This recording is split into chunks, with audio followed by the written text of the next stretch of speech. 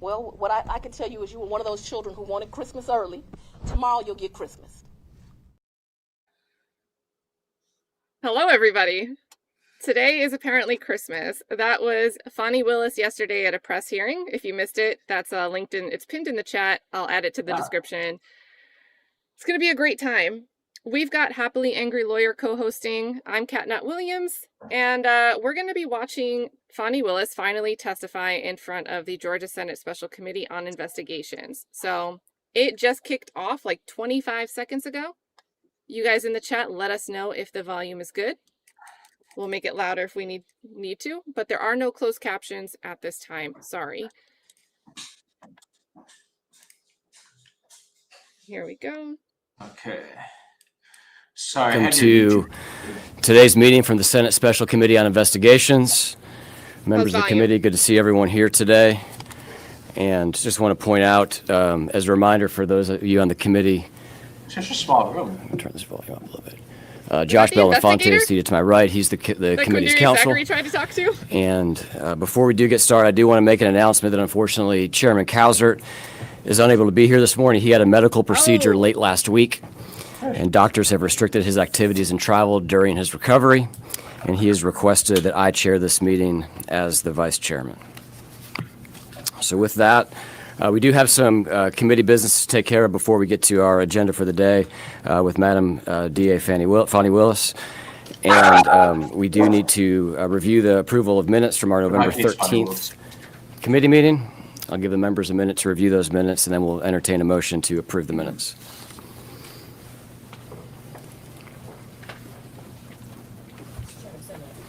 We have a motion to approve by Senator Jackson, second by Senator Gooch. All those approved, please signify by saying aye. Senator what? Aye. All those opposed, like sign. And the minutes are approved. All right, for those that are in attendance today, just want to kind of go through a couple of guidelines on decorum. I understand there's some, obviously there's media in the room. Press has lines. I think you guys are all clear on where you're allowed to be in the committee room, where you're not allowed to be. So thank you for working with our Senate press staff on that. If there are any available seats in the middle of your aisle, please, or in the middle of your row, please scoot over. We do have overflow in room 125 here in the Capitol building for any of you that want to avail yourself of the overflow room as well. This is a Senate committee hearing. This is not a courtroom. There is no judge in the room. We will adjudicate the meeting today per the Senate rules and Mason's manual. We have the Secretary of the Senate available to advise us if there's any considerations. Governor Barnes, you are here as counsel for DA Willis, is that correct? I am, but I can assert privilege. I mean, you can't decide privileges that are granted by law. No, I didn't say anything about privilege. I was just referencing that that's the capacity in which you're appearing today. Yes or no question? And oh my God, don't be a lawyer. just want to kind of maybe cast a net is for those of you that have not been here for any of our committee hearings. This committee is charged with investigating and advising the General Assembly on any changes to Georgia state law as the committee deems necessary as a result of our investigation into the criminal prosecution as related to the election interference case of President Trump and the 18 others. We've had a series of meetings and have been working with the District Attorney Willis to appear today. We had a state law that passed, and as my understanding, you are appearing under the second subpoena that was issued, and there is still a Supreme Court case relative to the 2024 subpoena and the General Assembly that issued that, or the Senate that issued that at that time. Great. I referenced signs briefly. It's my understanding that there's some people that have signs in the room. You're obviously welcome to have those. Please just don't hold those up, as you will be blocking views from other members of the committee. We do have a single-purpose agenda, and with that in mind, we will go ahead and swear in our witness today. Madam DA, please raise your right hand. Do you swear to tell the truth, the whole truth, and nothing but the truth, so help you God? I do. Thank you. Mr. Chairman, I have a statement I'd like to include in the record. Sure. If you want to pass that around to us, be happy to make that as part of the record.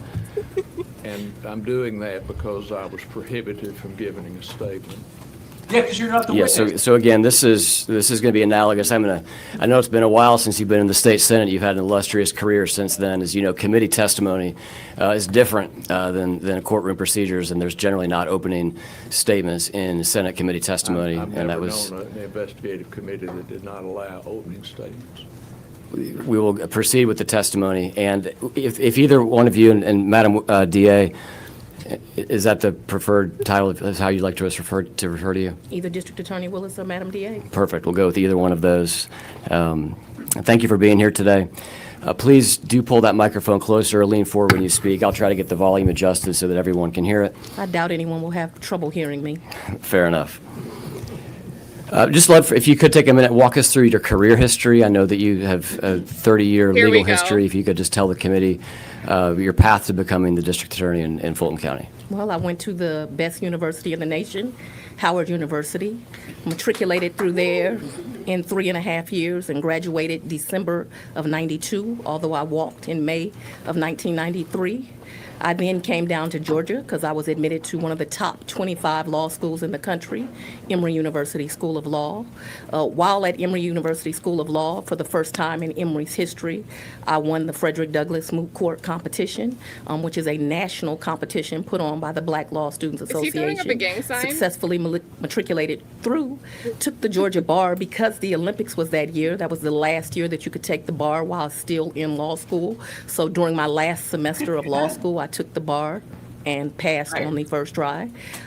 Then became a lawyer. I worked for a small law firm with Alvin Kendall. Alvin Kendall has a great knack for picking talent because at that law firm at the time was myself and the former mayor of Atlanta, Keisha Lance Bottoms, who will be a great candidate for governor of this state and is now running for office. Also Teresa Mann, who is a judge in the city of Atlanta court, and another lawyer by the name of Carl Touchtone. We represented people in both criminal and civil cases. I worked there for a small time. I then left that law firm and opened up my own law practice where I practiced both juvenile law, criminal law, did some family stuff. Young practitioner. I did that out of Douglas County, Georgia. But I represented people in the entire metro area during that time. Got married, had 2 children, became a solicitor, needed a kind of a more calm life. So I went to work for Raines Carter, who's been the longest standing solicitor, I think, in the country at this point.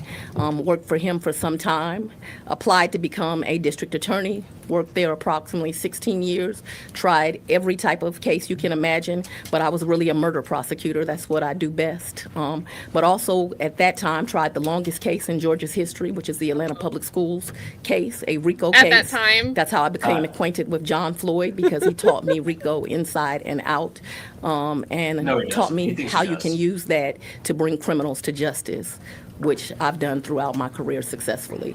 Worked there, then decided to leave to run for office. Ran for judge, came up 49%, I believe, is the percentage of the vote that I won. Actually went to a Republican strategist. He told me, It's gonna be 6 I went to a hours of runoff, this. Republicans will not vote for you. And I said, why?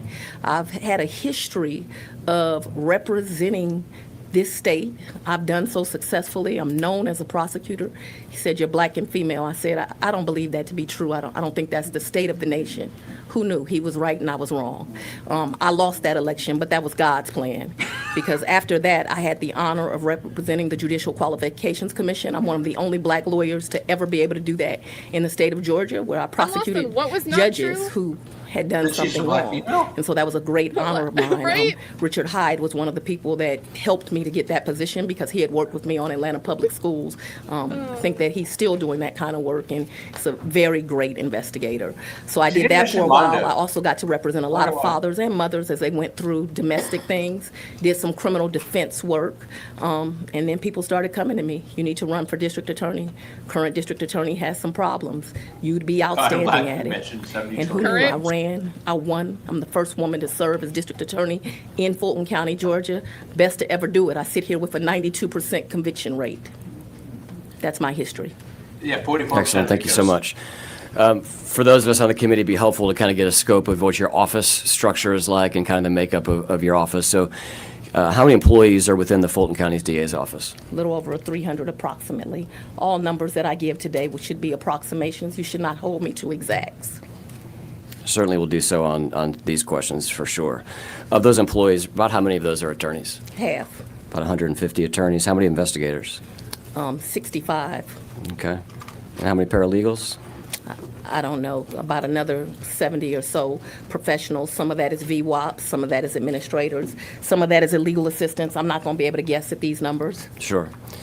The state pays a minimum salary for all district attorneys and assistant DAs, is that correct? No. Yes. Okay. Can you walk us through the pay structure? The Who state said pays yes for and my no? office about 25 ADAs. They're woefully underpaid. Pretty sure it's separate The statute. salary that the state They're paid is a overpaid. joke right now. If you want to look at some legislation, you should look at paying DAs across this country more money because they Only do not make actors. enough money, and it is very hard for people to recruit DAs at the state pay. So for those can tell 20 you. or so some lawyers that work at state pay, I do one of two things as incentives. The first thing I do is the ones that work in-house, I give them supplements that the county pays because the pay is so low and really just an embarrassment to think that we pay public servants at that rate. Another incentive I offer to some other very seasoned ADAs that are further along in their career that are my state paid employees, I let them work 95% remotely, and all they do is indict cases for my office. The rest of the lawyers paid by the Fulton County District Attorney's Office are in fact paid by the county. But you should note here that I am a state employee. I am not a county employee. I represent the Atlanta Judicial Circuit. The Fulton County DA is really slang. Great. So give me a range then of those Slang? ADAs, including the supplement. What's the salary range of those Probably the ADAs? lowest salary of any DA that works for me is 85, and the highest might Love be the around energy, 200. KP. Thank you for the super. Again, don't hold me to exacts. Sure. Okay. You were elected in 2020. We talked about that. You had a transition process in between the election and when you were sworn in. Can you walk us through what that process looked like? It was not a very good one. Myself and the former district attorney never had a conversation. We still have never had a conversation. But while I was still on my personal time, not yet being paid by the state of Georgia, Don't trust Hootie. I interviewed every attorney and investigator of the office and some of the other staff because I wanted to decide who I was going to keep and who I was not going to keep. So I did that during that time period. I also had some committee members where I got some advice on things that needed to be priorities for the office as I took office. So I got very esteemed members of the Fulton County and the greater community to kind of advise me. I believe in diversity, so it was a diverse group. If you do studies on diversity, although some of you are against it, you will realize that the companies that do the best employ diversity. And so I employed diversity in that committee, and I've employed diversity in my staff because I represent a diverse community. Who was a part of that committee? I don't remember all the names, and I'm not going to guess at it. What names do you remember? Oh, my goodness. Lee Dupree's husband, William Dupree, was on that committee. There was another anchor, and I'm embarrassed to say that was an African-American female. I'm not sure. I want to say Mayor Franklin may have been on the committee, but I can't remember exactly. There were about 15 to 20 people. That's been some time ago now. The interviews that you referenced with the existing staff as you were kind of determining whether they would stay, who participated in those interviews with you? It would be different people each day. Attorney Gabe Banks was one of the attorneys that did some of the interviews. He wasn't able to do all, of course, because he had an active and thriving law practice at the time. Jeff DeSantis did some of the DeSantis? interviews with me. Daisha Young did some of the interviews with me. People would come in and out based on their schedules. My deputy of operations now, Dexter Bond, did some of those interviews with me. Sorry. Mr. Nathan Wade had a thriving practice at the time as well. He would come in and out and do some of the interviews. Raising, I are we was not at doing every right wing interview, anymore? but other people could only commit, so much of their time. They each did as much as they could. And that should not be the total list. That's what I can recall quickly Sure. right offhand. So don't take that as that was every person. I may have missed somebody that They assisted know. me in that. You already And said they'll that. have to blame it on my head, not my heart. Okay. What? Who was a part of the team that made the decisions on who you would keep and who you would go? What was the it's funny, the consultation questions are process so- after the interview? And how many approximately, if I can ask you this question a second time, if you want to answer the first one, but I'm trying to get to how many people did you retain from the former DA's team, and then how many people were brought in that were new?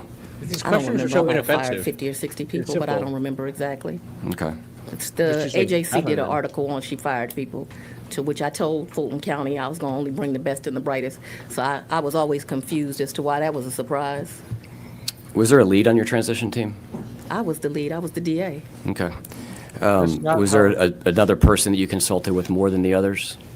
No. Thank you, Diddy Truck, for I believe Mr. the Wade said under $10 testimony super. that he was a part of over 90% of Diddy. these meetings or decisions. Do you recall that being an approximate, accurate statement as to his involvement? I can't speak to any other person's testimony, so I'm not going to ever comment on someone's testimony.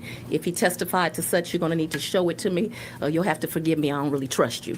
So I'll have to see that particular you testimony. recall Mr. But Wade I being- do. Wait just a Do you- minute. She's got a right to finish her answer. You don't have a right to cut her off. That's incorrect, Governor. Thank No, you. sir. It is I'll not. be completing answers, though, sir. So Sure. we should get that straight from the. Was Mr. Wade part of, would you say, more than half of the interviews that you conducted? More Yes. than half. Would you say it was more than 75% of the I'm interviews not you going to guess conducted? at numbers. He was definitely more than half. And what percentage of decisions, was the same percentage of decisions that he was a part of? I ultimately made every decision. I take wise counsel She from said a part group of. people. So I took wise counsel from him. I took wise counsel from Deputy Bond. Ultimately, I made the decision on who stayed and who went. Was Mr. Wade paid for this transition work? None of them were paid. It was all volunteer work. It was wanting to make sure that the region was safe. So people volunteered their time to make sure that we had the best and the brightest representing Fulton County and that this community stayed safe. And every person who did Uh-oh. it did it for free. Thank you. Thank you, David, for the super. Part of one of the things you did when you came into office was you formed this new anti-corruption unit. Is that correct? Absolutely. Oh, Can you walk us through the decision process to stand that unit up, if that replaced any other units, and who was a part of that unit once it was stood up? And I'm actually not sure we called it the anti-corruption unit when we first took over. So when You I came up became with the the name district later? attorney, Paul Howard had 101 police brutality cases, many that went back to years, maybe to 2009. People in the community were very upset. It was both unfair to the law enforcement officers and to the community that decisions were not made. And so I knew that one of the things that I was going to have to do was to make sure that every case got looked at and was evaluated. And so I was looking for attorneys to do that. I'm not sure if that's what we called it at first, because I think we called it the Civil Rights Unit, in fact. When we first opened it, I think it was the Civil Rights Unit. At some point, I go to visit other huge district attorneys' offices that have kind of the same kind of struggles that I have as a major metro area. I went to visit the Houston District Attorney's office at that time, and in that office they had divided cases, and I thought it was a brilliant way to do business. And so I think that's the point that I then formed a civil rights unit, which would only deal with police brutality, and an anti-corruption unit. So I think when we first started that it was called the Civil Rights Unit. Okay, how many people were part of that unit once you got it fully operational? Well, it depends. You know, the county has, in It my only dealt opinion, with one stolen civil people rights from me, so issue? we can't do the job as effectively as needs to be done. I've had as many as, it varies. It has varied because we had an anti-corruption unit and a civil rights unit. So it's varied. Can you give us a range?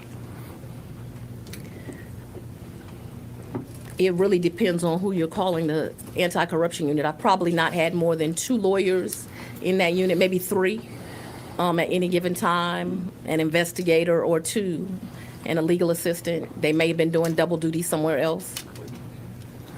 And you entered into a contract with Chris Campbell to do some taint work as a part of that unit, is that correct? oh, That would be the civil rights unit. Well, it sounds like they were somewhat interchangeable from what you just said. You said that it was called the No, Civil Rights Unit when it because- started.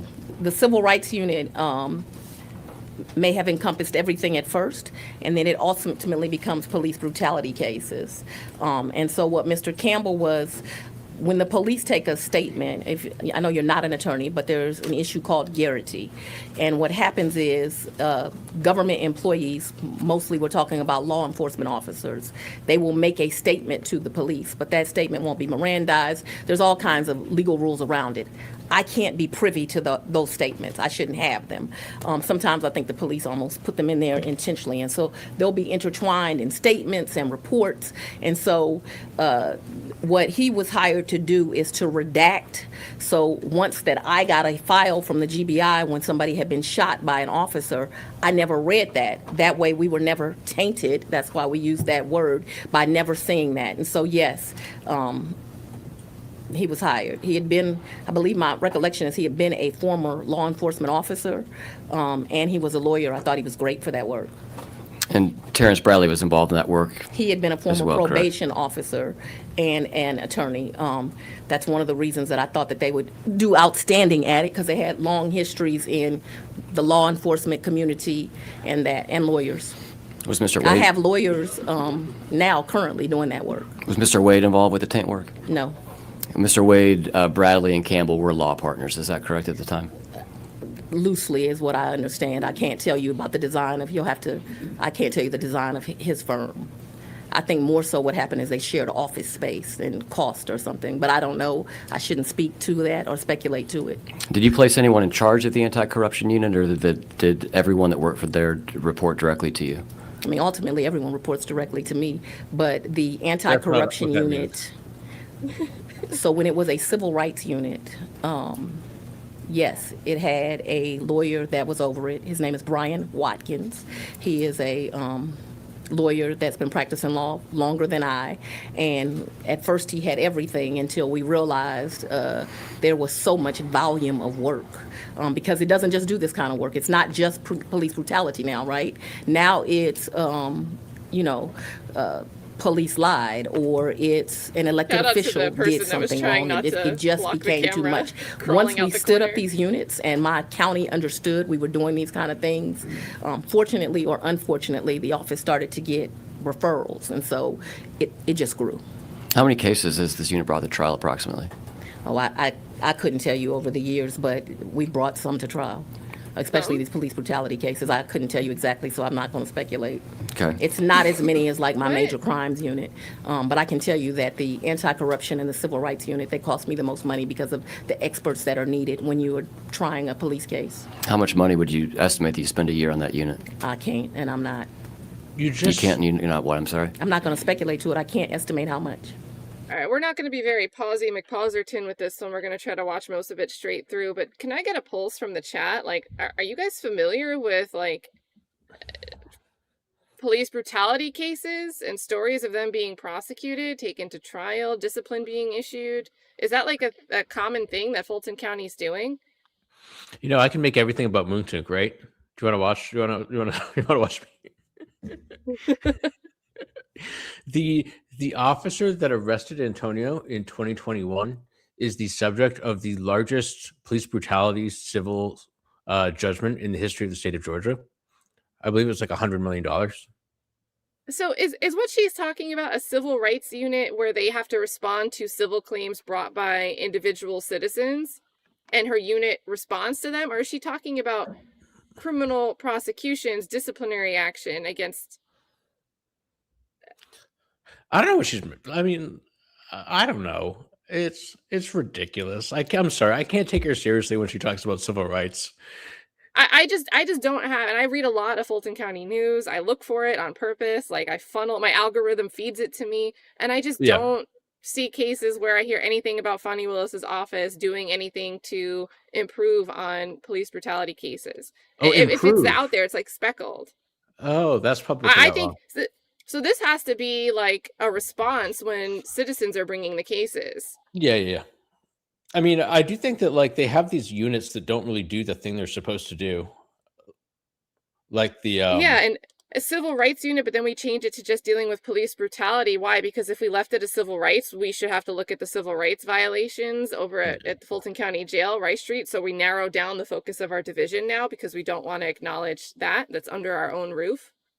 Yeah, I don't know. I mean, it's kind of like the other post-conviction groups aren't really like the cold Georgia case unit, integrity unit, the CIU. Yeah. I still don't even think it's real. But yeah, actually, that's a good example. So the post-conviction integrity unit, they're the lead prosecutor does like domestic violence cases, and they were funded when they did the federal funding request. It was supposed to be exclusive. They were supposed to hire somebody exclusively to do post-conviction integrity work, and now she's doing like prosecution stuff as opposed to post-conviction stuff. So it's just everything's blurred, and they don't. I don't really remember the put truth in stats, there. but their intake, like the amount of money, the cases available for them to look at, and then the intake of what they're actually taking time to review is a very, very small proportion of what's available to them. Like I think it was like a 4-year period, and it was only like 3 cases that were intaked. I'm beating them. I'm beating them on terms of sentences modified. I'm winning. I agree. Yeah, No, Hal by is the winning. numbers. Give Hal the funding. So, guys, we're gonna hit play, but I'm a little bit confused on what it sounds good, but what exactly is she saying? It sounds good. She has the but political instincts of like a turnip.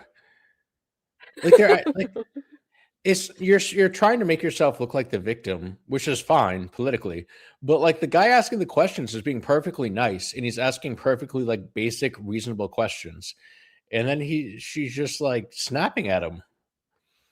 He's like, so, oh, cool, you have a civil rights division. How many people are in that? I have I no can't, idea and about I anything. won't possibly speculate about it. And he's like, oh man, I just wanted to hear about your cool civil rights division. Right, and this is Sorry. all based on. So, guys, like the purpose of this, there's a primer in the video if you want a deeper breakdown on what the Senate committee is doing. This isn't a disciplinary hearing. That there's no direct discipline that's going to come from this panel against Fani Willis. They're here to do some research to figure out, do we have the right laws to make sure that if there is something we need to have oversight over, you know, a DA's office, not just Fani, but a DA's office, that us as the Senate, a legislative body, is there a mechanism there? Do we need to pass new laws? Do we need to amend existing laws to make sure if we're going to hire a special prosecutor, we know where the funding's coming from and that we have oversight over that hire? Do we need new laws to allow that to happen? So this is supposed to be like a fact-finding research. Testimony is evidence, and they're going to use that to evaluate decision-making on whether or not to write and pass new legislation. That's the whole purpose of this. And the question here is, the funding of your office, how much your staff is paid, how much funding is going to different departments. Are those departments effectively using those funds? And I don't think we've really gotten any answers, because when it comes to answering those questions, she's saying, just like Hal pointed out, I will not speculate. So the things that we're here to hear, we're not hearing. Yeah. We're just hearing a whole bunch of other stuff. Let's see, there's one question. The rumor is she paid Wade using Young Thug C's. How did you know what I was? Young Thug C property, right? We don't know if it was specifically his property, but he was paid out of asset forfeiture funds. Exactly that. You can I actually did a video on how you can look up. I'll try to find the link once we play again, but how you can look up like funding information in Fulton County. Fulton County actually has really good transparency, which is kind of funny because you can see where all the money goes. You just have to take the time to check. But I'll find the link once we start playing again. But yeah, she paid Wade at least a couple $100,000 out of. Don't quote me on that. That's just an estimation. At least a couple $100,000 on out of the. The number was like, one of the payments was $36,000, and I think it was Ashley Merchant that raised the question because it was on the line item. It was shown that the invoice was paid through the civil forfeiture fund. Yep. And the reason this ties to Young Thug, I did a video on this a while ago. I'll add it to the description. A spokesperson for the civil forfeiture fund came out and said, well, that couldn't be possible. That had to be a clerical error because we don't even have that much money in civil forfeiture funds at a given moment. Meanwhile, they had seized over $100,000 in cash from Young Thug. So obviously they're going to have sums of money that exceed this $36,000. It was just a BS excuse, a demonstrably false statement. Just. Yeah. And my favorite thing she said so far is when they were talking about retaining prior staff. There's a certain prosecutor. All of you are going to know who I'm talking about. And I know that essentially every defense lawyer in the state of Georgia was saying, you can't retain this person. You have to get rid of this person. She's like antithetical to what a prosecutor should be. You guys won't be able to guess who I'm talking about, but she kept her. I think we have an emoji. The results we might have a predictable. channel emoji. I mean, I'm thinking about, Tiffany's story about how this prosecutor put a rape victim in Rice Street to get her to testify Oh, we talked about this against her own morning husband. during the Yeah, presser.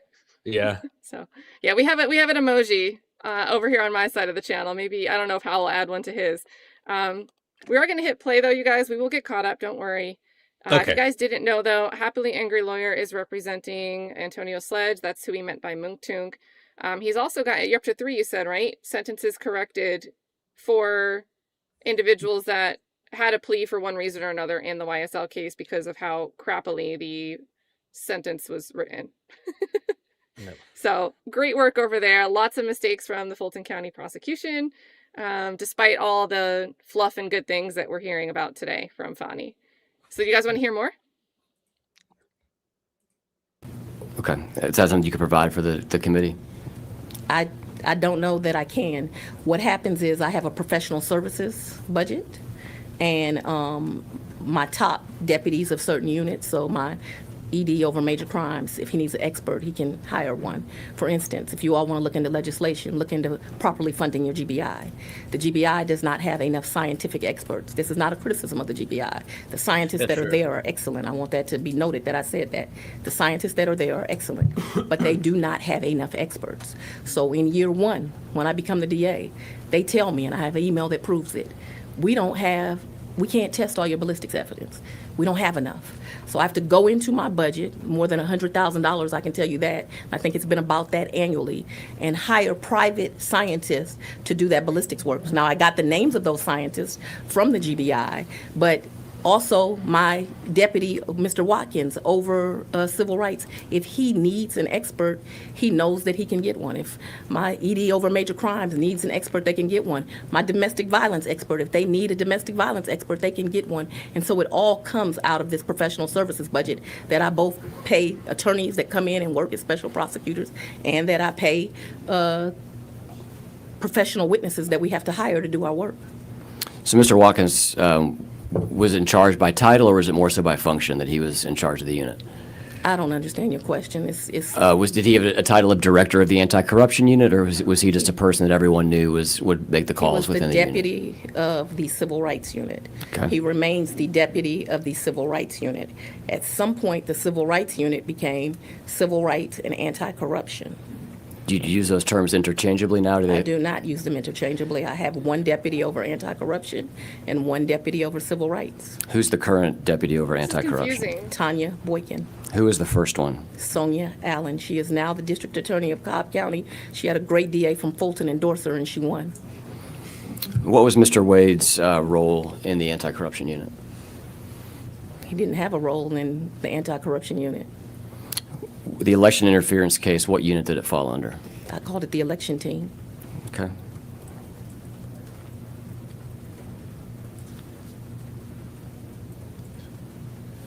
When Mr. Wade was he hired solely to focus on this election, to work on this election team, or did he do other work within your office?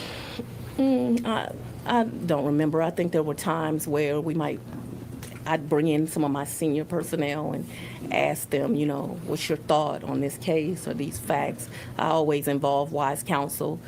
I'm sure he was in some of those meetings. Would you classify Mr. Wade as senior personnel and as been part of your team? Would I classify him as senior? So he was a special prosecutor. He never worked for me as an employee. What I would call him is a seasoned lawyer, 25 years, first African-American lawyer to ever serve Cobb County as a municipal court judge. What I would call him is a lawyer with a distinguished resume. Okay. When did you begin to consider whether to bring charges in response to the 2020 presidential election in Georgia? Don't answer that. That's a deliberative privilege. Well, Don't answer that. I instruct you not to answer. tell him, Roy. Is it true that part of your transition team was involved in the process of interviewing people before you entered office to lead the investigation to the 2020 presidential election? I'd like to answer that. Go right ahead. You only take my advice sometimes anyway. Go ahead. That's really an ignorant question. And if you understand what the word ignorant means, it means the lack of knowledge. If you recall the facts, I was already district attorney when this all came to light. So it's factually impossible. You were district attorney when what came to light? when Raffensperger went on Good Morning America or whatever show he went on. I was already district attorney, so what you ask is a factual impossibility. Now, I know they've gotten black folks confused and said I was running for office, saying I was gonna prosecute the President of the United States, but that's what we call a lie. Okay. I would like Take your to, advice from here on out, okay? Yeah.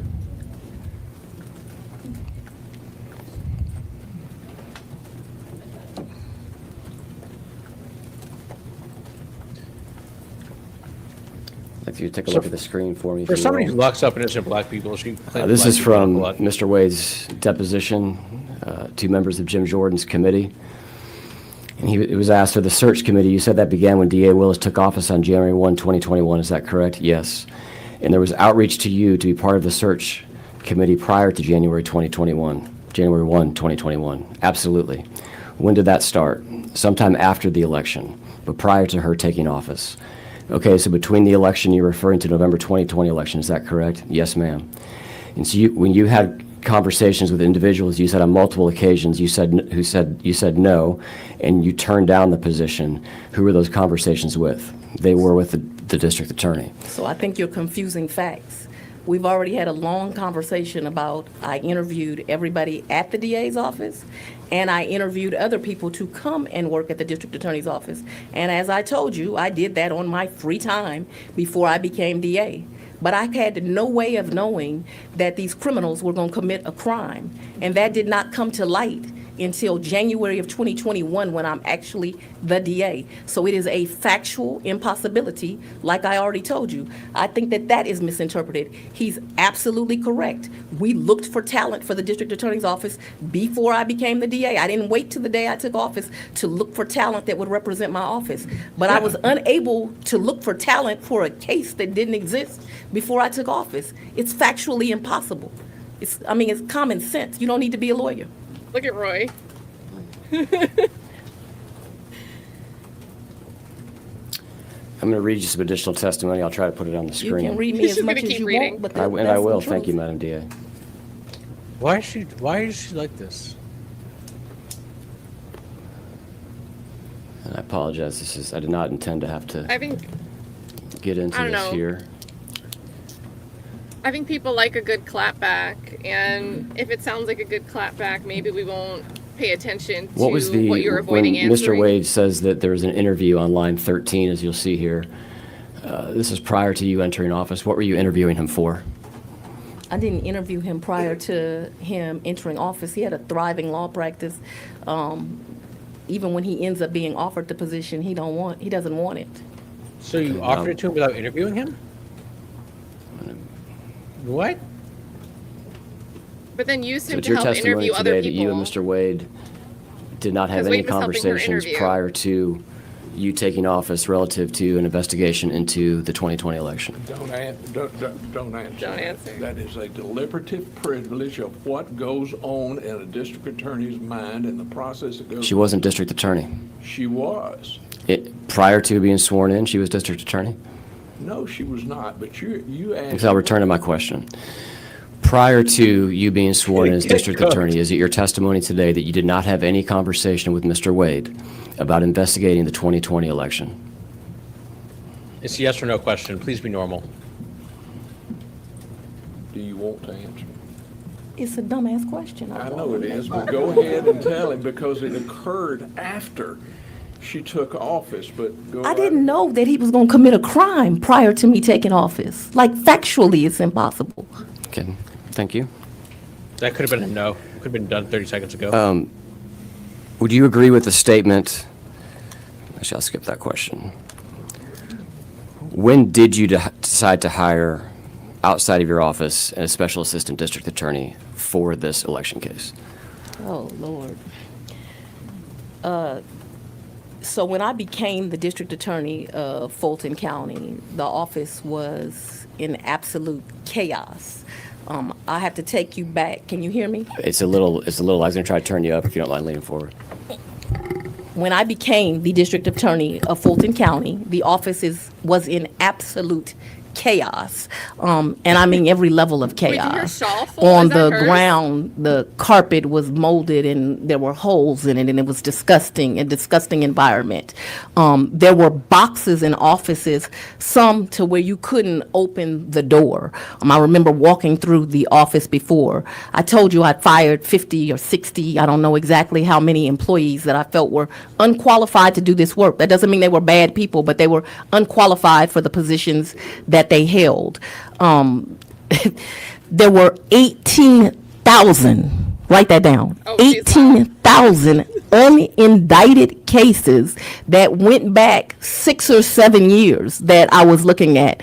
Not to mention another, 10,000 indicted cases in the system. Now, some that the judges had hid on judicial hold, but they were still there. So the office was in absolute chaos. And then I'm in the office I came in that Saturday, so that would have been day one. That was the day that I walked through the I office. can't even hear you over And her. I'm literally in the office that Monday or Tuesday. I can't recall now what day it is. I thought it was Saturday. Okay. And there's this phone call, and the Secretary of State saying, oh, the proper venue to investigate this might be Fulton County. And so my priority became, and this is important too, there were 200 and something murders that had been sitting for years, families that had been waiting for justice for years.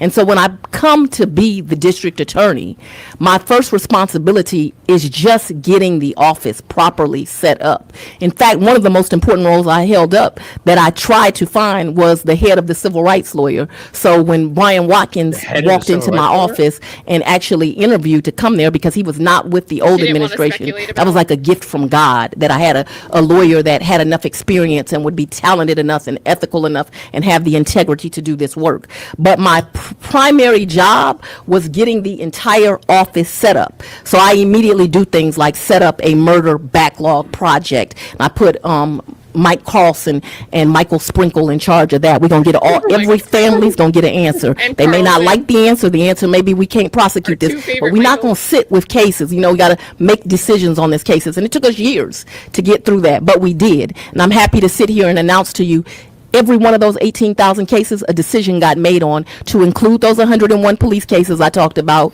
as well as the remember the 46,100 and I think 36 cases that came in January 1st, 2021 till December 31st of 2024. So while people tell these lies about the DA ain't been working, I want you to find a DA working as hard as me.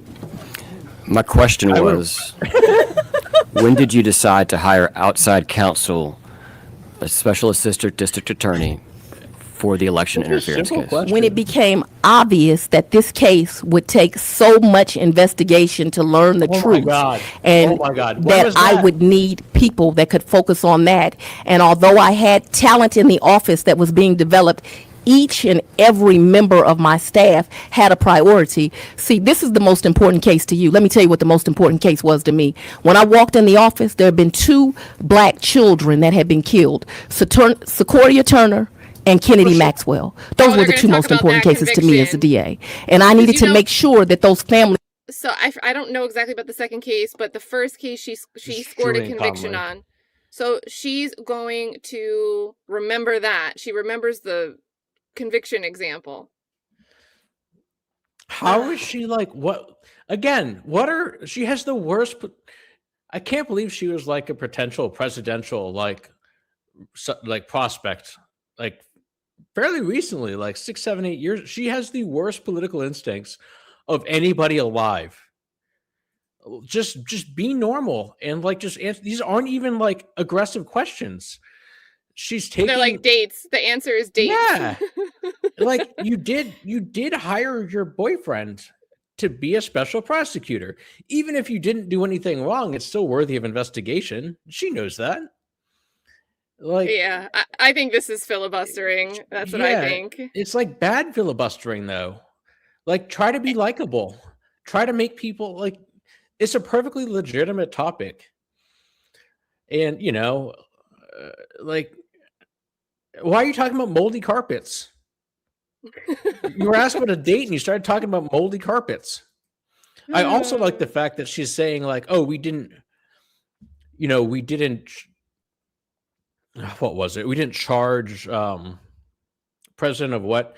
She was a potential like president of the United States candidate. She was kind of the next in line behind what's her face, the former Secretary of State, the one who's like a big fundraiser now. I can't think of her name, but she was like a rising star in the Democratic Party, and she just picks every fight, and it's completely unnecessary. And she just looks like she's hiding stuff and being combative about stuff that doesn't even matter, really.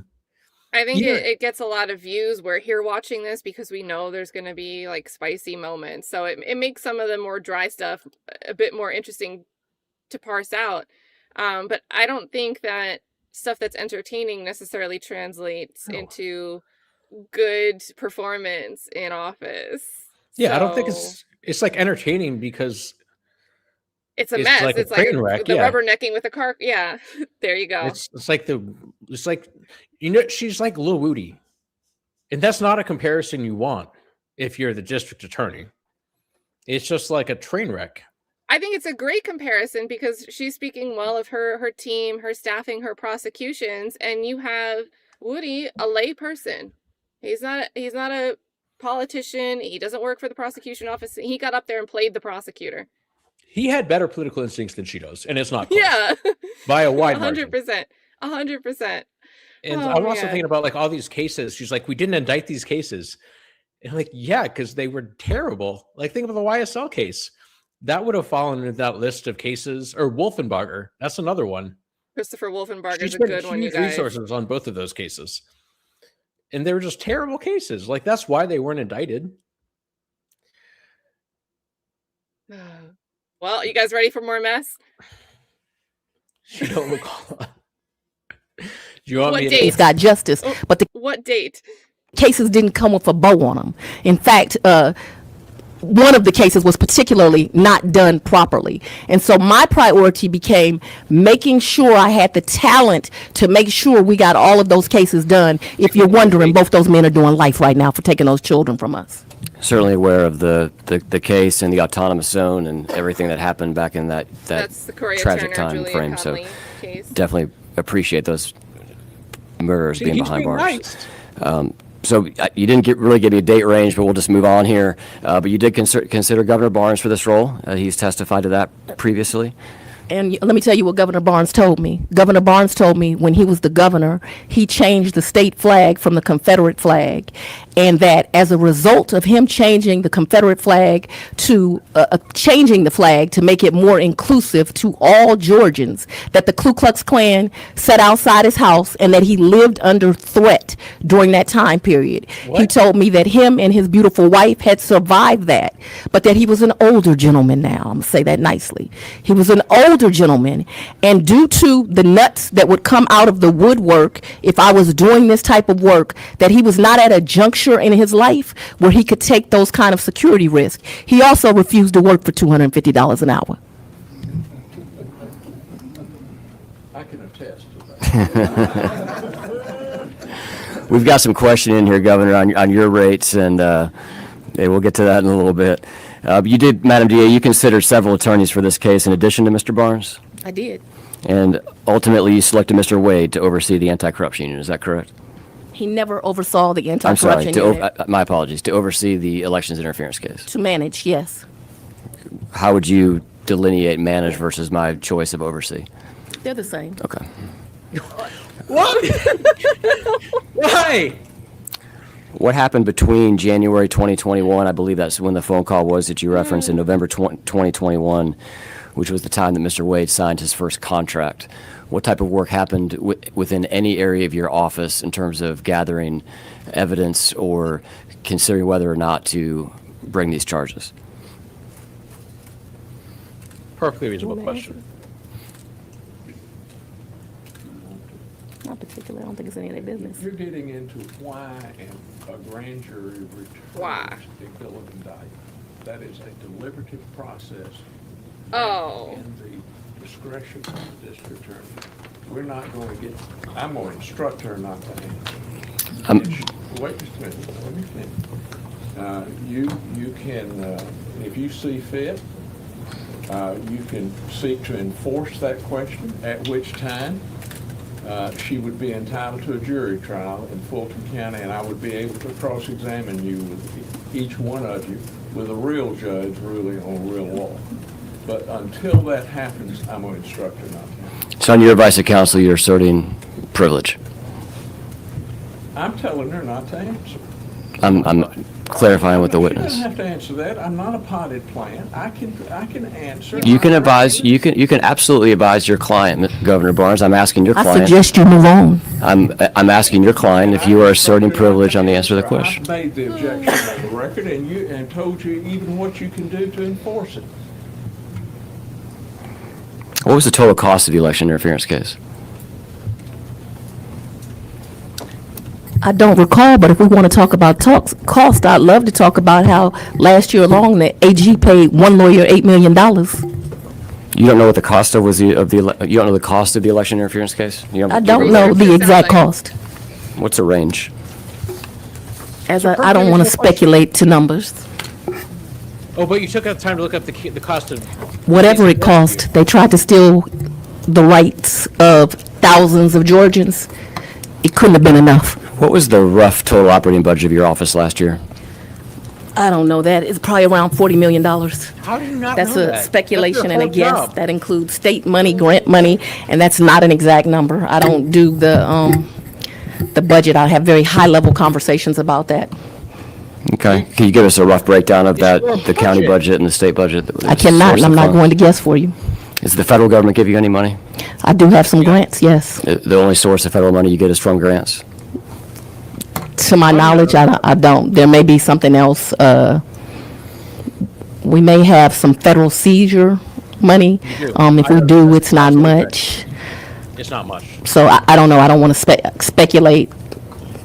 If I say, oh, they gave me grant money and this federal seizure money, and you find some line item someplace that I don't know, you'll swear I was trying to lie to you when the truth No, is I'm I just- don't know the correct answer. I'm just trying to get to, I know you run a tight ship over there, you're proud of your work. I would assume that you would I'm have the some best sort DA in the Southeast. Why wouldn't I be proud of my work? what's your annual budget? He's being nice to you. I told you it's around $40 million, but I do not know an exact number. And what's the approximate source of funds that you receive from the state versus the county? Me, like every other district attorney in this state, do not receive enough funds. I told you that you all pay 20 to 25 ADAs. I don't know the exact number. I don't have it in front of me. You pay two legal assistants and one investigator. Now, Fulton County is 1.2 million people. It's the place that when people come to Georgia, they're coming is to Atlanta. On a daily basis, we have 5 million people, and we are very improperly funded. Still coming If here? this committee wants to do some real work, it'll get serious about crime fighting among this state. From every rural community to Ma'am, I'm answering my question. I'm good. That's not an answer to the question. Okay, well, You have the right to finish. It's non-responsive. if this committee wants to get serious about legislation to make the communities in the state of Georgia safer, they will invest more money in every district attorney's office across this state.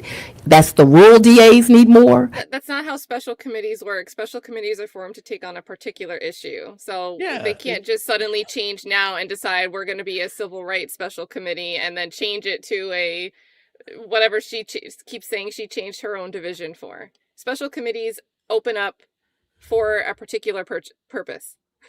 This is a special committee on investigations who's trying to weigh whether or not they need new legislation that will give them the power, or if they can amend existing legislation so that way they can have some oversight when there might be some misuse of funds or corruption in hiring processes. Sorry, That's what we're here for. I just realized I had to turn my headphones down. I was like, why is Kat so quiet? Sorry, she just got really loud just then. Yeah, it's also like, it's like nothing's her job. They're asking her about like specifics, and she's like, I don't do that low level stuff. Then they ask her about, high level budgetary details. She doesn't know that stuff either. Like, what do you know? What She knew. what she is knew it you what say one- you do here? She prepped her soundbite for the salary of $8 million. She went and knew that number Yeah. as a soundbite. Which it'd be fine if you knew that, but also knew your own stuff. That's how you should deliver some type of clap back. come prepared with all the answers, but don't have a clap back to deflect from what you're here to answer. So also shout out here, GV says committee full of typical man and free Mungtunk. Always free Mungtunk, aka Antonio Sledge, swapping that around. And also huge thank you, Nick Starr just gifted 10 memberships. So if you just turned green, make sure you're saying thank you. You'll have access to channel emojis over here on my channel. And Nick Starr as well has a channel where he covers a ton of stuff. Also, Fani Willis, Fulton County Shenanigans. So I'm going to drop a link to that in a second.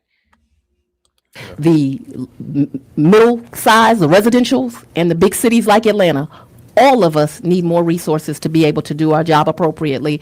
And it is a joke the way that these people are funded that are dedicating their lives to public service. Also, I want to go back to, because this is extremely important and you have the power to do it, the Georgia Bureau of Investigations cannot I taste did not rape ask you kids. for advice on what the legislature You can asked do. That's We- exactly what the resolution said. to It's a ridiculous answer. advise on legislation. And we will get to that time. Well, you ask the question, she has a right to fully answer. And if she would answer the question, Governor, I would not be saying it. She said She's pontificating on everything from rape kits, which was what she was about to get into. The question was the amount of money that came from state funds and county funds. And if she doesn't know the answer to that question, the answer is I don't know. The question isn't let me talk. The answer isn't let me talk about rape kits. So I'll get back to the line of questioning. I'm going to give you latitude right. here, Madam DA. But same way in a courtrum, there are guardrails as to what we need to stay in and within. That press conference Indeed, was about this. Governor. And this is not a courtroom. power to make evidentiary rulings, and you don't have the power. I have plenary power, Governor, to conduct the meeting. No, sir, you do Absolutely. not. You do not have plenary power. I know you think you do, and that you're above the law, but you are not. Wow. If you want to cite her for contempt, Governor. she is entitled to a jury trial, and I can examine you on your actions, and I can examine you on your motives, then I will He be just glad asked to a simple take question. plaintiff What are we to the doing Senate here? to make my day. We know the motives. He's on the ballot. Governor, this is This A- is a witch hunt. this is a Always hearing been a witch of the hunt. Senate Special Committee on Investigations. You're not worried about those that you convicted illegally and locked up. Why is it? He that- just Why isn't asked- Fani worried about We're going to that? go on to our next question. How are the funds, you say that we give you the money, and I know that's a loose One term, DA for every- and That's- if that you flows wanna know- into the Fulton County coffers, so to speak, and when you remit payment, you do that through the Fulton County accounting system. Is that correct? Your question was compound. I didn't understand Sure. that. I'll try to break that down. When checks are written as a result of a check request made by your office, those checks are paid by Fulton County. Is that correct? Yes. Yes. Answer. I don't know how every check How do is you written not and know if that's that? going to be 100% accurate. So I'm going to refrain from asking that question. What I can tell you is that She knows where it's going. and probably happens in every other circuit. The district attorney has control over their budget, and they don't have to go to the county. But I understood. don't know I was how a much the woman budget DA is, but coming you have into the control office. over it. I also understood that I was African American, and so therefore there would always be Oh a my target on my God. back. And so I did two things financially. One is I've never, so people can stop requesting, had a credit card associated with that office. Never. So I've never had a credit card, will never have a credit card. The other thing I did is that there is a CFO of Fulton County, a white female, her name is Sharon Whitmore. I believe you've heard from her. And so I made it so that the procedures of my office, although I did not have to do it, that it has to go through her for clearance. That way nobody would say the district attorney stole any money. Okay, that gets to the core of my question. So when you're paying vendors, when you're paying contractors, that's going through, I think you said her name was Miss Whitmore, and she did testify before the committee. What I'm getting to, and I'm trying to figure out, is whether when the state funds come in, the federal funds come in, the county funds come in, are those paid for out of separate accounts, or those funds kind of commingled into a general budget, if you will, and that gets allocated? I really couldn't answer the question. There's many different pots of money from the county. The state directly pays those state employees. Then they get another check from the county, the ones that don't make enough from the state. I really can't fully answer your question of all the ways. I have a team that I call my deputy. I have a deputy of operations and a team that does that kind of stuff. But There's some money from the county, there's some money from the state. The grant money I know goes through the state. The truth is, I don't have any grants. Fulton County has grants, but those grants do benefit. But everybody has to answer through you. You said that at the beginning. And yet anytime you're asked to describe about, well, all my committees do this stuff for me, but everybody answers through me. Where is your own oversight over any of this funding? Like, She wants to. I don't think this is helping. All of this talk, it sounds good if you listen to one sentence at a time, but when you piece it together, she's like self-eating. She's self-cannibalizing. Hold on a second. I want to send you a little link to her testimony. Okay.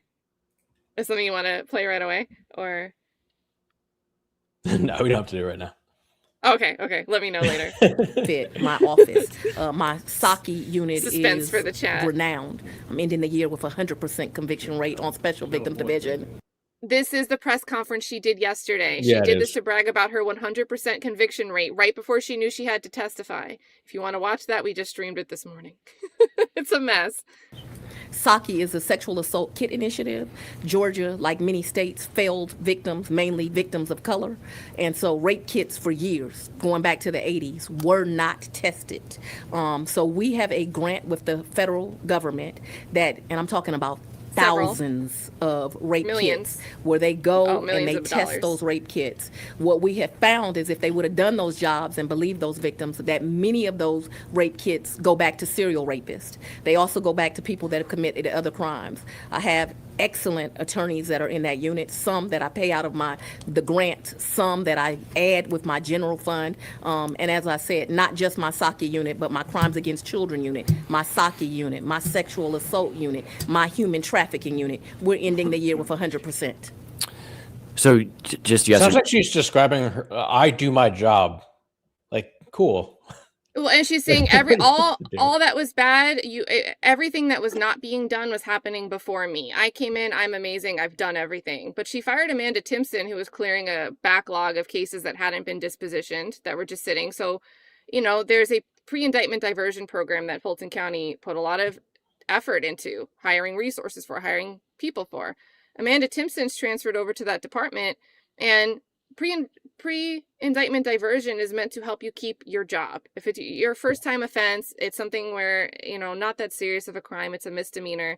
Let's come up with a resolution that doesn't force you to lose your job and put you in a circumstance where it's going to be more difficult for you to be a productive member of society, which would then put you in a pipeline to reoffend.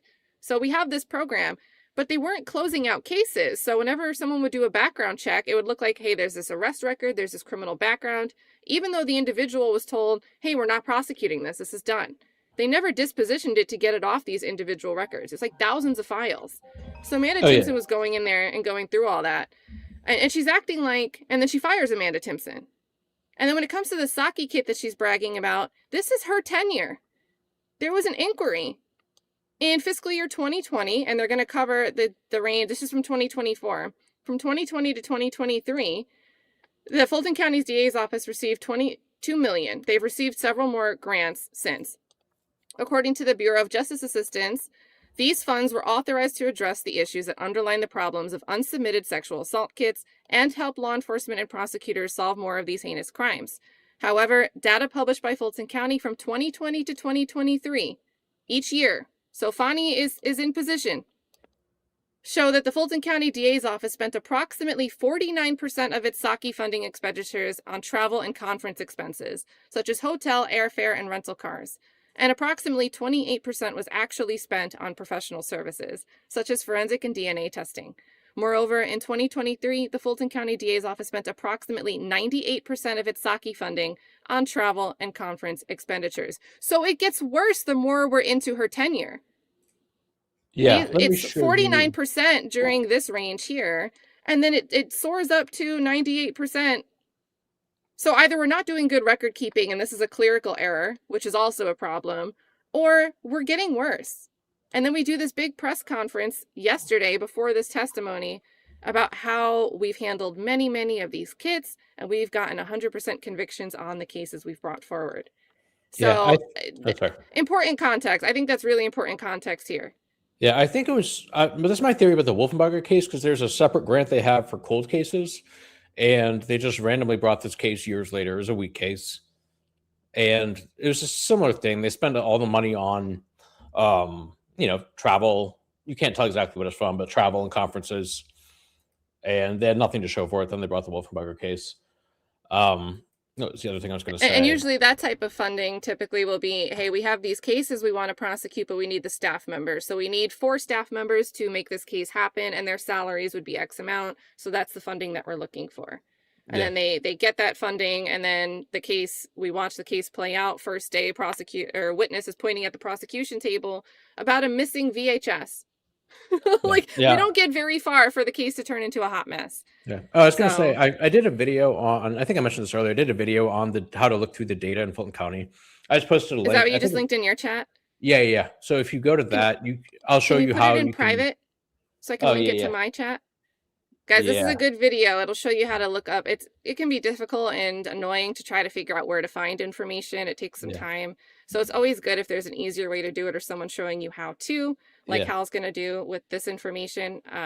He just shared to his chat. I'm dropping it here, and I'll put it in the show notes. I'll call it Jim's video. Once you familiarize yourself with how it works, like I said earlier, there is a ton of data. It is really cool. Fulton County does have really cool data tools. You can look at like the daily prison population. You can look at, anytime there's a death in the right street, you can get information on it. Any kind of funding, you can get like federal funding data, grant information. There's a lot of stuff in there. One of my cases that I found was actually through just looking through like budget line item stuff. Well, you have a background where you're good at looking at fine detail. That's a bit more. It takes me more time. But guys, definitely worth checking that out. Again, it will be in the description of my video. I'm assuming Hal will put it in his description for anyone that's watching on Replay Crew. I should do that. And don't worry, I know we're getting a bit behind, but they do take a lunch break, so we'll be able to skip through that, and we're going to cover all of it. We're not going to miss anything. And we've got, as Roy Barnes is holding his watch over here. You guys ready for more drama? No, on these, we can move quickly on to the next topic. You said you do not have a county credit card or a DA credit card. Absolutely not. So y'all can say I stole some money. Is there any sort of DA checking account that's separate that you use to pay your vendors or anything like that, or is it all go through the county? Bank of America card? I really can't answer that, and so I'm not going to yeah, I bet you can. Okay. I bet you can. You mentioned forfeiture funds before. Do you have a ballpark of how much you've received? I think you said it was a small number of state forfeiture funds. No, I said federal. Okay. I don't think there's much in the federal forfeiture account. Do you receive state forfeiture funds? I do. Approximately how much a year is that in an average year? I don't know the number to that. I can tell you I have sitting in abeyance. I just did a huge forfeiture, but it's not money we can touch yet, and it's a couple $1 million. Okay. Yeah, What's your understanding aware. of the allowed uses of state forfeiture funds? Oh, if I don't know the use of a forfeiture money, I talk to lawyers in the office. I'll go to PAC. That's not the question. Touch forfeiture money unless I get some approval. Do you know of any delineation between the allotment, the allowance of uses between state forfeiture funds there's definitely and federal? There's definitely rules. I was asking about the difference between federal and state, if there's any rules there. There are rules to both, and I don't know I can't tell you the rules for each. Anytime we were going to make an expenditure, we would look at it, I'm sure. Do you know if those funds are commingled at all within your system? I don't know it, but I would believe not. Okay. Who is it? You mentioned that you've got people. Who is it that oversees the use of forfeiture funds in the office? It's going to be the county that goes. Stuff is going to go back to the county. Okay. And do you know whether or not any forfeiture funds were used to pay Mr. Wade? I'm not aware of that. We would have submitted the invoices to the county. The county would have used one of those mini line items. They would have paid them. She should have looked into it by now. Yep. Can you think of a reason why forfeiture funds would be used to pay Mr. Wade? I guess he's. Don't ask. She just told you that she doesn't know. So. Yeah, you were asking me to speculate. You do not know whether Mr. Wade was paid with state forfeiture funds or not? You're asking me to speculate. No, I'm asking if you know whether or not state forfeiture, any forfeiture funds were used. I'm unaware of that. Okay. I'm unaware if the answer is yes. I'm unaware if the answer is no. Yes, What I'm she's aware aware. of is the process was turn in a bill, and they would do it. You and Jim Jordan working together? I've never talked to Mr. Jordan. Just I don't know want to about point that. Anybody who doesn't report people that get raped in college, I'm gonna have to disagree just with you want to there, point this Governor. out here. This is, you recognize the bottom form here? Fulton County court payment voucher? I don't, Is this you've never seen any document in this format before? never. Okay. Well, this shows a number of things here. It shows what Never? fund it was paid from here, which is 440, which is your the forfeiture fund account. You can see at the top the unit name confiscated funds for this invoice, and then here you can see that this was a payment made, and I apologize, you can't see my mouse. On the left side there, right in the middle, you can see that this was a payment made to the law office of Nathan Wade. In reviewing for your testimony today, we just did review the bills and look through different sources of funds that were used to pay Mr. Wade. I know your testimony is you were not aware that forfeiture funds were used. We saw Mr. Wade was paid from forfeiture funds and from the county general fund, which is Fund 100. And that's why I was getting to the uses of forfeiture funds to pay independent contractors. Do you have any knowledge of any restrictions that may be around the concept of using forfeiture funds to pay independent contractors? I do not. It was my understanding that Mr. Wade was paid out of my professional services budget. Okay. There you go. That's a reasonable answer. What's the accounting process? Like, that's kind of what I was getting to Oh, we earlier. can Of kind do it, of, but it's a reasonable if answer. it was your understanding he was paid out of the professional services budget, that would intimate that there's some sort of accounting procedure within either your office or the county office where there are separate fund allocations. And I asked you if your funds were commingled and everything was paid out of the same, or if there were dedicated accounts. So you were unaware that Mr. Wade was paid out of the forfeiture funds. You believe he was paid out of the professional services funds. What would be the process, as you understand, in your office to determine what fund a invoice is paid from? You're in the weeds, and I don't know the answer. Okay. You don't know how invoices We've are already paid. talked about the selection of the special SADAs, special assistant district attorneys. I may use those interchangeably. The process of interviewing Governor Barnes, among some other folks, ultimately settling on Mr. Wade. Well, I don't want you to act like he was, Well, after just talking to 2 or 3 people, I think, to be fair, I don't think he's a I'm not lawyer seeing at the been bottom of practicing law 25 years. Sure. What was the reason that you chose to use, and I think if you could just unpack this for us a little bit more, that you chose to use a special assistant DA at the rate of $250 an hour versus using the attorneys that were already in your office, or hiring additional attorneys at a rate that you referenced earlier is between, I think you said, between $85,000 and $200,000 a year? Very Because reasonable we question. were drowning. And each of so most of the lawyers I had in the office wouldn't be qualified to do that work, most of them. I had some that were qualified to do that work, but each of them had a major project. Let me use those 2 cases that mattered most to me, Kennedy Maxey and Sequoia Turner. I was determined we were going to win those cases. So on day 1, those cases got handed to Miss Dacia Young. In addition to handing her that, because nobody has one job, I handed her the Special Victims Division, at which time had like 8 units. So she's doing both these 2 big cases, and she's over the entire Special Victims Division. Why didn't she mention Same anything thing that with would be Mr. this case? Carlson, very qualified lawyer.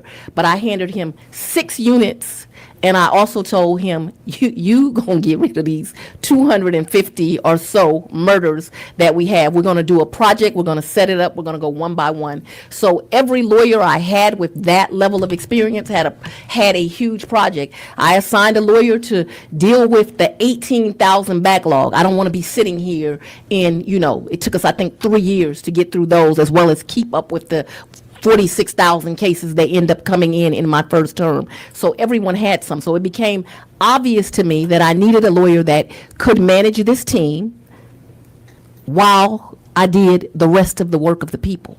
Okay, well, why didn't you And hire there was somebody? nobody else, either internal or that you could have hired at a lower rate that you A just lower described? rate than 250? It's an insult to take 250 for a lawyer that's been practicing law that long. I thought you told me earlier that your range of people that work for you are between 85, not dollars an hour, but $85,000 a year and $200,000. Yeah, but a year, which would be the- 85,000 is like one domestic violence grant. I usually only hire someone with 3 years of experience. I make an exception with that because that's, an offensive salary. Although I can tell you, I think the state is paying lawyers $64,000. I mean, it's ridiculous. I got I know a little girl just graduated Georgetown Law, and she's making $280,000-$300,000 a year. We do not take public service seriously, That's above and the we salary. need to, because my lawyers do greater work than most of these lawyers in this civil firm. You're using gross amounts. That doesn't Do they? include. First year Big Law's 215 right now, not the 280 to perks, the health 300. insurance and all that Do they stuff, do the which weighs greater it work down. than other Sure. lawyers? So describe for me the experience level of your top paid, or somebody that would fall within the category of the top paid assistant district attorney that works for you at the $200,000 a year. And to Governor Barnes's point, plus benefits, let's just say that that's $250. And if I take that divided by 2,000 hours, that's about $125 an hour. I don't understand the question. My question is, It is math. what It is is the a lawyer, so experience that's level fair. of the assistant district attorneys? Are in you your trying to office? intimate that you're going to tell me who to hire and how to do my job? No, ma'am. No! I'm asking you, the people, the wonderful people that you have hired, they're the top of your pay scale at $200,000 a year. What is their experience level? Because I'll let such you a answer that simple last question. question. 20 years practicing or Okay. more. And it's your testimony that somebody with 20 years practicing or more would not be able to manage the election interference case? You are really not listening. I said that I had people at that pay rate, and each of them was assigned a major task within my office. And no, I did not have anyone that was not assigned with a major task that I trusted to manage this case. And so I made a decision. The people of Fulton County elected me to make that decision, and I did. Is there a reason why you decided to go the special assistant district attorney route via independent contractor as opposed to a new full-time hire? I think it's asked and answered, sir. Okay. Because it was cheap. You don't have to pay the perks. Governor, I'm happy for you to provide counsel to your client, but in terms of testimony, that's what the district attorney is here for today. Well, I'll give Can you describe- I'll give you fair notice. I'm not going to allow her to answer repetitive questions that have been answered time and time again. Were there any internal policies that you had that kind of drew a line between when you would use your internal staff versus hiring a special assistant district Reasonable attorney, or was question. it more so based on workload like you described? It was based on my decisions.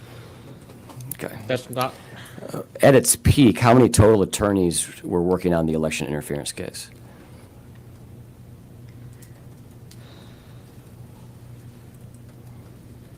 Maybe 9, approximately.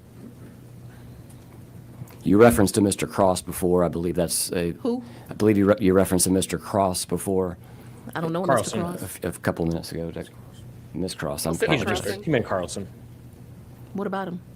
Her. Who are you talking about? Miss Anna Cross. I never referenced Miss Anna Cross.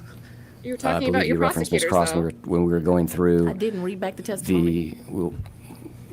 I think he heard Carlson. Can you give me the breakdown of the total attorneys that were on the case? How many of those were full-time within your office, and how many of those were independent contractors? I believe I had 3 independent contractors. One See of how those easy being this Mr. can be? Wade. Who were the other two? John Floyd, Anna Cross. Diversity, white male, white female, black male. Diversity is intentional. What kind of experience do you look for in those special assistant district attorneys?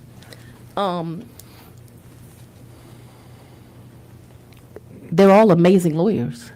John Floyd is the RICO expert. He wrote the book, literally.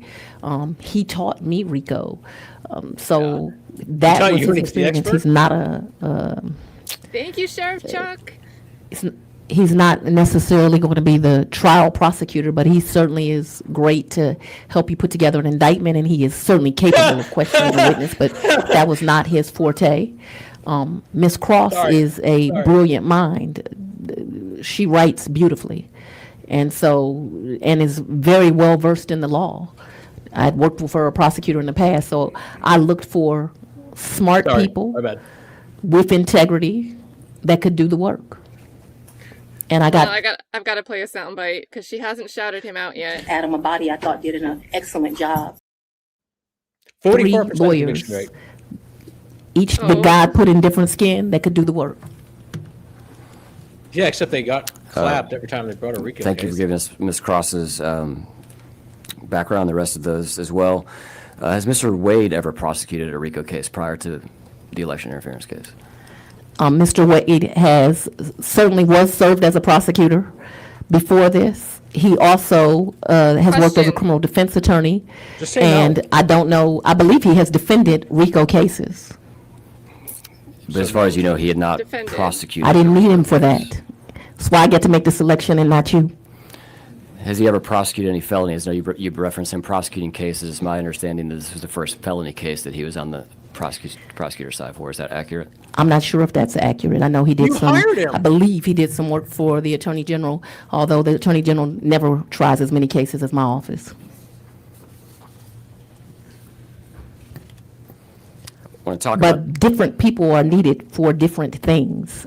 And Yeah, the people you of lost- by the Fulton way. County elected me to make those decisions. And I know y'all want to come in and be daddy and create QAnon Oh. committees that will judge prosecutors and QAnon committees. have these committees. But unfortunately for you, I won this vote by 68% this time, 87 You in the didn't win by Democratic, 68%. 68 the general, 72% last time. So the people of Fulton County have selected me to make these choices, and I make them.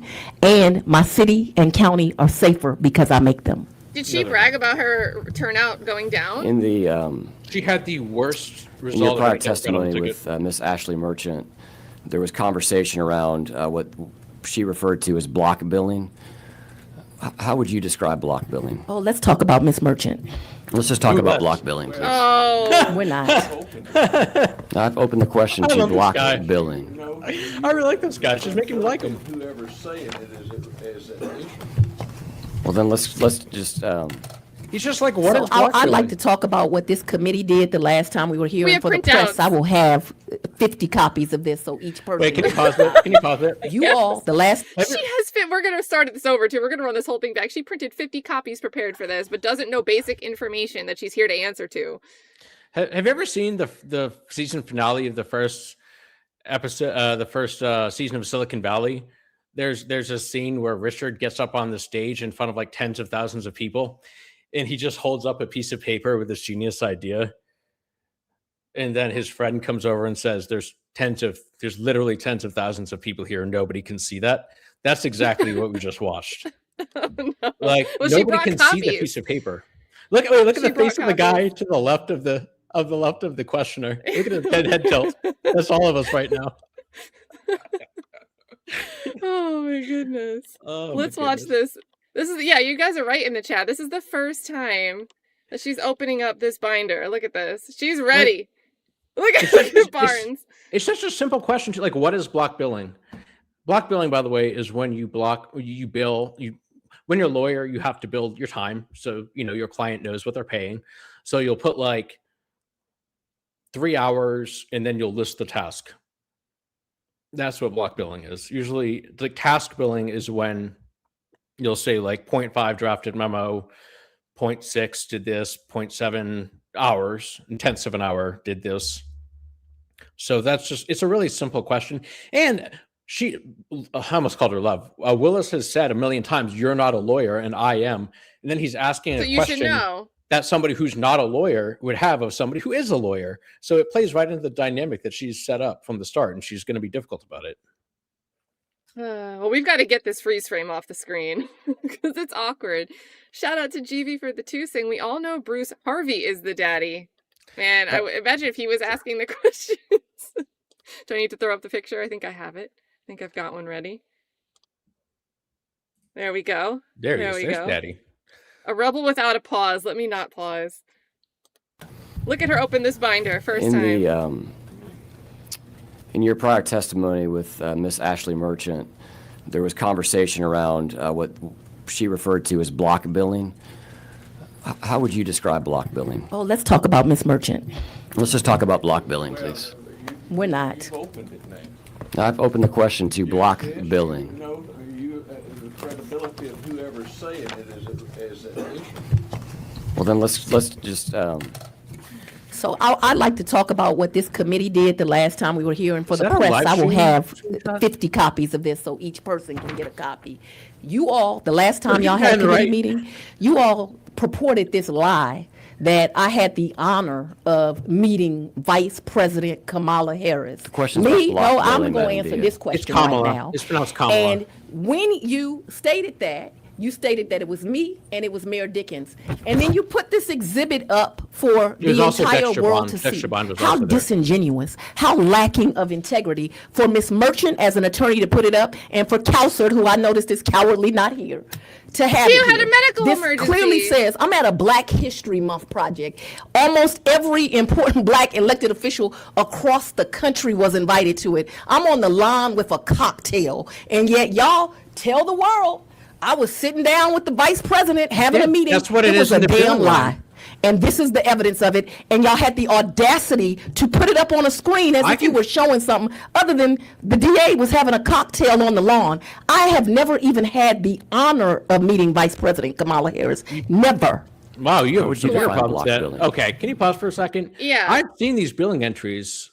Like they specifically say, like, travel to White House to meet with Kamala Harris. Like that's what they say.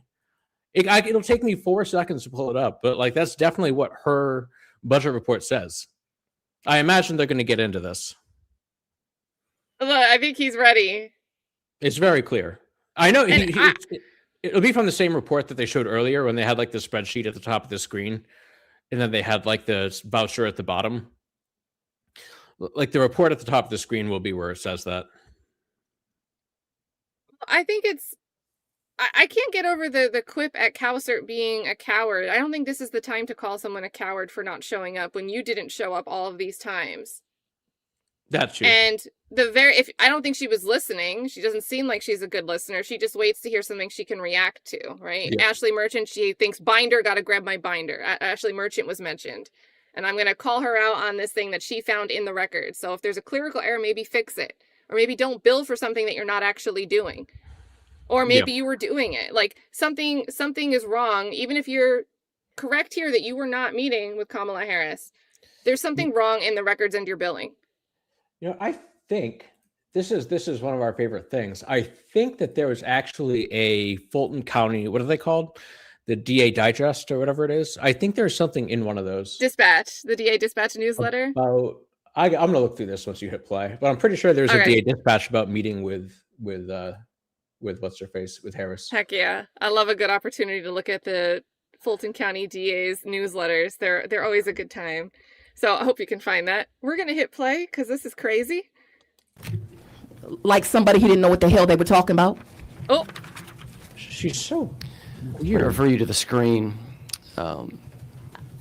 These are. I don't review those documents, so you're asking me to look at documents that I haven't for the first time. What I can tell you is that I I'll give only you time to allowed review Mr. the Wade to documents. bill 160 hours a week, and then Mr. Wade would be the Did you first say one in the 160 hours a office week? making sure that my staff arrived. He corrected their behavior. They thought that She might have meant 8:30 months. meant 8:30. He taught them that 8:30 means 7:45. He got there before them. He left after him. He taught them how to. so he knows to run up his billable hours. Is she explaining how he knows how to run up his billable hours? No, Hold that sounds on. like what she's describing is like what every law partner at every law firm does. Like that's what a partner does. You have to.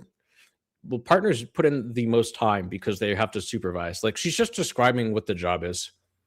But he's getting paid for it. This isn't Yeah. like I was doing it for free.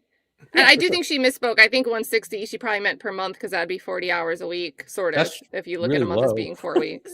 Yeah. Okay, so this is So- basically 12.4 hours on the 22nd for research, draft here. response. That's ridiculous. That's absurd. Draft and revise the next day for 4.4 hours.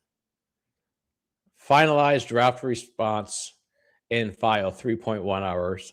Like, how is draft and revise different from finalized draft response if it's on the same day? And she billed for swearing in. And me. Probably had to sit through a long speech, so it took so long. It took 17 all these hours. She billed 17 hours on the 27th. to prepare for a hearing. Oh, there's two chunks. Look, this is so 2 days of prep totaling what, 25 like ish hours Yeah. to prepare for one hearing. I think Merchant asked about this in one of the disqualification hearings about a 17-hour day being billed. Yeah, I mean it's possible, So- but it's. I have questions. But it goes Like, I would against the work idea 17 hour day. that it goes against her pushback that there was so much going on that wasn't even being billed for. So I don't know what was being billed for. And then she's confronted with a printout and now she has to answer to it. So, and I love that you're here because you just went through those line items. Like I'd have to take time to parse them out, but don't we love having a lawyer here with us? So let's see how this goes. I'll give you time to allowed review the Mr. Wade to documents. bill 160 hours a week, and then Mr. Wade would be the first one in the office making sure that my staff arrived. He corrected their behavior. They thought that 8:30 meant 8:30. He taught them that 8:30 means 7:45. He got there before them. He left after him. He taught them how to do this case, and he was a leader to that team and a public servant. And for that, him like me has been threatened thousands of times. You want something to investigate as a legislature? Investigate how many times they've called me the N-word. Why don't you investigate that? Why don't you investigate them writing on my house? Why don't you investigate the fact that my house has been swatted? If you want something to do with your time that makes sense, and you can use all this in your campaign ad, you attacked Fani Willis. What have you done, sir? Nothing. So I'm going to refer you to the screen. I know you said you don't approve. I don't look at this. review I've never these seen it, bills. so I can't talk to you about documents I don't approve and don't review. He's Can't talk he's showing it about to you. Who does approve the documents in your office when invoices come in? I thought we'd been through this. I don't believe you said who reviews the invoices and approves the invoices in your First office. of all, I have no firsthand knowge of it. You're the DA. You have no You firsthand want me to knowledge of- testify about something I don't have any firsthand knowledge of? I'm asking- Are you asking me to speculate? Because I've clearly told you I don't have any firsthand knowledge of it, and I'm not going to speculate.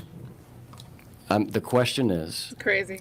when an invoice comes into your office from a special assistant district attorney, what is the review process for that invoice Such before a it's simple paid? question. And she's answered this. She said she has a deputy of operations, and he reviews, or she reviews, and then it goes through the county. So it's a repetitive question. What's the name of the deputy of operations? The question has been asked and answered, and I believe it goes straight to the county, so I'm not sure.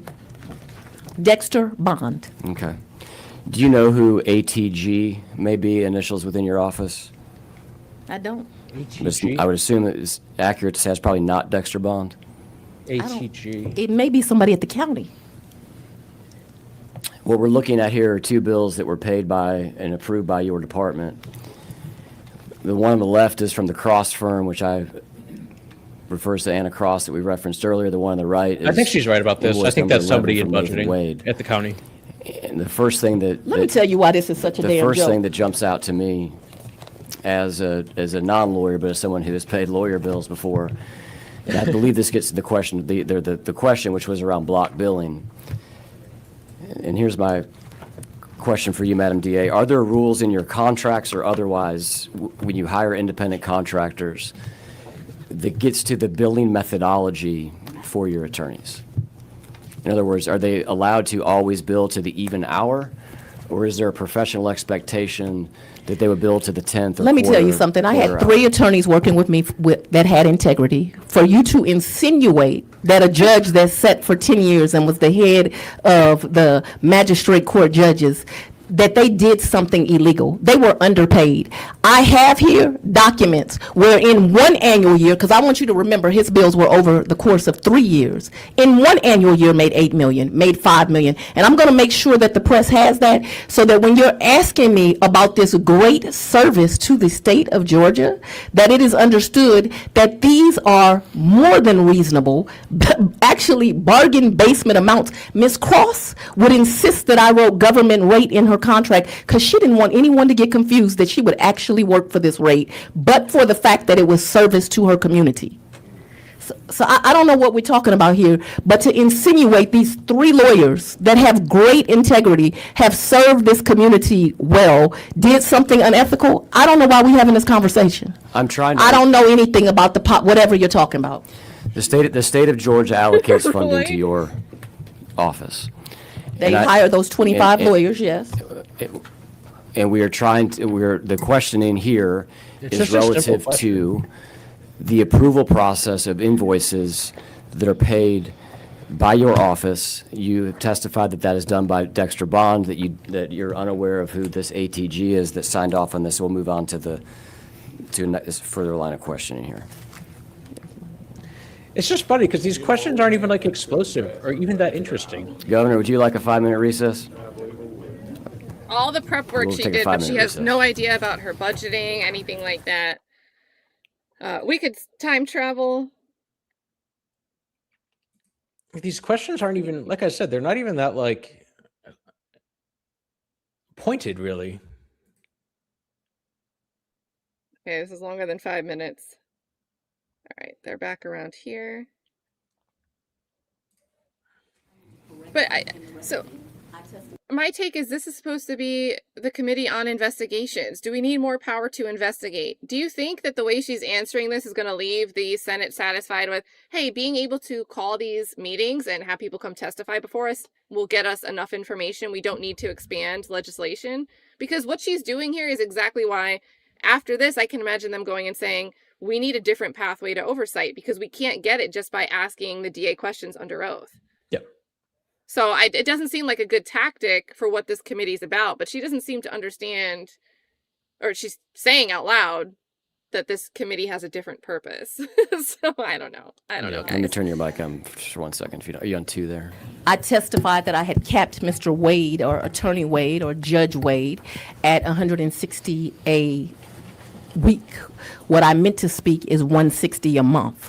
Also, I have There you go. referred several times to the rates of the AG. I would like you to know that in 2020, the Attorney General of this state paid $52,000 in attorney's fees. I've done initial $52 million in attorney's fees with the top recipient in that year, initials AF. I've taken off their name at $3,593,000. That was for AF are 2020. cool. That's cool In initials. 2021, again, in excess of $52 million, with the top one in that year being AD as the initials, $2,673,000. I should note the great Josh Belafonte was one of the recipients that year, and he made $1.3 million in 2021. In 2022, the AG's office spent on special prosecutors $55 million. DS being the top recipient for that year, I think we're outside of $2 the, million, correcting the record here, $200,000. yeah. Josh Belafonte made $911,000. In 2023, the AG's I was office happy to allow you spent to correct the $65 record. million Outside the with scope. the top recipient making $5 million initials yeah. MR, and I'm going to finish. And 2024, the top They mute her? was MR. Good. They made 4.6. She's not saying anything. And then let's not leave off 2020. All right, we're going to move on to the next question here. Dollars by the AG on special. Okay. Wait. I found it. MR making Hold on. Let me send you. Hold on, we're going to finish this diatribe. Send Let it me in the send- chat and I'll pull it up. I just sent you a link. You want me to do it now? Yeah, do it right now. Oh, Go- gosh. and then go to page 17. Spicy hell moments. Okay. Okay. So wait, she this is probably said that fast. saying that she said she never met with the vice president, Kamala Harris. So I just wanted to point that out real quick. And I'm it has sorry. her name.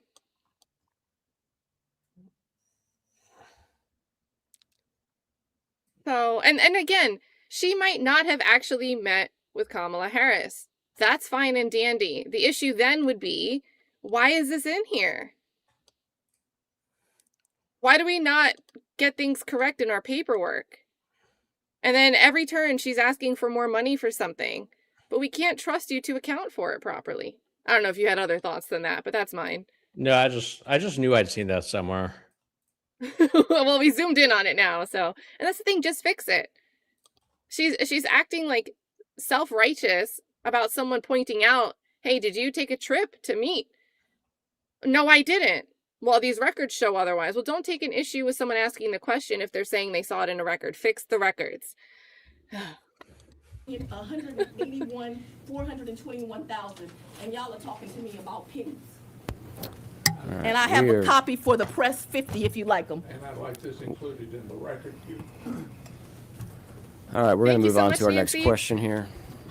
And it is relevant since you questioning the rate of the special prosecutor. That's for the press. All right, I want to refer your attention to the screen. Yeah, no doubt in my mind about that presser yesterday being a puff piece for this moment. Madam D, have you seen this letter before? It's got my signature on it. Do you have seen this letter before? Yes, that's how it got signed. You sent this letter on December 17th, 2021, requesting access to documents to from the January 6th committee, Chairman Mr. Representative Thompson. Is that correct? I did. Okay. Did you or anyone in your office receive help in your investigation from the January 6th commission? What do you want me? What do you mean by help? Did they send you documents? Well, they're public documents now. Did they send you any documents that were not public? That were not public at the time? 'Cause None that I can the report's recall. been None that I released. can recall.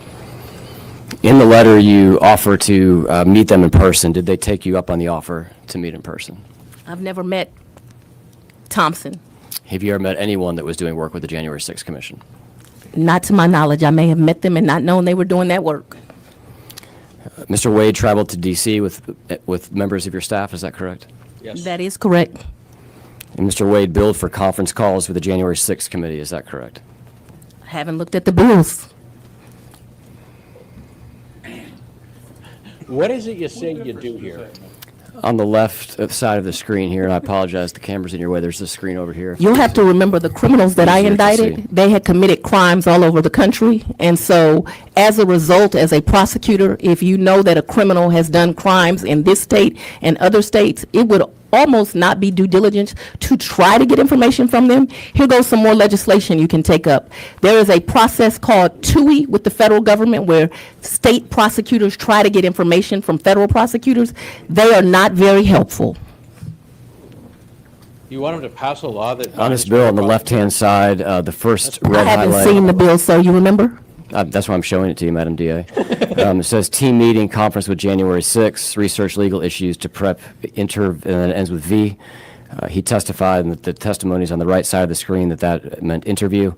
And then the second one is travel out of state, interview and research, which was from April 27th until April 29th. Are you aware of a trip that Mr. Wade took out of state that your office paid for in April of 2022? Yes. What was the purpose of the trip? I don't recall. Okay. Yeah. I'm sure to get information on some of the criminals I ended up indicting.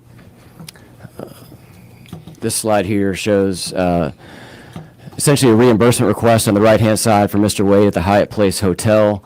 And on the left-hand side, this is an invoice for the Hyatt Place Hotel during the time period I referenced earlier for Mr. Michael Hill. Do you know who Michael Hill is? He was an assistant chief when he left my office. He's an investigator, though, a sworn law enforcement officer. And he was on your staff during April of 2022? You said when he left your office. When did he leave the office? I don't remember. But yes, yes to the first question. He was on my staff at that time. I don't remember to the second question of when did he leave. Not long ago, he got a higher title at another office. Do you know who else from your office attended this trip? I can't recall. You can refresh my recollection if you like. This is an invoice for the same hotel on the same dates from Mr. Francis. I assume it's Mr. Wakeford. Is that someone that worked in your staff? An amazing attorney. What was his role? He's an attorney. What did he do what work did he do within your department, your team? He does all types of work, but he is what I would consider to be an appellate lawyer. Did he do work on the elections interference case? Absolutely. What work did he do on the election interference case? He did a lot of excellent writing.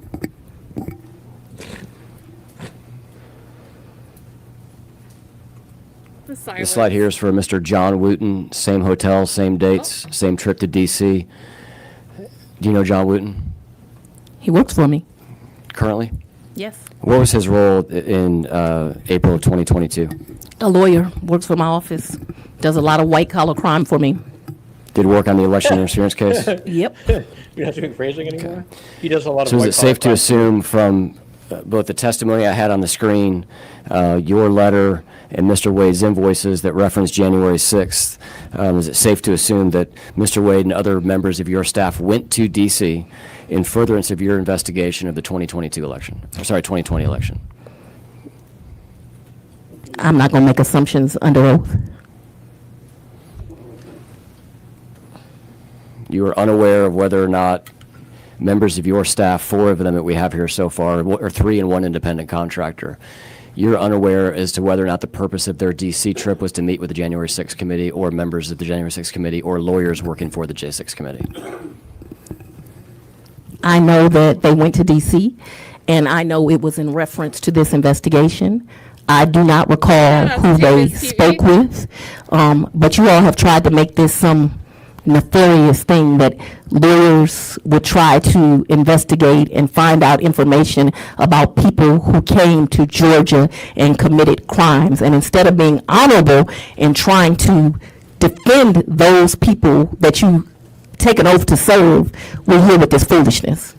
What? Do you know how many trips Mr. Wade took to D.C.? In his life, As it relates to the J6 committee or the 2020 elections interference case? Ask about cabins. I believe one, but I don't know. It's speculation. It's not speculative. Well, it wouldn't be speculation if he had told you about it. Did he tell you about Yes. any other trips that he took? But what you have to remember is it is whatever day it is in December of 2025, and not how I'm in this office works. that prosecutes 64,000 people, and I know you are somewhat offended that I had the audacity to prosecute, these folks that came into my county and committed crimes. But this wasn't special to me. This was another day of business. It's not special to you. You just hired 3 special prosecutors to prosecute the case. It's literally special in the name of the title of the person you hired. The 3 people you hired. Of course it's special. On the screen is another invoice from Mr. Wade. The highlighted section, I'll just read it out loud, says January 6th meeting and ATTY Conf. That's from November 16th of 2022. And then there's a second entry immediately below that, interview with DC/White House, November 18, 2022. Have you seen this bill? No. Are you aware of phone calls or conferences that Mr. Wade either attended or was a part in that relates to the J6 committee or the election interference case working with the J6 committee that is separate from the April trip that we just discussed? We didn't do much work with a J6 committee, so I've never seen this bill before. And I believe the only thing that we called the White House about was, did we have to go through the TUI process with that White House like we have to do with the Department of Justice? That's my recollection. That could be right or wrong, but we were trying to speak to people in the Trump administration, the first one. So I don't believe we had a lot of contact with the White House, so I'm not aware. You said you were trying to speak with people that were part of the first Trump administration in these travels to D.C., or are you just saying that more generally? More generally. Okay. And just to clarify, I want to make sure that I have the record correct here. You're unaware of who Mr. Wade I can't and the recall others those met level of with? details. I know you want to take me back to 1948, where an African-American prosecutor can only prosecute certain types of people, but I prosecute and stand up for all victims that come into my circuit. Do you? When was the special purpose grand jury impaneled? I don't remember the date, but that's an interesting point. 2 grand juries said these people did these crimes. The date that I have And the is grand jury was made up of independents, Democrats, Republicans. 2. the date that I have is January 24th of 2022. Does that seem like it's within the range of being the correct date? So I already stated I don't trust you. I understand you're trying to run for lieutenant governor right now. That's why he's asking Anything you. you want me That's to why he's asking testify you. to, I'm going to need to see. Okay. Were you aware Oh my that in God. between the time of the special grand jury being sworn in and receiving evidence, Mr. Wade traveled to Athens, Georgia to meet with officials from the White House counsel's office? I don't recall. Oh my god. On the right-hand side here is the meeting that I reference. The highlighted section reads, travel to Athens, conf with White How House does this counsel. assist you Oh in my developing laws for Georgia? Because I believe the purpose that I'm here for is because you all need assistance in doing your job, and you want assistance. They're looking for answers on your billing and how you make hiring decisions and funding for your different programs, and if they need to make laws that make it easier for them to get answers on those things. This is crazy. She's stonewalling the exact thing that they're trying to see if they need more legislation to accomplish. Like, what are we doing? It's like these questions aren't even like all that pointed, really. You know what I mean? Like, if she just answered them straight up, they're not even like incriminating against her so far. I mean, maybe If she was boring, we wouldn't be sitting here listening to how she's answering or not answering, however you want to characterize it. It would be boring. People wouldn't be tuned in. Shout out to Tay Biz. It's just so her questions are like combative about like there's no combat. There's like, you know, if you don't have anybody to fight, but you're still fighting, you're just a crazy guy waving his arms around. That's what she's doing. I'm ready for this. Exactly. If you're punching the air and there's nobody there fighting you, that's what. Always excited to pull up. That used to be, we used to use that for Atkins because he has a impressive wingspan, we'll say, during the YSL trial. But still had those at the ready for another reference here. I kind of hate Atkins because like every time I say bad things about The Office, I feel like I have to clarify that I'm not talking about him. If he just wasn't there, it would save me a lot of time. I would like to see him answer questions like this. I think we'd get answers and no fluff. So again, thank you, Tay Biz. I'll say I'm tough because I don't want to block her. They've got her down in the corner here, but major love here to Tay Biz. I mentioned in the chat when he has some time because he's working Monday through Friday during these hours. He's been covering all things Mickey Steins. Mickey Steins has a hearing tomorrow, right, Thursday, that I don't think Tay Biz will be able to cover in real time, but he's going to get to it when he can get to it. He's got, I think, the best deep dive knowledge on that case. Tons of stuff, tons of interviews with people from the community with inside information, personal experiences of corruption they've dealt with in Letcher County. That, again, is the story of the sheriff that walked into the judge's chambers and shoots the judge. So, very interesting case that has had some docket activity, and there's going to be a hearing tomorrow. So, I want to show some love to Tay Biz TV. If you're interested in that case, make sure you're checking him out.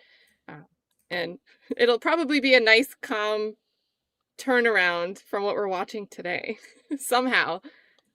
With rules and regulations around how people should be a prosecutor. And it made sense to me that you'd come to the best prosecutor in the state to ask for some advice.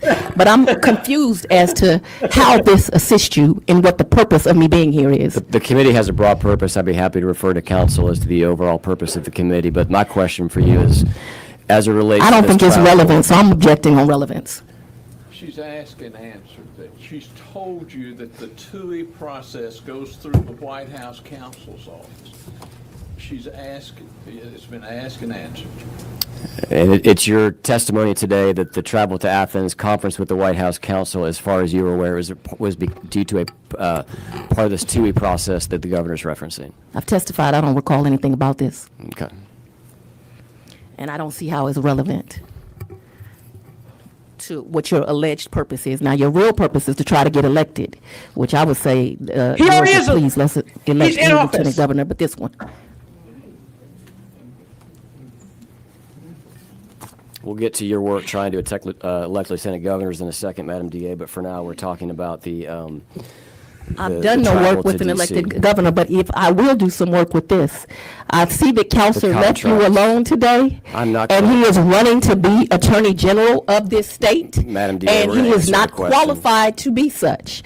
By record, by this document where he put up a false document trying to prove that I met with the vice president, that shows you he does not have ethics. But there is Madam- somebody running for Attorney General that has been a state prosecutor, a federal prosecutor, a civil rights attorney, and a state's legislature. So if people want to vote for people that are ethical and actually have the experience to do the job, I'd say go donate now to Tanya Miller. Cool.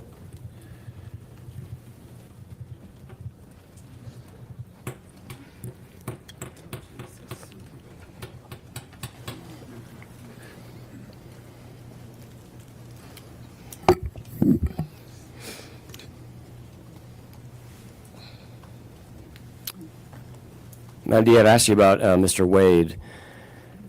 Did you speak with anyone that had worked with the January 6th committee or was a lawyer for the J6 committee? That's been asked and answered. She said she'd never done it herself.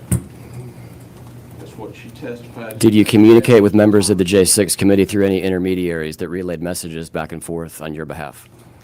I don't recall ever speaking to anyone of the January 6th committee. What you asked me, though, is have I ever met someone? I am a public official. I meet people all over this country all the time. Shake hands, take pictures, kiss babies, all the Uber things elected drivers. officials do. So I have no idea if I've ever met someone that may have been part of the January 6th committee. And I want, what is J6? Is that where they stormed the Capitol? And killed a police officer? Killed a police officer?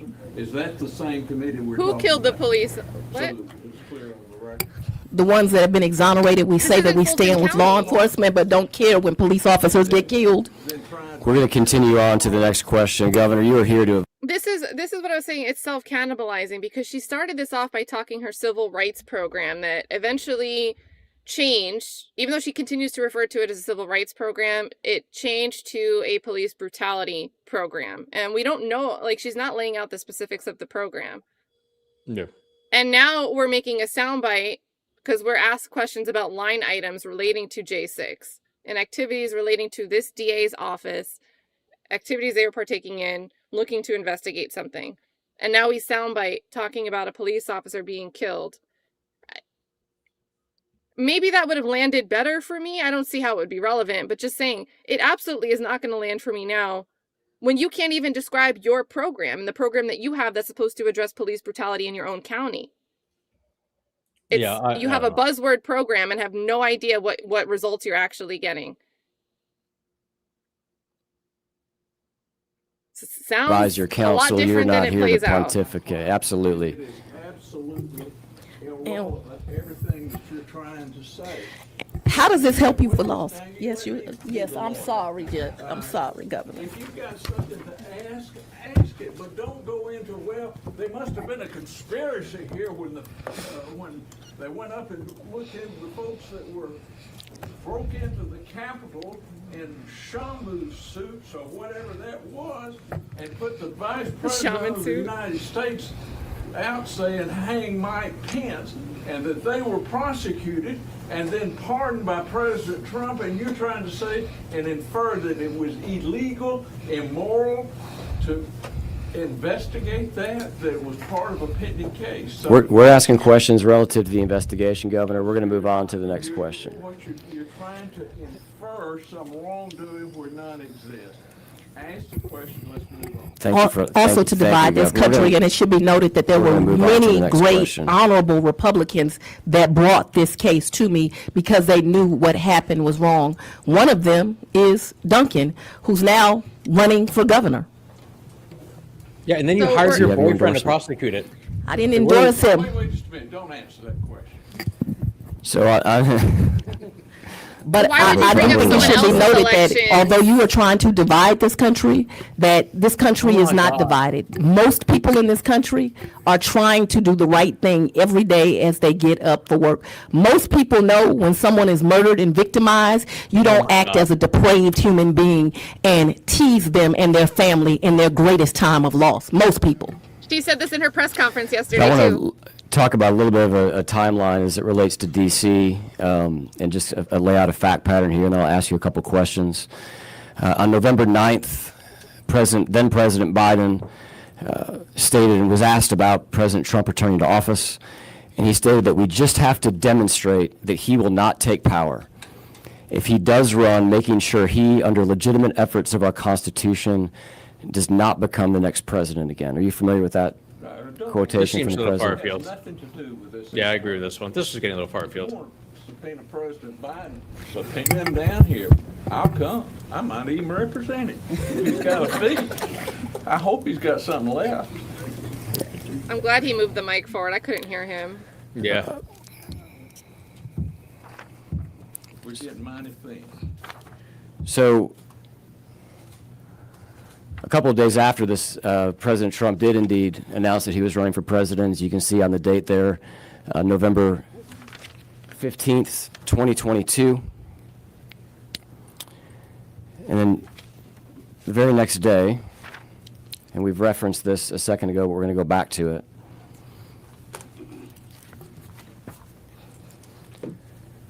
This helps you The very- develop the very next legislation. day- How? The very next day, there was a conversation between Mr. Wade. I'm sorry, there was an 8-hour, was described here as an interview with DC and the White House. Interview with who? It reads interview DC/White House. It's And let's it's on the screen. That's such a terrible And billing. I'm laying a foundation here, Governor. Don't answer yet. Let me listen to the question. On November 18th, the very same day as this 8-hour phone call with the White House, U.S. Attorney General Merrick Garland appointed Special Counsel Jack Smith. And around that same period of time, some news reports say the same day, but we know within 2 weeks of that time, Matthew Colangelo, who is the former third highest ranking official at DOJ, tendered his resignation to take a position in the Manhattan prosecutor's office, What? which would go on to Where are we going also with this? indict President Trump. He committed crimes a lot of places. That, And convicted by. I mean, not in Fulton County. 50-50, you get away with it. And you So- know, you so all on November- no, no, on this is November- very on important. November You all want to intimidate people from doing the right thing, On- and you think that you're going to intimidate me. You all have been trying to intimidate me for 5 years, which is why I have don't not think been able to anybody live in my thinks that. house for 5 years because the N-word has been written on my house. Thousands of threats have come to my office, and instead of doing some legislation, Madam when Chair, someone, just no, to no, try no, to get when you here someone to says testify something before the committee. inflammatory that you know is going to cause them to be the victims of crime, you ought to do something about it. But That Who doesn't has make the sense. power? Who To has the prosecute? power? Who has the power to prosecute that stuff? What are we asking here? Why are we yelling at the legislative body? It's her office. Oh my goodness. Yeah, I This have no is what idea. I mean. It sounds good until you think about who's saying it and the surrounding context.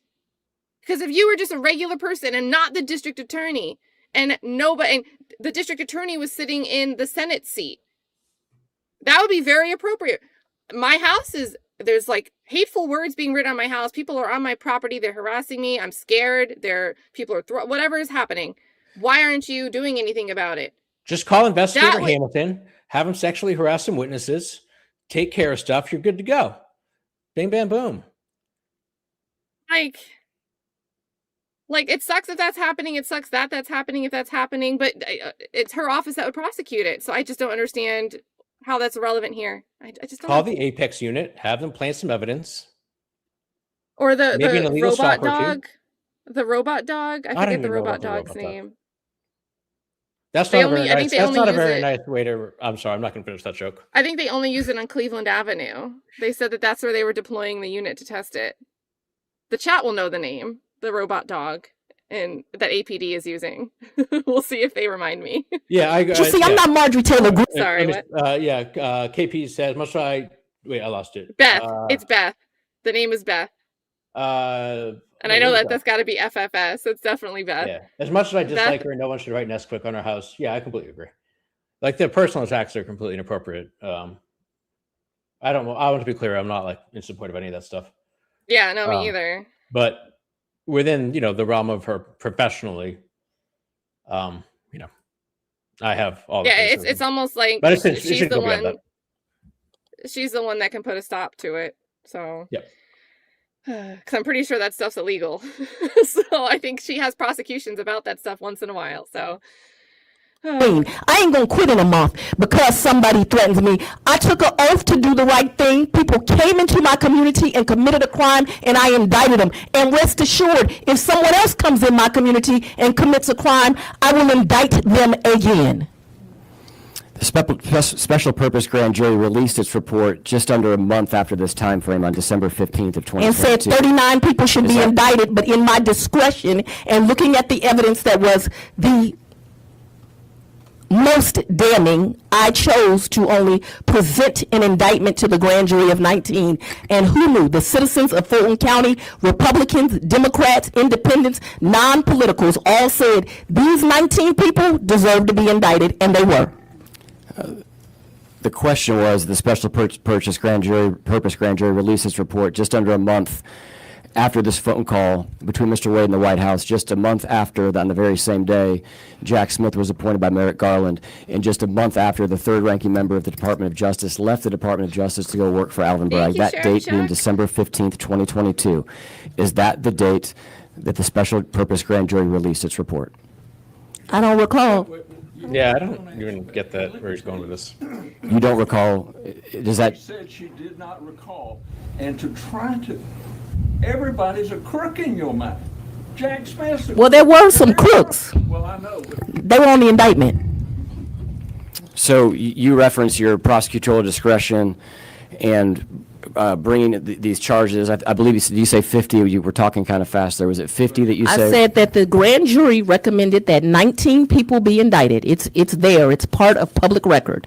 What I did was look at all of the evidence against each of those persons, and I chose to only put forth an indictment that talked about the 19 most culpable. Those 19 were presented to a grand jury. I just want to that clarify. You grand said 19 jury, twice. I just want to clarify your testimony. 19 people were indicted. Originally, how many were Weren't there recommended? You flaws said with 19 for 9 both. accounts? 39 were recommended, 19 were presented.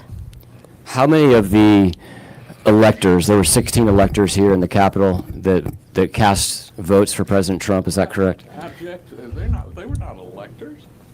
There were You 16. talking about the fake electors that y'all sat in a hearing and listened to, many of y'all? In this same room?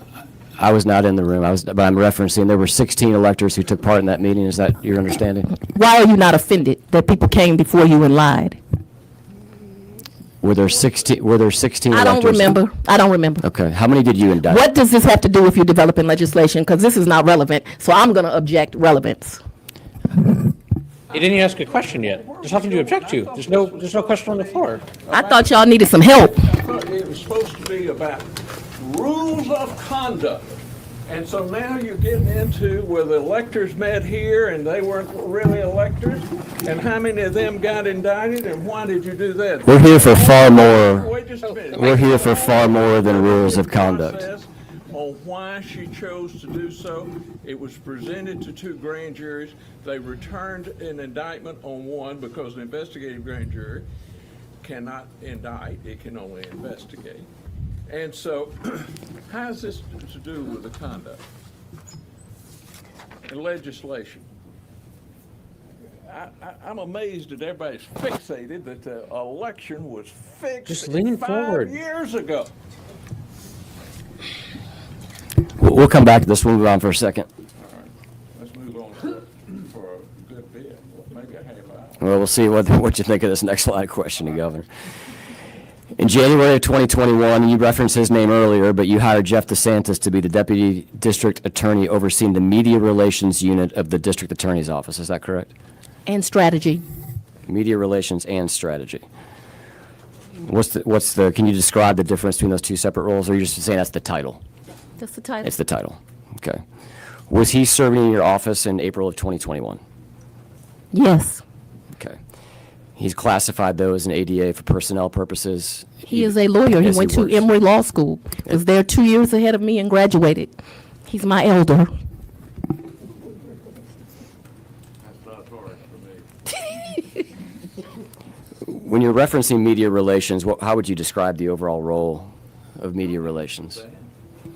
This has nothing, I don't read about media relations in any of these resolutions. It's beyond the scope. This is within the scope of the state's funding to that department. Not To a that. question about who's the director of media relations. I didn't ask I'm asking what the role of media relations is. Neither is that. Don't answer it. I instruct you not to answer. Completely irrelevant. Your objection is relevance. No, my objection is the reason she hired and the reason that she has hires and fires employees and the reason that she undertakes to run her office is a matter of employees, which is accepted and is privileged and is a deliberative process. So you are asserting that the role of a media relations director is privileged? You can move on. You want clarity on that, Counselor? So you're instructing the witness I'm not to gonna- answer on I'm relevance? instructing. I'm not arguing with you. I'm just trying to understand what the objection I stated my is. objection. Where's the court report? Here's the court report. It would help if you, Governor, respectfully, it would help if the objections could be limited to like 5 to 10 seconds. I mean, I don't need a speaking objection. I talk slow. I'll give you 30 seconds, but it's counted by words, I'm Governor. a country lawyer, and it's real hard for me to get things done. It is beyond the scope of the resolution, number Okay. one. All right, can we break and address that? If I'm gonna please. state my objection. I mean, I'm not here. That's fine, we'll do it all together. I'm not here I'm just trying to understand. I'm not here to debate. I'm not trying to debate, I Governor. think he's just looking for clarity on your objection, Governor. Well, it's beyond the scope. Okay. Irrelevant, and the decisions she makes on personnel are not subject to inquiry. All right, on the beyond the scope, I'm sorry. Oh, I can do that, I guess. Is that me? It's on. Oh, it's on? Yep. Okay. Can you hear him? I know I'm not going to convince you, but I just want to give you the chance. I certainly know I'm not going to convince you, Madam DA. Whereas, this is lines 26 to 30 of Senate Resolution 5, whereas many have concluded that the conduct of District Attorney Willis has brought her and her office into disrepute. My office has brought myself into respect. Ma'am, I'm sorry. Wait just a minute. I'm, s- And so that is. I'm not done, Governor. Okay, go ahead. Undermine public confidence in the fair, impartial, and The public voted me again by 68% respect. He's just reading the thing. Madam DA, I don't think that it's, well, you continued. I mean, I've got my second fundraiser email from you while we're sitting here. Did you donate? Impartial, I did early on when you ran against Paul Howard, and you know that. You selected the best DA in the country. I'm just here as a lawyer, ma'am. Fair and impartial, disinterested administration of justice by prosecutors across our state and cast significant doubt as to the purpose and validity of the charges of her office has brought in regard to the 2020 presidential election. Further, when you get to the language, the actionable language under powers and duties of the committee is hereby reauthorized to undertake legislative investigation into the issues mentioned above or related thereto. So I would submit it's broad. I presume that doesn't change your position, but I just, okay. You say that it is irrelevant. You mentioned at the start of this that you were going to be able to object to privilege. Is it your position that relevance is a privilege that you're asserting? There's more than just privilege. It is also that it's beyond the scope, and what you've read me there is just confirmed that it's beyond the scope. Or related thereto when it speaks Or to? related thereto refers to the 2020 election. Correct. And both you and Madam DA have said that her decision to bring the case and how it was brought and who was brought against, the exact things the Court of Appeals talked about, those initial pretrial decisions, caused people to question and the fairness and of justice.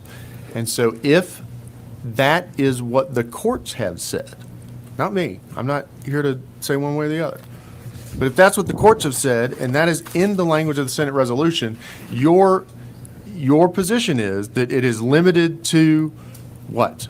It certainly does not encompass who the press secretary is in the DA's. Okay, but the question that was on the floor was, what is the role of a Or media what his- relations what person? his role would be. Fine. How does that got anything to do? I think the question was, and if you need, I'm sure it could be asked this way, is what is the role of the person? And so to that question, which does not include any individual, but what is the role of the office? The objection is scope and privilege, or scope and relevance? Correct. Okay. And also, personality. And since you mentioned fundraising, I'd like to make sure that this is part of the record. Counselor believing he's going to go after Fani Willis and asking to donate at the last period. I also have 50 of these for the press because this is about folks sitting here trying to get elected. What? Do we have anything else? We do have a lot more, Governor. We'll take a lunch break just so you all are aware if you want to make arrangements at 12:30. I'd like to go straight through. We'll take a lunch break at 12:30. Madam DA, relative to your full-time employed staff, such as Mr. DeSantis, what rules, if any, exist relative to other work that they can do, either contract work or employment work outside of your office? If it's an investigator and they're working a job, off-duty job, extra job, as most police officers do, the chief of investigations has to sign off on approving them for that work site, as well as the district attorney. So that is to the law enforcement that report to me, because, I have a police department there, and so they have to get it signed off on that it's appropriate work. I don't like my investigators working at nightclubs, but they can certainly work at a store, or they like to work at State Farm Arena and things of that nature. State Farm Arena, If it's a professional that's not an investigator and not a lawyer, they're pretty much able to do whatever. Of course, they can't do it on my hours, but they can work whatever. And if it's a lawyer, prosecutors are not able to practice law doing that. If, they were selling pies at Christmas, I probably don't care. Somewhere in between practicing law and selling pies, are there any restrictions besides that? None that come to mind. Okay. Good answer. I like that. Are you aware of an entity called Critical Mention? I am. I'm aware that you all use it. What can you tell me about Critical Mention? Critical Mention kind of tells you when your office or an issue that concerns your community comes into the new space. It has been used as a device by my office to find witnesses. It's been used as a device to determine if there's a pressing issue among my constituents that they are concerned about. But it is basically an outlet that lets you know what's going on in your community. It's helped us find witness victims, and like I said, been used for security. Help me understand how it helps you find victims or find out what's happening in the community. What's the... You would be surprised, because people will complain about some issue. You won't know anything about it. Somebody got robbed. It brings cases to your attention. Because, I'm not a small prosecutor's office. I'm a huge prosecutor's office, and so it brings things to your attention. I can't give you more than that. Are you aware of any other uses that your office uses Critical Mention for? I don't know all the uses. I gave you some. Okay. You sent a letter to Governor Kemp, Secretary of State Raffensperger, and Attorney General Carr. I believe it was essentially a records retention notice in early 2021. Is that correct? That is correct. Okay. I didn't want anyone destroying evidence. Not that they would do so intentionally, but I didn't want them to do it unintentionally. So on the screen is a report from Critical Mention that we referenced earlier. This report was in an email from Mr. DeSantis to you and someone who worked for you at the time. And this came the week after the time that the letter was sent. Which letter? The letter I just referenced to the governor, the AG, and the secretary. Mr. DeSantis's email states that the analytics graph is attached as PDF. The previous one I sent was for, quote, Fulton County District Attorney. This one is for, quote, Fani Willis. We are getting more coverage via your name than by title. This graph has the coverage value for the last week at over $150 million. That's obviously high, but even adjusting downward, it's still a huge number. And then what's highlighted in red here is part of the Critical Mention report that mentions mentions, which I'm going to just assume how often the search, which I think that he said this one is for your first and last name, what the audience was, which was approximately 6.3 million people, and then publicity value, which I think is what Mr. DeSantis is referencing when he references coverage value at $150 million. Do you recall seeing this report? I don't. Do you recall Critical Mention being used at all within your office to track the value of media as it related to the coverage of the election interference case? I told you she doesn't. She told me she doesn't recognize this chart. I'm asking generally if she... Never seen the report. This Yeah, I report, don't- I'm asking if you've seen any report. I don't know that I've seen any report, but I've definitely heard Mr. DeSantis say, that these numbers are always inflated. So yes, I've heard of it before, but you're asking me about a particular report. Have you seen this page from a PowerPoint document before? I've seen it, I don't recall it. Okay, this was also sent by Mr. DeSantis to your email. And here, this captures a broader range of time. The first one, I believe, was for just a couple of weeks. This captures essentially the first 11 months of 2021, at which point in time those audience impressions have grown from the previous number of 6 million, if I recall correctly. The publicity value on the last one that we looked at was 150 million. This one is $637 million. Do you recall seeing any other report that was tracking the publicity value of your name, your work, or your prosecutions? I can never recall seeing a report. Does not mean I have not seen one. I do not recall seeing a report. But so that we're clear, I've heard Mr. DeSantis mention things that are along what you're talking about. This is an email from Mr. DeSantis, dated around the same time frame as the first report, February 17th, and he's referencing now just the first search that he did, which was for Fulton County District Attorney. He lays out that name received $67 million, which he already said was more than your name. And he concludes his email by stating that even half of that value would be staggering. Right. He doesn't believe the numbers. He thinks they're inflated, and that's kind of what I reference him Sure. talking, that he doesn't believe the numbers. But he does believe that the value, what value means, that we would all need to interpret there, but that even at half of the value, he believes that would be staggering. You're asking me to speak on, No, I'm just stating what I'm reading in the context here. how does this help? Well, now I'm going to ask you, as a public prosecutor, why would media coverage and the earned media value, either for your title or your name, be relevant to your job as a prosecutor? You'll have to ask somebody else, because I don't know the answer to what someone else is thinking. I do know that it has been very important to me, and it continues to be very important to me, that we are very transparent with our public about what we're doing, and that the media, when they're doing their job, it is important that they tell the public what the work is that we're doing, and that they tell them what the services are that we provide them, and that we are always here for them. So that is an important value. The first time, I don't want my constituency to see me, and this is something I say all the time, first time they get to know the Fulton County District Attorney shouldn't be when I'm locking up their nephew. That's not when it should happen. The first time they should see us is when we are out in the community doing service projects, whether that is, I am in the schools. I am the only district attorney in the country that all year long I am in the schools with our children, making sure that we see them in the classrooms and not the courtroom. So that is me touching my students and their parents. The first time they see me is when I'm giving away book bags. The first time they see me is when we're doing Christmas drives or Thanksgiving drives. The first time they see us is so that they know that they are coming to an office that is a judgment-free zone. And I think it's why, and I have this for the media too, I have a 92% conviction rate this year.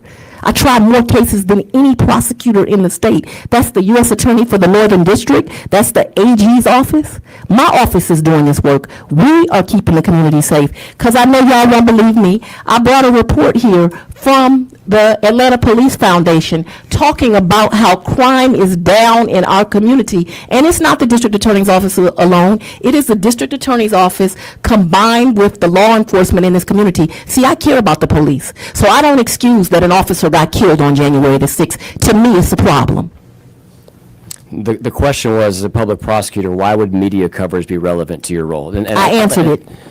I don't know that you did, and I want to clarify, because I think what you answered was why public relations are important to your role, and people seeing you before they get locked up and all that stuff you referenced, which I think is valid. My question is, there are multiple emails that are tracking in concurrency with your work in the election interference case. With my concurrency in work, period. That's the work that you think is important. I've answered the question. It's asked and answered. We should move on.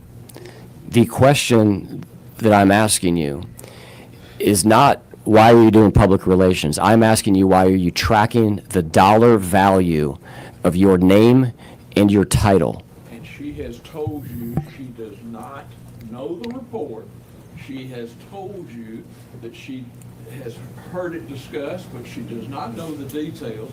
She has told you that it's important to get a message out. And if that's not been asked and answered, I don't know what it is. Governor, I certainly understand that. I'm not asking about the outbound messaging. I'm asking about the inbound tracking of the Dollar Valley. If you believe that we've covered that, we'll move on. This is the first payment for critical mention. That's a yearly subscription of $10,000. You told me earlier you've never seen a payment voucher form from Fulton County, so I would assume you've never seen what's on the bottom right. Is that correct? I don't think we should assume, but you'd actually be correct. Okay. I'm assuming that your testimony was correct earlier, and I'm tying it together to right now. The second time that critical mention was used, and we talked earlier about funds and accounts. This check was used to pay critical mention for their 2022 contract. Have you seen this check before? Have I seen the check? Yes, ma'am. No. Okay. What account is this from? It was a Fulton County account. One of the accounts Paul left, so I can't answer you what account it's from. Whatever bank that's from, that's the account it's from. Just to clarify, you're saying Paul, you're referencing former District Attorney Howard? Yes, and you were absolutely correct. Former district attorney, I believe it's from one of those accounts.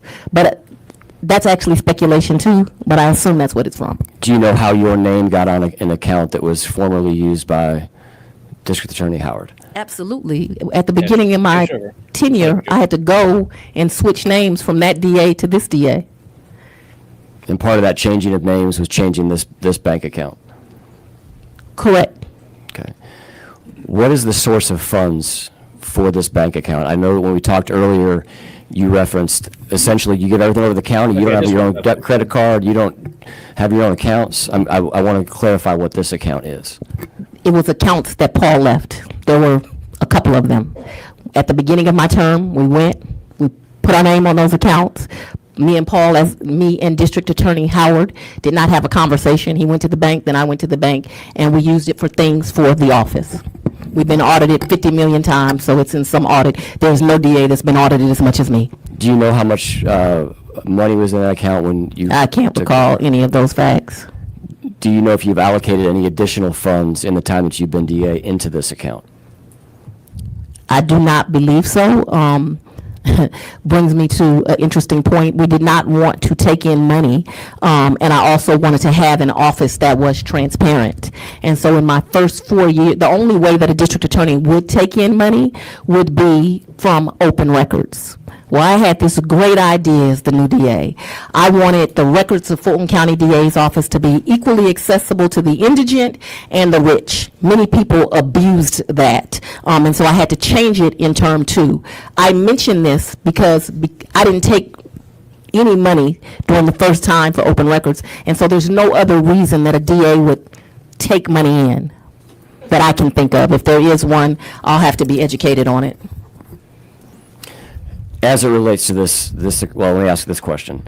You referenced there was 2 or 3 other accounts? There was a couple of accounts. We've been auditing all my audits. You know, once y'all started attacking me, they audited me every other week. There is no DA. I just passed a DOJ audit. Do you recognize the signature on this check? It looks like DB, Dexter Bond. Dexter Bond, just for clarity, is your... Deputy of Operations. That's why he would see these kind of things and I would not. Do you know what the allowed or the restrictions around the allowed uses of this account, of which you... All money that we have has to be used for the betterment of my office. And the only source of funds that you're aware of in this account, it was money that was in the account when you signed it over from former district attorney? That is correct. Okay. Are you aware of anything else that has been paid for out of this No. account? Let's make sure you understand me clearly so I don't... I'm sure other things have been paid for out of this. Your question was, am I aware of other things that have been paid for? I can't recall that from 2021 or 22 or any other year. What's the reason that this account will be used versus the voucher system with the county that I've had up on the screen a couple of times so far this morning? They would make us... I go to them if this is what I need done for the office. I don't make selections on what account is used. I don't even know what all those accounts are. I can't tell you that this account is the account that you can buy books out of. This is the account that you can do this out of. But I know they have those kind of delineations with the county. But I don't get that. You're in the weeds. And it's your understanding that this account would have been something you referenced in audit. The state Senate's never done an audit. Oh, I've been audited a millions. The county has audited me, the federal government, I have been audited and audited and audited. And is it your understanding that this account would have been captured in an audit? Absolutely. Okay.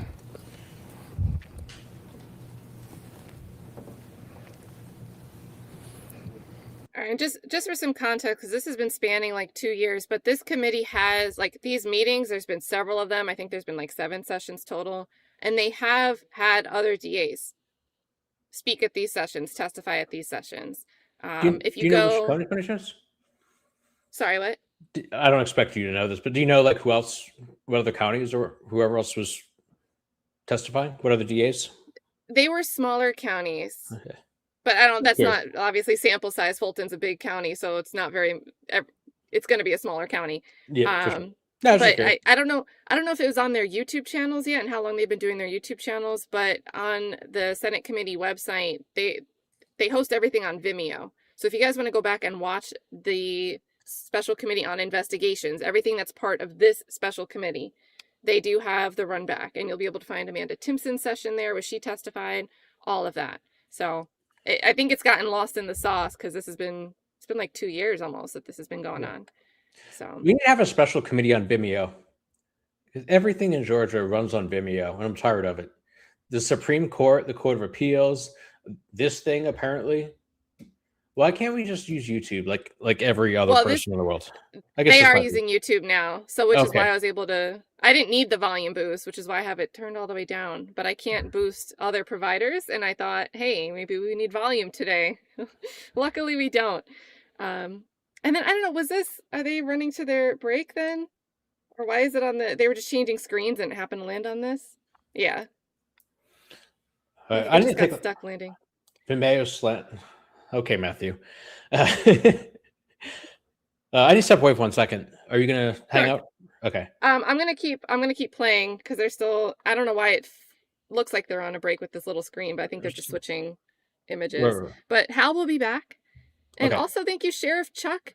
It's hard. I appreciate everyone sending in the love. Thank you so much. Thank you so much, Sheriff Chuck, who's gifted like 1 million memberships. So big thank you. If you've turned green, it's probably from Sheriff Chuck here. So make sure you're saying thank you. Check out those channel emojis. I am pulling these off the screen pretty quickly though, because that's where they have the little visual. So kind of bad placement. And let's see, they've got a little bit and then they're going to take their lunch break. So, which we can skip.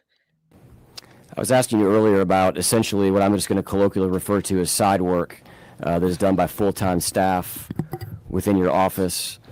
And I believe that you told me essentially you're not micromanaging. There's no prohibition on side work. Is that correct? Well, I told you specifically with my investigators, there is an absolute process. They cannot work as investigators or police officers because that is what they are. I think some people don't understand that in a district attorney's office, the investigators are sworn law enforcement officers with very great careers. It's something that a lot of them come to do after they've been police for many years. And we do have a sign-off process because I don't want my investigators to work at nightclubs. I know they pay a lot per hour, but I would prefer them not to do that kind of work, although I do allow them to do extra jobs. Most recently, as it relates to I will call it the larger story of the case recently, that was a ruling relative to an appearance of impropriety on this case. What are you They're like talking in about? Atlanta, I'm like a talking about the nightclub appearance of shooting, impropriety APD. that resulted in your disqualification from Like the an case. off-duty Prior to that, APD? your office was investigating the now Lieutenant Governor, was not Lieutenant Governor at the time, Burt Jones. Is that correct? I don't understand the question. I don't understand the question either. Has your office ever conducted an investigation into then Senator or Lieutenant Governor Burt Jones as it relates to the election? How does that help you with legislation? Wait just a minute, let me do my job. Yes. Don't answer it as part of the deliberative process and returning it, not investigating, returning it. Is it not a matter of public record, Governor? But then why are you asking? I'm laying a foundation as you would call it. Well, why don't you skip along to the question? We're getting there. You're objecting to It's a the deliberative process. it's deliberative as to whether or not Lieutenant Governor Jones is part of an investigation. It is deliberative because we know it was part of investigation and he was indicted indicted by or recommended by one and by a second one, but the reason he was indicted. I'm not asking for the reason he was indicted. So I believe that we can agree on the grounds that Lieutenant. What's the question? The question is the degree to which Madam DA was aware that Jeff DeSantis, while he was serving in the office, was the registered agent for a business named Charlie Bailey for Georgia. Okay. The Honorable Charlie Bailey. What's your question? My question is, are you aware that while he was employed by your office, Mr. DeSantis was serving as a registered agent and secretary of an entity called Charlie Bailey for Georgia? I don't think I I knew like that Charlie until Bailey, by the now. way.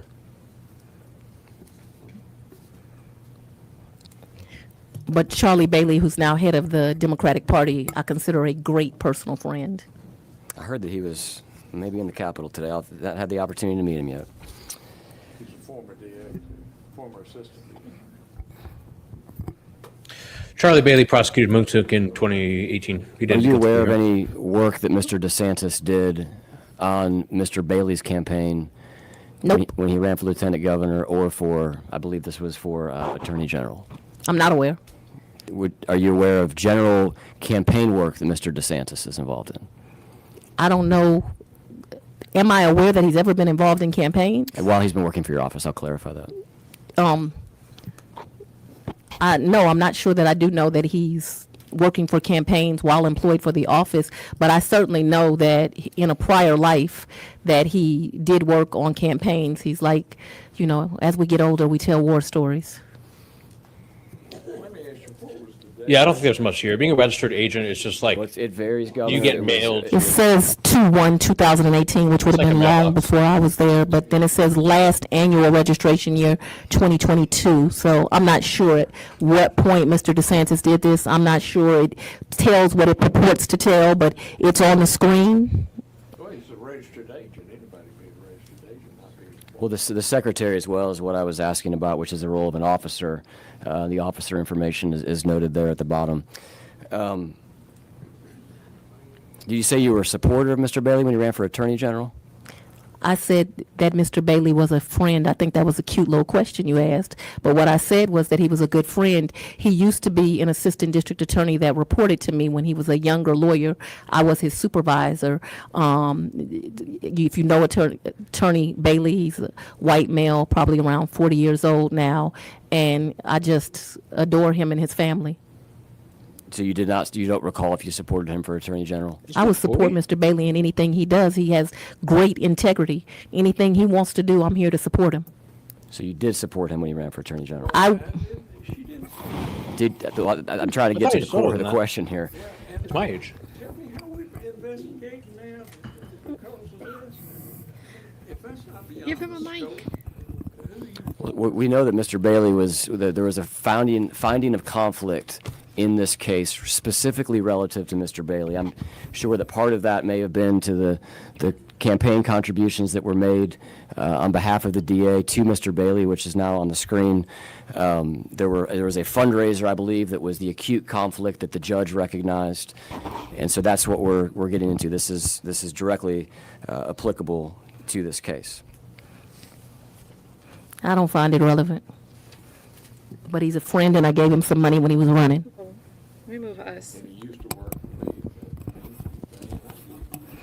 And I'm asking people to give Tanya Miller for Georgia some money so we can get a good attorney general in here. Not a corrupt one that puts false things on screens. So Mr. Jones was a candidate for lieutenant governor, is that correct?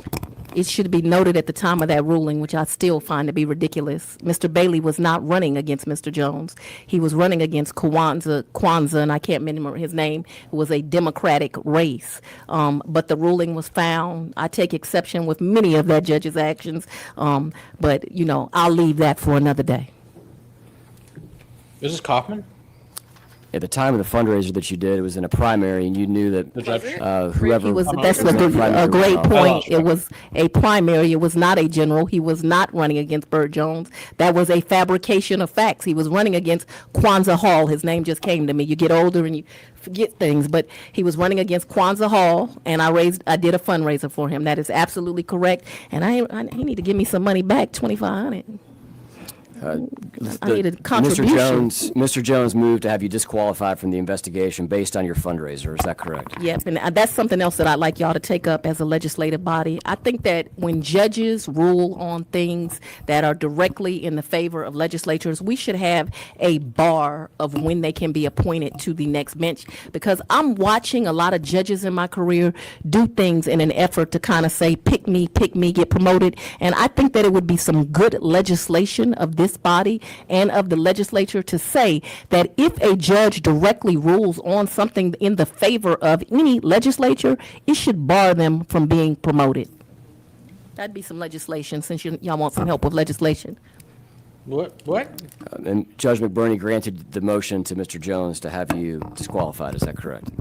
Correct. And then surprise, surprise, Scandalakis has dismissed the case. We're going to get to Scandalakis in just a second, but Judge McBurney said that it was, quote, a plain and actual and untenable conflict. Is that correct?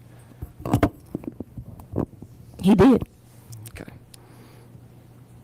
He described it, I believe, in oral commentary and stated that he regarded the optics were horrific, described it as a what were you thinking moment. The left and then wing circuit ultimately- described McBurney as unethical. We're going to talk about, people pontificating. Is that what we're doing here? we're going through the just fact telling you some pattern history. of this case. And then, as you referenced, Mr. Peter Scandalakis, as head of PAC, continued the investigation after you were disqualified.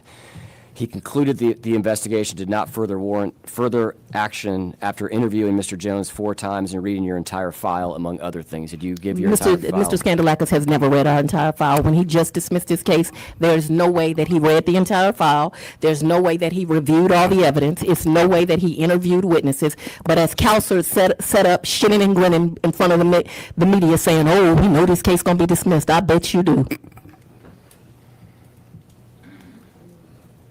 Are you familiar with a company called Canal Media Partners? It's my fundraiser. I've heard that name I before. think that's the name of my fundraisers. No. Canal Media Partners is who I pay to do filming or something. It's somebody I Thank you, pay. Kay Schmidt. I've seen that name before. On the screen, we've got your Thank you, Kay Schmidt. 2024 summary from the State Ethics Commission page, and Canal Media Partners is listed as the second highest paid expenditure of your successful DA campaign. They do great commercials. Use them. To the tune of $527,000. It's my understanding from looking at their website that they do media buying, among other things. That's why I won by 87%.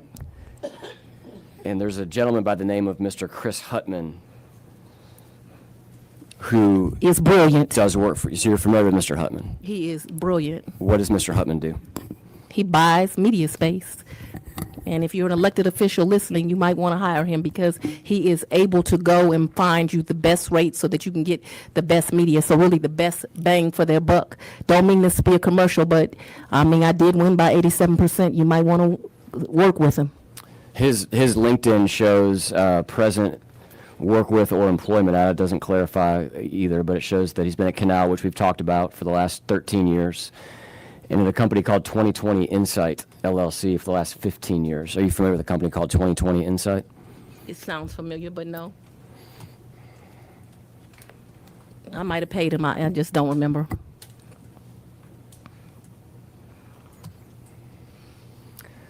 According to 2020 Insight's current website, it is a partnership between, they don't say partnership here, but this states under their Who Are We, it lists Mr. Jeff DeSantis and Chris Hutman, Mr. DeSantis being the same one that serves in your office, and Mr. Hutman being the gentleman that we just talked about that you referenced. I don't know that he currently still works with him, but we could have got to that question 3 questions ago. I know at one point they worked with each other.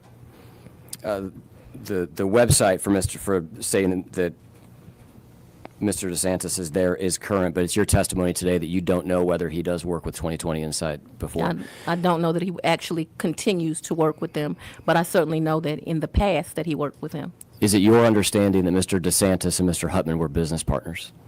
I really don't know what their professional relationship was, so I don't want to speculate. I will tell you this, the governor talked about old men having to go to the bathroom. 54-year-old women do as well, so we don't have to get me to a bathroom break. We'll take 5. Thank you. Nope. All right, so we'll be able to time travel with this. Might take us. Let's just make sure they don't come back right away. But I think they're taking their lunch. Yeah. So. Okay, There we Spalding go. County did. Spalding County did testified. Okay, they do a lot of. Spalding County does a lot of gang cases, from what I recall. That has no relevance. I'm just talking loud. You said that was one of the counties that came to one of the prior sessions. Yes, somebody who told me that. Courtney. Sweet. Thanks, Courtney. But yeah, there were, and I don't know what session it was, but I remember watching it. I just don't remember.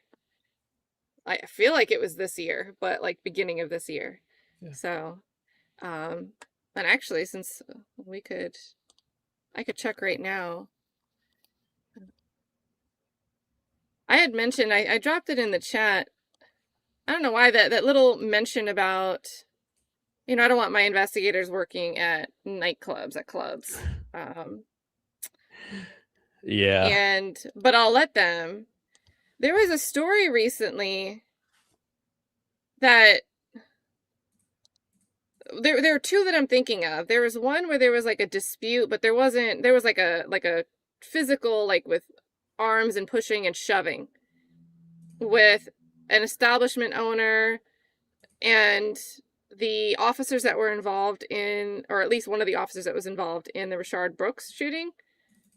That same officer and another officer were at an establishment, and I guess the bartenders felt uncomfortable, so they got a different staff member that was there, and they got into some type of confrontation. And there's been some like issues ongoing because the staff members were initially charged, and witnesses were coming out saying, no, it was the two other guys that started the issue. Why weren't they being charged? I don't know if you guys are familiar with that. I gotta see if there's been any updates on that. But then there was this other story that was a bit more recent, and GBI had to put out a statement. Man shot from behind 17 times by off-duty Atlanta officers outside Buckhead Bar, autopsy shows. So even though he's off duty, I mean, this isn't great press. This is not great press to have about people that are policing your city, shooting someone in the back 17 times. And this is an officer that would be in a position to get into more confrontations where the question of having to use force would come up more frequently. So this was, let's get the date.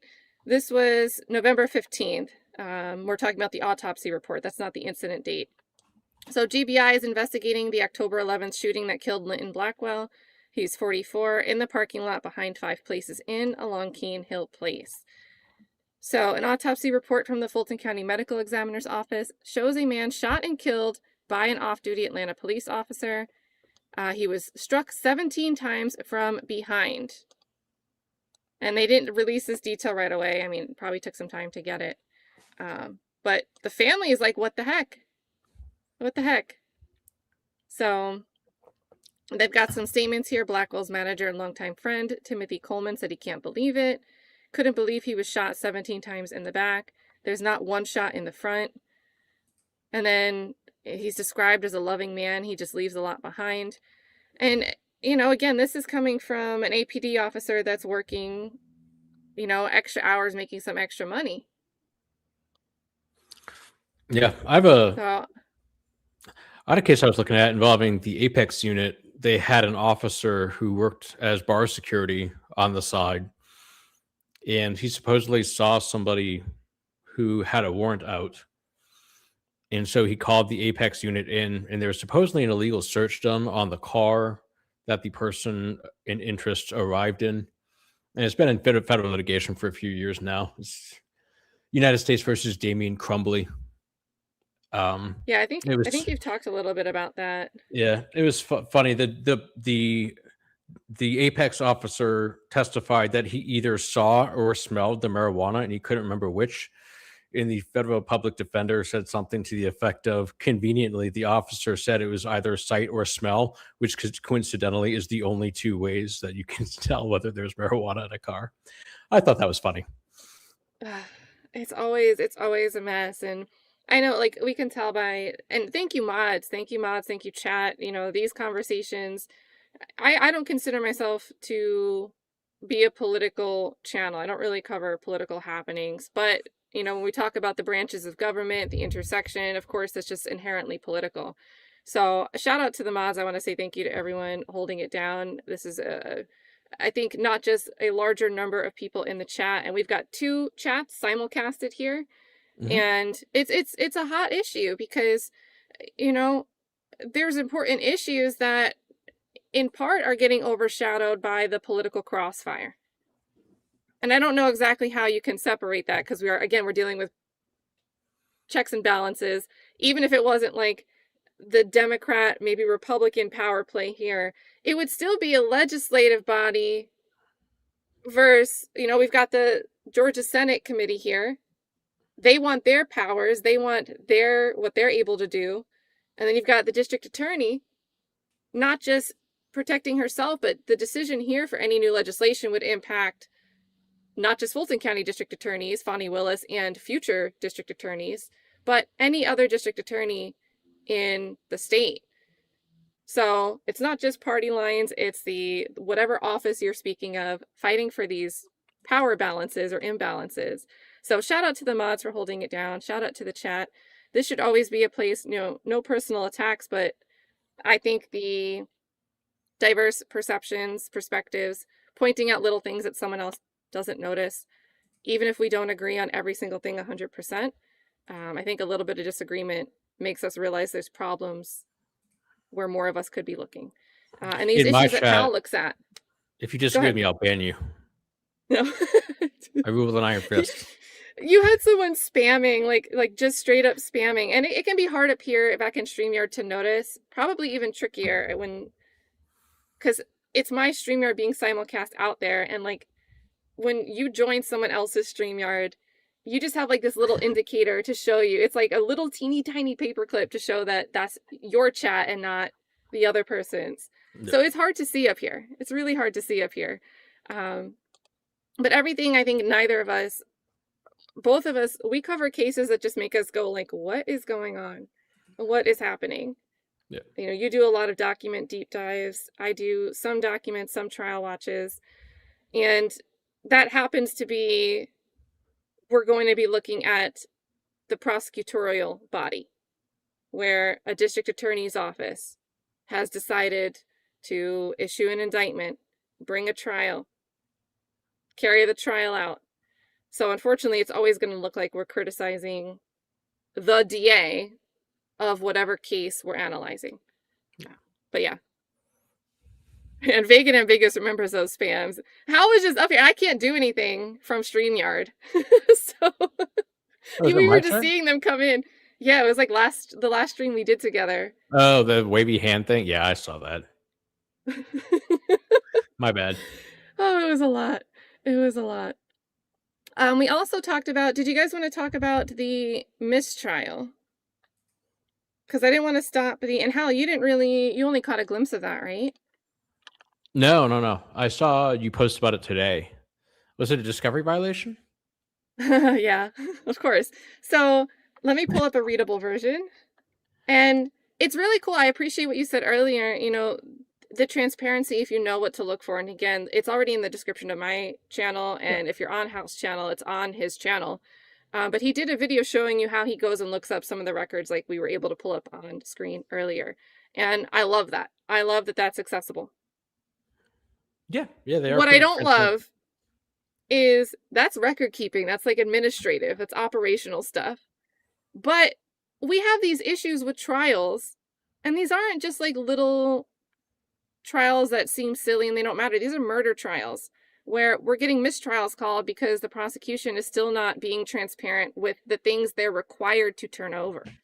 So the same day we had a press conference yesterday with Fani Willis, this really bothers me that this also happened yesterday. We have this mistrial.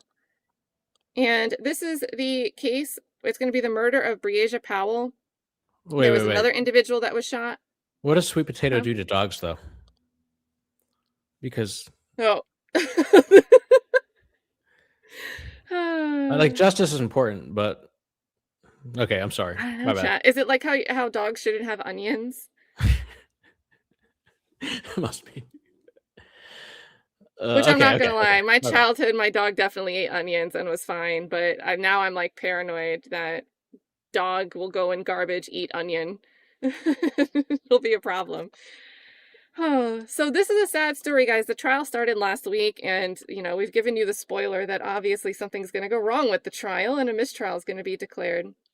But it's repeat issues. This is Fulton County. This is Fani's office. So, judge declared a mistrial in the case over the killing of a 16-year-old girl 2 years ago. Breasia Powell was shot and killed at a graduation party outside of Benjamin E. Mays School. This is back in 2023. Police said one other person, a 16-year-old at the time, was shot and hospitalized. Officials said that the gathering outside the school was unauthorized. So the school doesn't want liability there. The trial for so these are the three defendants. The trial for Jaquan Winters, Willie Dennis, and Chisenry Mosley started last week. They were teens when the shooting happened. A fourth suspect previously took a plea and is serving 5 years in prison. A defense attorney said the state entered evidence late, submitting things on Sunday and even Tuesday morning. We needed that incident report. It would be very relevant. And I have an error on StreamYard. Can you guys see the screen? Chat? Yeah. Okay, it's giving me an audio error. So before we get back to audio, I'll refresh, but as long as you guys can see it. They were teens when the shooting happened. Defense attorney says we needed that incident report. It would be very relevant for the defense of our case. We've been asking for this forever. So it's not just like an oopsie, we didn't even know it was there, no one was asking for it. They've been asking and still didn't get it. And then it shows up 20 minutes after the 5th day of trial. It's so typical. The law requires them to give us that information 10 days before, said attorney Miguel Calcio, who represents Mosley. He pointed to the incident report, which he said he learned about 21 minutes after trial started on Tuesday, along with a new investigative summary they received on Sunday evening. There's a quote, the voluminous report that we got that was modified, changed, edited, and supplemented after we're 13 witnesses deep into trial. How can you defend against a moving target like that? Casio noted, at this point, 13 witnesses had been released. So we can't really call you back. Yeah. I don't know if you guys, when we watch trials and we hear, are they subject to recall? Do you need them back? Are they released?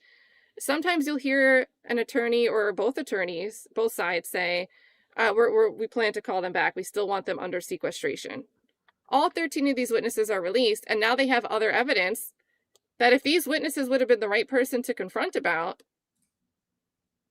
they're gone. So he said that they moved for a mistrial and the judge granted it. It was Judge Belinda Edwards. The defense has until February 1st to file what's been called a plea at bar. So no retrial, because this would put us in double jeopardy territory. And do you want to do a stream on this, on updates on this one? On which one? On this one? Yeah, we'll see like the full arguments hashed out. I didn't see a stream for this trial. So maybe there's more detail than what's being laid out in this article, because they'll have to spell it out in the motion. I assume they'll argue that the mistrial was the result of prosecutorial misconduct, which would prevent So I could definitely see this being such a case. They don't like granting those sorts of things, but I mean, apparently this happened years ago and they're presenting stuff mid-trial. I mean, that's unacceptable in most places. But and what it bothers me, and I had saved a couple examples. Hal was listing them, and they show on the screen for both chats, but I don't think, if you guys weren't looking at the tiny part of the screen, it might not be easy to follow. But Happily Angry Lawyer was listing out different examples of, it's like things that are shocking, but now I feel like I'm getting jaded to it, because sometimes my reaction is just like, oh, well, of course they did that, or oh, again, what else is new? And it's like the shock factor, it's no longer, it's unacceptable, but I'm not surprised by it anymore. Yeah. So you mentioned the Miles Farley case, Wolfenbarger, Contavious Jeffries, which is over on the YFN side of things. No, You've that's got a separate one. Darren Mills, Carter, and White. And if you want to speak on that real quick about how there's going to be a retrial, if you want to explain to the chat that. Let me see. That was a case. There's nothing really wrong with the first trial except for the fact that one of the jurors wasn't eligible to be a juror. And there's a very clear Georgia law that says you're entitled to 12 jurors. And if you don't have 12 jurors, it's not a valid trial. So it was very clear on appeal that the defense was going to win. But the state fought it tooth and nail, and they made some silly argument. I think we watched it together. The judges were kind of laughing at the Fulton County DA, appellate attorney. So they've just been fighting that tooth and nail. Mills has been waiting 7 years to get his, I think it was 7 years or 5 years, it was either one, to get his new trial transcripts. I think it was like 2017 to 2022. Oh, and Gigi says, do you know which ADA was prosecuting that trial? Ooh, I don't remember the trial prosecutor. I think it was, I know Charlie Bailey was involved. I don't know if he was the lead. I do know that some of the usual, I could go for a really long time on the Darren Mills case. There's some he has some videos, so check them out. I'm not sure who the trial prosecutor was, but there's some Scott DeMeester, some Tyrone, almost a Tyrone Blackburn. You know what I'm talking about. Yes, Tyrone Dennis. There was just a lot of nonsense in that case. Just if you lose it, say down bad, and you'll be like, oh yeah, it's Tyrone Dennis. But yeah, so that was overturned earlier this year for Mills, and then Carter and White are their stuff got filed a little later, so they're just waiting for docketing. But their stuff's going to get, the state's already conceded that theirs will get overturned as well. So there'll be a new trial across the board. Darren Mills is the nephew of Denise Bell, who testified in the YSL trial. She's the one who was shot at Adele Avenue. She wore all black when she testified.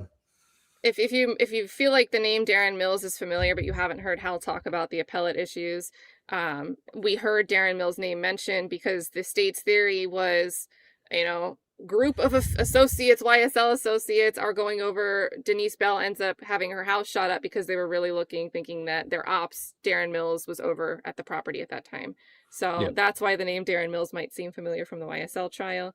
And I do want to say, Gwennon, was that the one with the 11 jurors? You might be thinking of the Texas fentanyl case. So Texas stupid.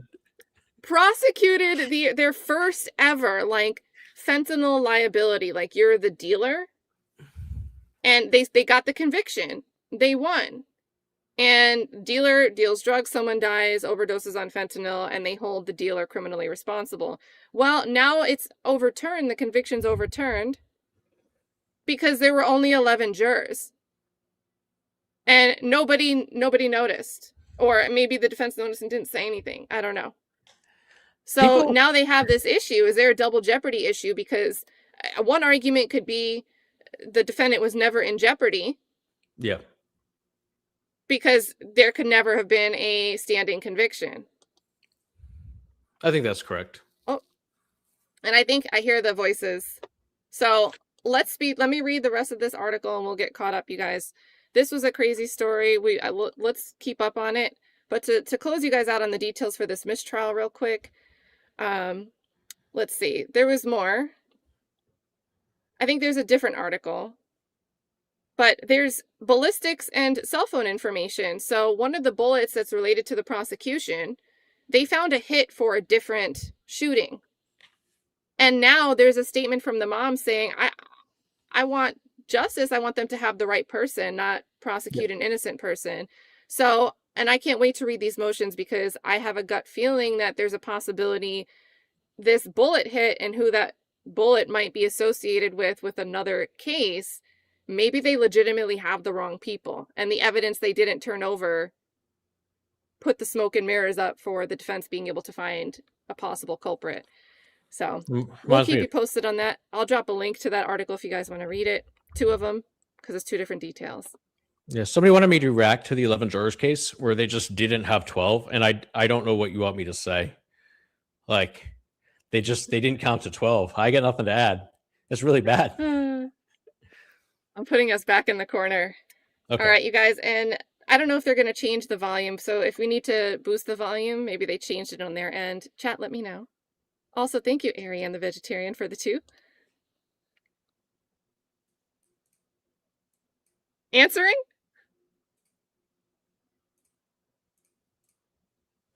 And Jones.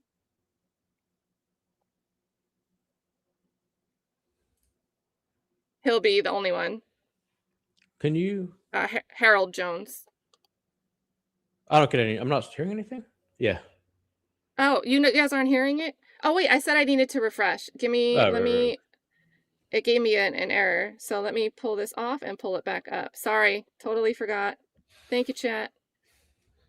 Brief update: the longest tenured person in Rice Street has been there, maybe mental health, but since June 2nd, 2017. That's the one that the ACLU, the Bard Business lawsuit, was referencing, and that the Rachel Maybe. Kaufman's client? Or no, that was a different client. Probably, That was a different maybe. client. The longest one that I'm 100% sure is criminal, like is actually just a long detention, is 2019. Can you guys hear this now? For your time this morning. Yep. For those of you at home wondering why I've been the only one answering questions, the committee policy for the duration of this committee under the leadership of Chairman Calzert has been that questions would come through the chair of the committee. And so that's what I've been doing so far this morning. And then in conjunction with that, any questions from the minority party would go through the minority leader or an individual designated by the minority leader. And Leader Jones is here. You've indicated you will be asking those questions on behalf of the minority party. And with that, I'm going to turn it over to Leader Jones. And that actually be pretty brief. Hopefully we're near the end here. Madam DA, nice seeing you. Good afternoon. Good afternoon to you too. I do have one quick disagreement point with you. As a fellow person from the MEAC, we all know that South Carolina State University is actually the university. There always has to be a number 2. Oh, They did win the championship. Absolutely. I did have a question for you because I was wondering if I had the numbers correct. Did you say $80 million was spent by the AG's office in one period of year? In 1 year, yes, sir. I have this exhibit. You are welcome to it. It runs, and it's $80 million just for the special prosecutors. In 2025, it was $75,744,000. In 2025 to date, so the year is not over, they have spent $80,056,000. What we did was collect the 13 top people that received money, MR, because we didn't think it was necessary for people to know who they were, but you can get this off the made $8,181,000. The 13th person on the list, so everybody else is in between, made $1,050,000. This is in one annual year. And thank you. And thanks for clearing that up. I did have a question also about the block billing, and I know that you didn't really look at the bills, but just kind of asking from a standpoint of just, I guess, experience. It could also be just as reasonable that whoever was actually looking at the bills could say, look, I don't need every phone call. I don't need every witness name that you talk to. Just give it to me in one kind of block, and we do it that way. And by the same token, someone else could say, no, I want every single thing. And you just have a difference about how the person can input it into their particular system. Is that accurate? Ms. Whitmore, who is the CFO for the county, is a stickler. If she paid a bill, it was done to whatever the county rules are. But again, you're asking me to speculate? Yeah. I never saw the bills. I don't see the invoices. And that's a good point of clarification. Several documents have been put up this morning. I can't attest to the accuracy of any of them. In fact, it is clear that some of them have been augmented, and they're not authenticated documents. So no document that's been shown here today has been authenticated, and it's clear that some of them have been altered. But whether they've been altered or haven't been altered, it was my first time seeing them. Right. In any event, however a person wants to get the billing or not, would you think that this is actually a good way for us to come up with a recommendation on how local DAs or solicitors should actually try to do their billing for outside counsel? That the Georgia General Assembly should decide this is how we should do our billing practices. What I think is that the voters should elect ethical district attorneys, and that those district attorneys should do the things that are needed to make their communities safer, and that I always like the idea of, for me, I don't think it's necessary for every DA, but I liked that the county looked at our documents. I didn't have to do that. But I knew I was a black DA. I knew I was the first woman DA. And so I took extra precautions because I understand what that means. Absolutely. And you also want, I think, kind of clarify on this White House trip where you're saying you were actually on the lawn. I didn't know if you want to. I was not at the White House, Right. and so that has been a lie that has been purported by members of this committee. That what happened is, I know we don't like to talk about Black history, right? We want to get rid of Black history museums. We want to get rid of, and I want to say this, we want to get rid of free admissions to parks on Juneteenth and on Martin Luther King's birthday. But I'll let you know something. I appreciate our president because he made free admissions to parks on my birthday. So I do appreciate that. Hopefully King Petty don't get rid of that day. But right now you can get into a federal park on my birthday for free. Now, with that being said, that was a party celebrating Black History Month. And I was so excited to get the invitation. And leaders from all across the country literally came to not the White House, because I never went to the White House on that trip, and I think I was there like 24 hours. It was at the vice president's house, but not actually at her house. It was in a tent on the lawn. Quite frankly, while we were there, I never got a chance even to meet the vice president, which was disappointing. I thought, you have all these people from all over the country there. You would like kind of do an assembly line and sign and, everybody take a picture, but that did not even occur. She did come on the stage at one point with her Secret Service all around her. I don't know what was going on, but Secret Service was all around her. But it was still a very valuable trip because I got to meet leaders from all over the country that were trying to service their communities. And so I was honored that I was thought to be a leader worthy of having an invitation to that event. Thank you. And there was also a question about whether, Judge Wade had met with somebody from the January 6th committee and things of that nature. But let me ask you this, whether that took place or not, and there's a question about that, but whether that took place or not, would that have any relevance to the co-conspirators in this case who are going around from state to different states making up stuff about the 2020 election and actually trying to do the things that they were trying to do in this case? We based our case on what we investigated. And as someone from the South and as a black woman, I've taken a lot of offense to this because there's been this indication that I'm not smart enough or people from the South aren't smart enough to be able to do this type of complex investigation. We did it. It was my team who did it. We did it all. And Dolozel, I hope that I pronounced your name right because I want to, Senator Dolozel, asked about ethics. I think he should know if we want a full picture of ethics that Judge McBurney, who he just mentioned, one of the fake electors threw him a fundraiser. So while we having facts, I want to make sure we get all the facts out here.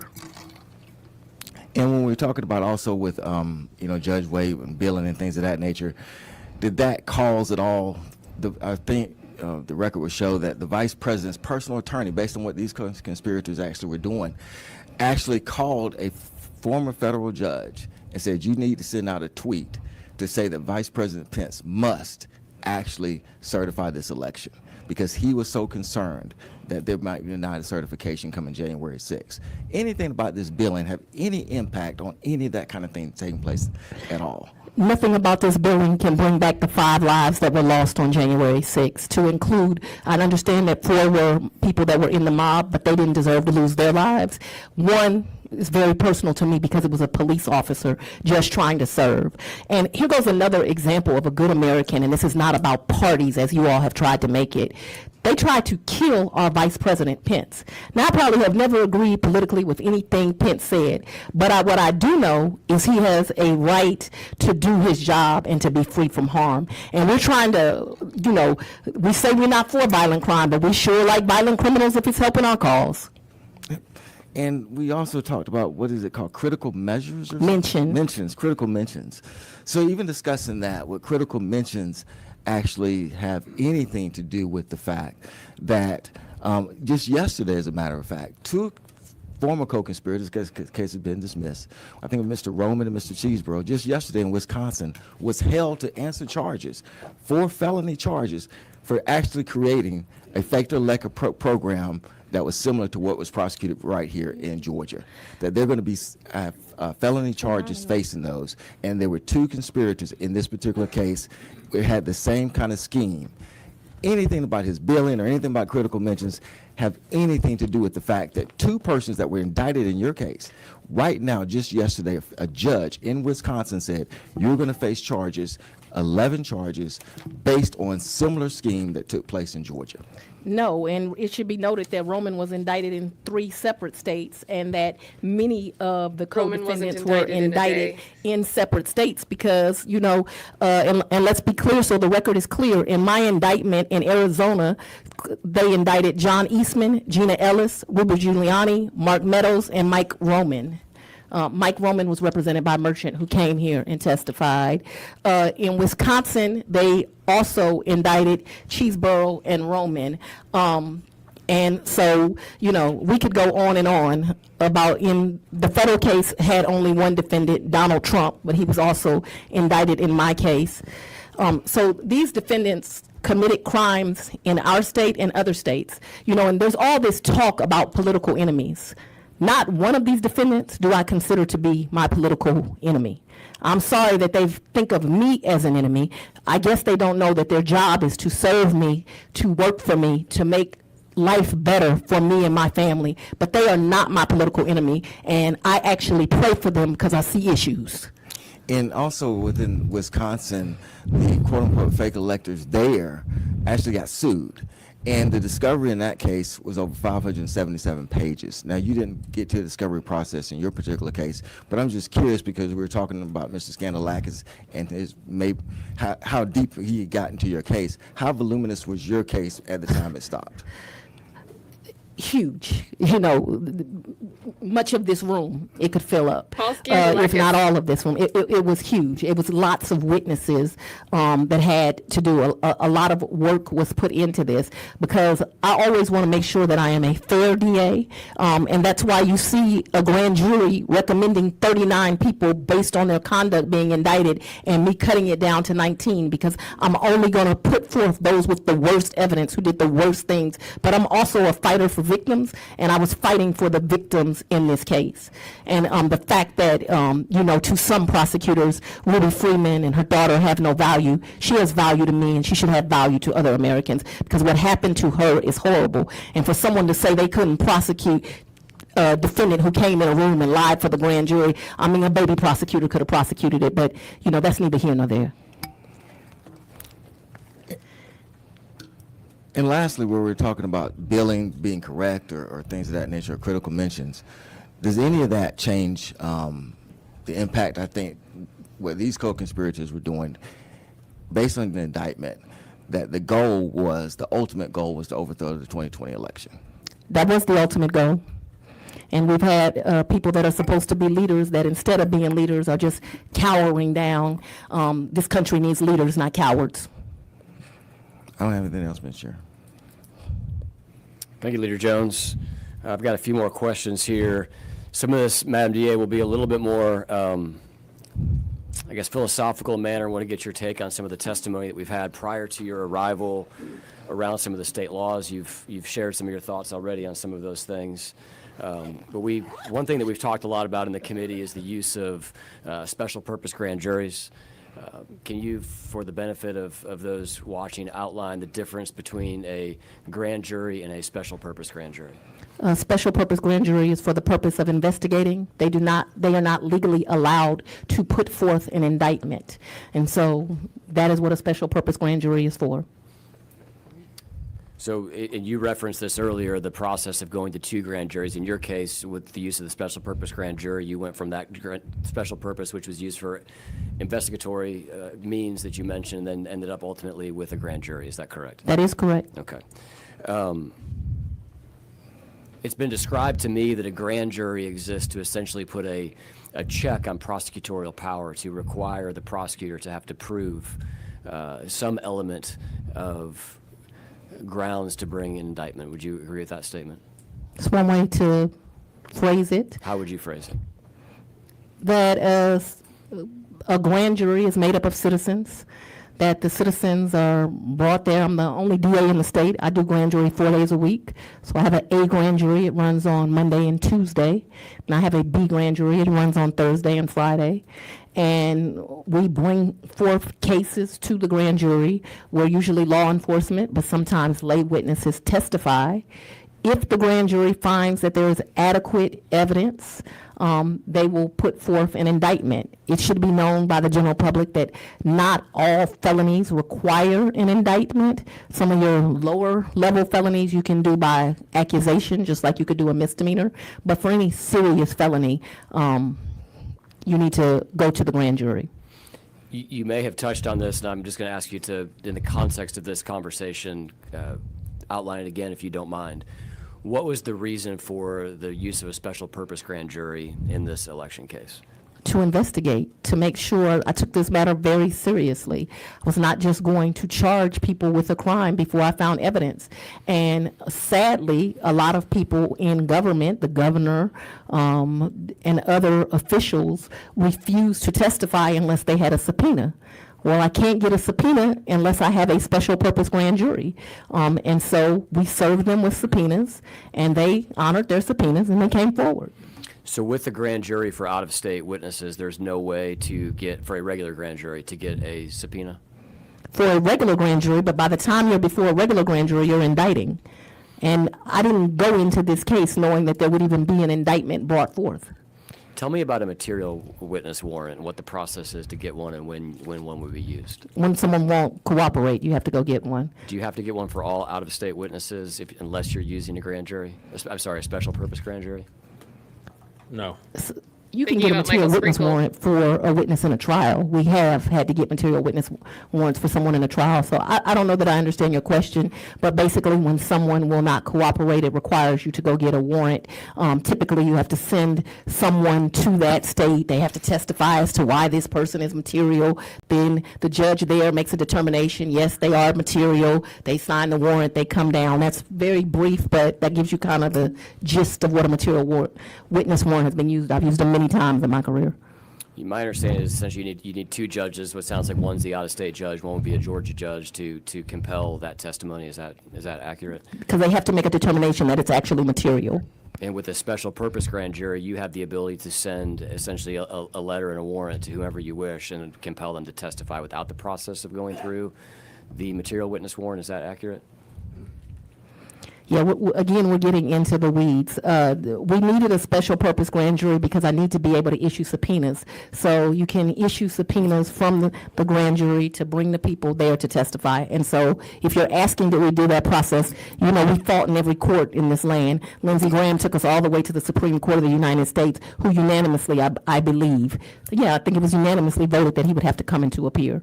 We are getting in the weeds, just indulge us, because we do need to.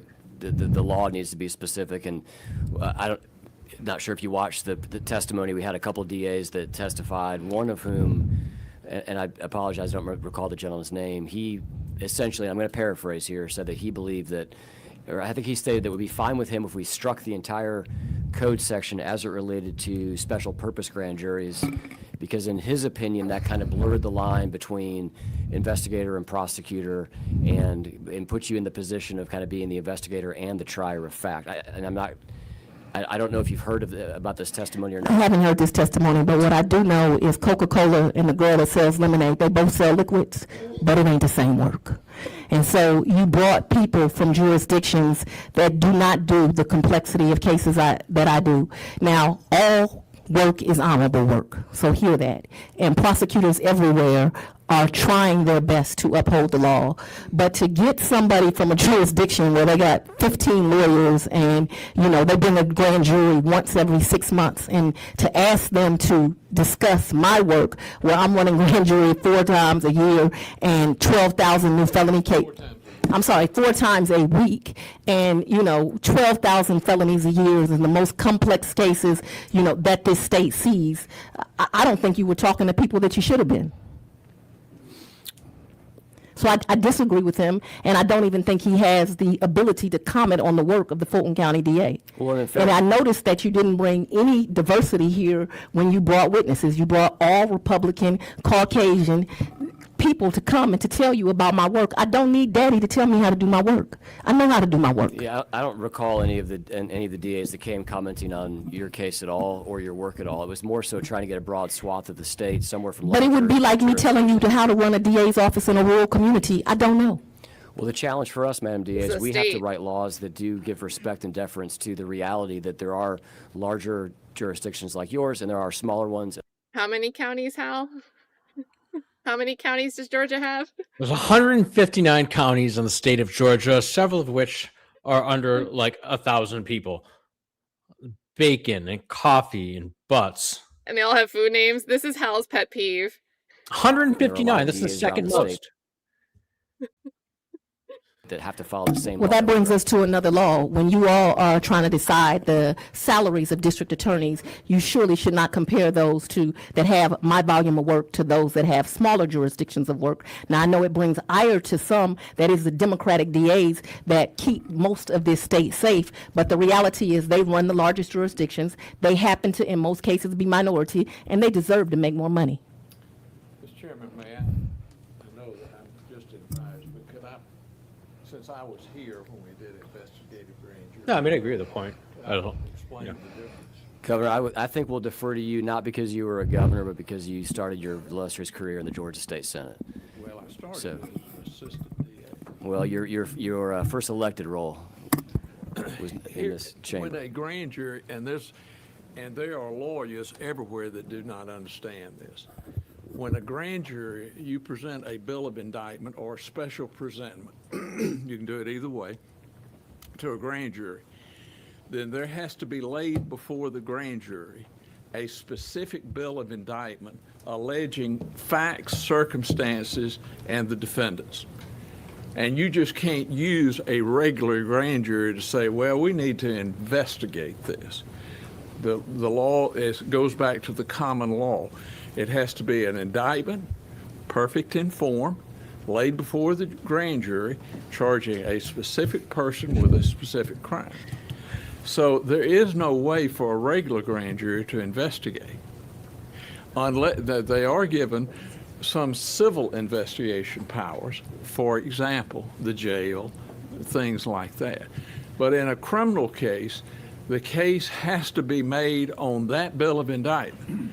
So, in a investigative grand jury, and they're rarely used, but investigative grand jury says something went wrong here, and I don't know exactly who should be indicted, and I don't know exactly what they should be indicted for, but it deserves investigation.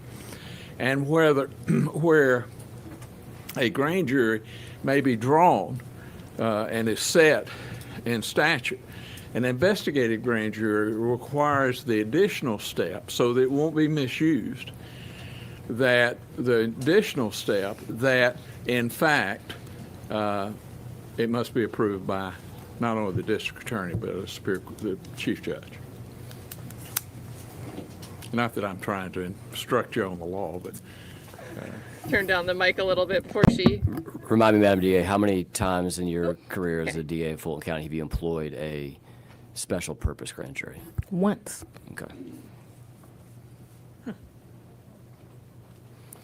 Chairman Calzert, who obviously I've said before can't be here today, he has contemplated this concept of a statewide grand jury. And one of the things that he and I talked about was just getting your thoughts on whether it's appropriate for the Fulton County DA and Fulton County grand jurors to have sole authority and responsibility essentially for prosecuting all state level officials, simply because the capital is here in Atlanta, or what your thoughts might be on with that resting with the Attorney General and a local municipality. In this case, that would be, or a local jurisdiction, which would be your office. And that's the real issue. And I know that it bothers you all that the district attorney in Fulton County is me.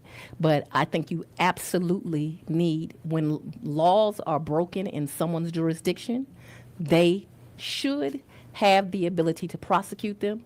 There is no need to do that in that way. And the reality is, I prosecute more cases than the Attorney General. We are equipped to do it. We are doing it. I think that what has happened That's is typical the district versus complexion AG. of the DAs have changed. And so now there's all this concern. Now we need a QAnon committee, the oversight committee y'all have come up with. Now we need a statewide grand jury and we need to take rights away. No, it's just fine how it's always been. I think what he's contemplating, at least as he kind of jotted some thoughts out to me, would be concurrent jurisdiction, where you would still have autonomy, but the Attorney General would also have the ability to prosecute cases. You would be opposed to. They already have that ability. Okay. They have That that would help with ability. Cop So City, wouldn't it? then he, they And have the ability. that may be the distinction that he was getting to. I just want to get on the record because he couldn't be here today, and that is something that he asked about. Wouldn't what he's proposing make it easier to prosecute Cop City? Yeah, Right? for sure. Okay. I mean, I need to see exactly what he's proposing, but I mean, it sounds just like at a top level glance, it sounded like concurrent jurisdiction. So Yep. AG doesn't need Fulton County to authorize the prosecution first It's- for yeah, the it AG sounds to kinda have messy. jurisdiction. Yeah, it sounds messy. That's why, but that's the example I'm thinking of. Have you seen an update on that appeal at all? I haven't. I haven't either, actually. So, but that seems like a slow, slow thing anyway. We heard from, and I'm just going to summarize this because I know we are getting short on time. I do want to talk about federal grants because it was discussed in this committee. Did you hear me say I just passed another audit? I did hear you say that, I believe. But asked and answered, I believe, as y'all would say. I don't think you gave us this number, but what's a ballpark number of federal grants in an average year of what y'all receive? Is it hundreds of thousands? Is it a couple $1 million? Is it? I don't know an exact answer. I can tell you we do excellent work with our grants, and because of the current administration, not just in my office, but all over the country, people are losing valuable grant money to do the work of the people. And that is going to require some work of the legislature because the state's going to have to kick in more. This year alone, I lost 14 employees as of September 30th because not as many grants are being given. Grant work that just does excellent things for community. And the grants, so that we're clear, they're actually not the Fulton County District Attorney's grants. They're not the Atlanta Judicial Circuit's grants. They are the grants of the county. So they are not my grants. So that's a misnomer slang.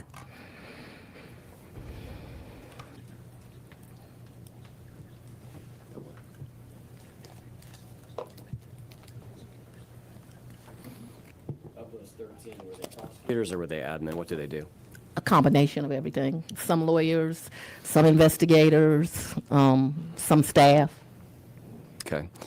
I want to And those weren't all federal grants. I want to move quickly through, and I don't want to belabor this, but there was a letter that I want to ask you about that came from Senator Grassley relative to grants, and then we heard testimony from someone who I believe used to work in your office, is no longer employed, named Amanda Timpson. Yeah, all of her, about 5 of her cases have been dismissed now. So I think that you should know that on summary judgment because she gave this committee information that was incorrect and her cases have been dismissed. You're not soothsayers.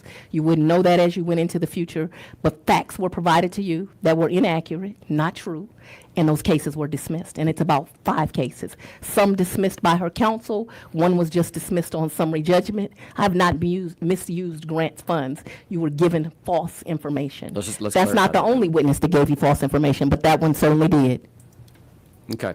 And I'm going to kind of cross-reference a couple of things that was the testimony from Ms. Timpson. I also reference a couple of things in the letter.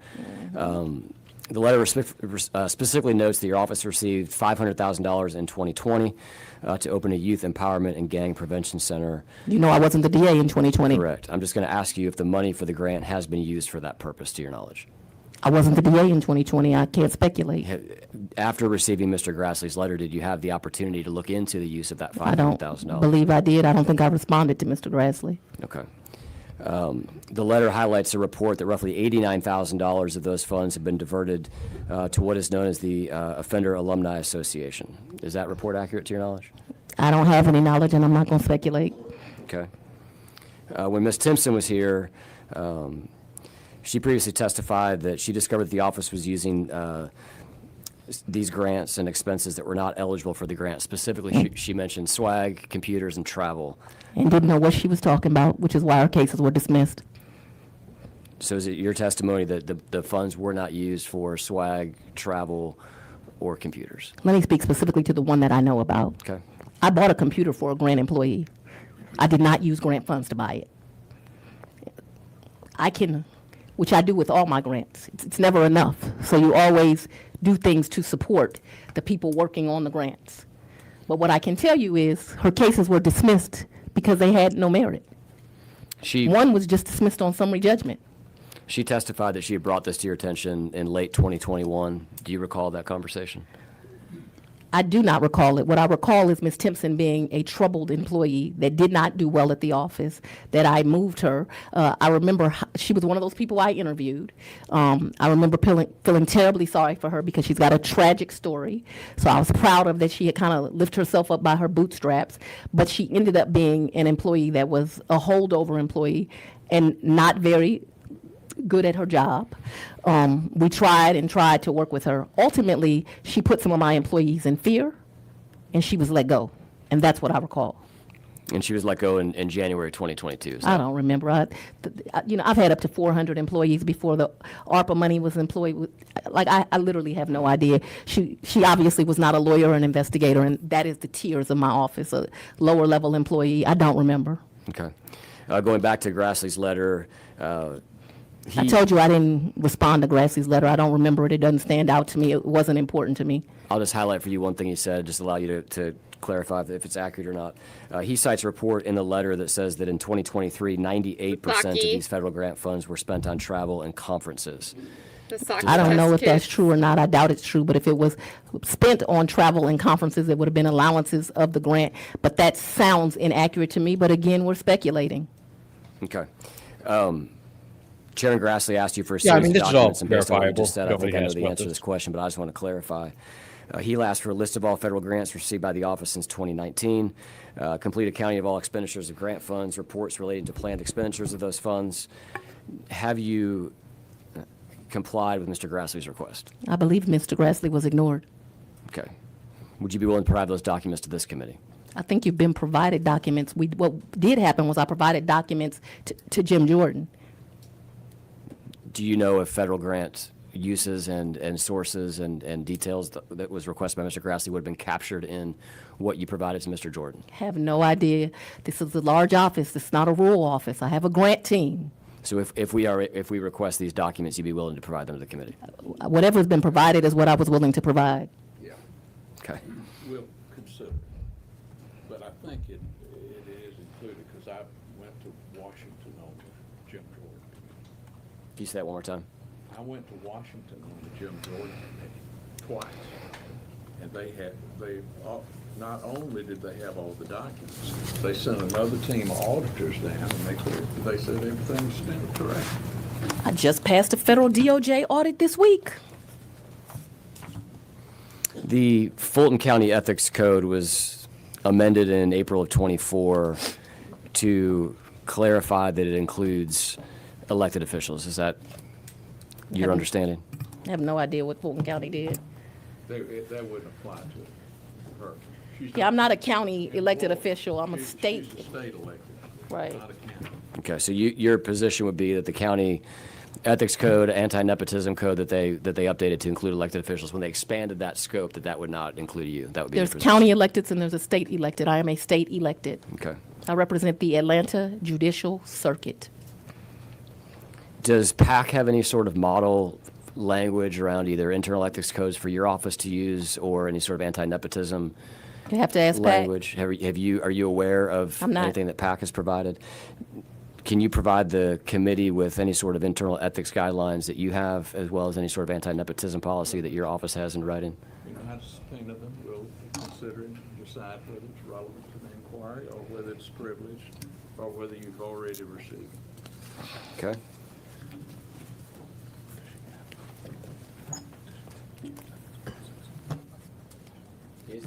Does an internal ethics policy exist in writing? You know, you mentioned companies, and, you know, it's interesting because I also saw where you posted where it's always Fulton County. But the truth is, you have a company that you've listed on your disclosures for finances, and that company stole millions of dollars from Fulton. If you want to look at ethics, you might want to look at that. Does your office have And any it's- sort the of company's name is internal Teletrax, in case ethics? anyone thinks I'm making this up. And people died because that company did not provide the services that they purported to provide. Does your office have an internal ethics policy that's in writing? Not that I can recall. Okay. I want to lastly just ask a couple of questions about the Open Records Act. Let me tell you something. I have a 92% conviction rate and a 92% clearance rate with open records from January of 24 till November 30th of 2025. I've gotten over 1,600 open records requests. This ain't a rural town. Say that number again, I'm sorry. Over 1,600. And we have cleared 92%.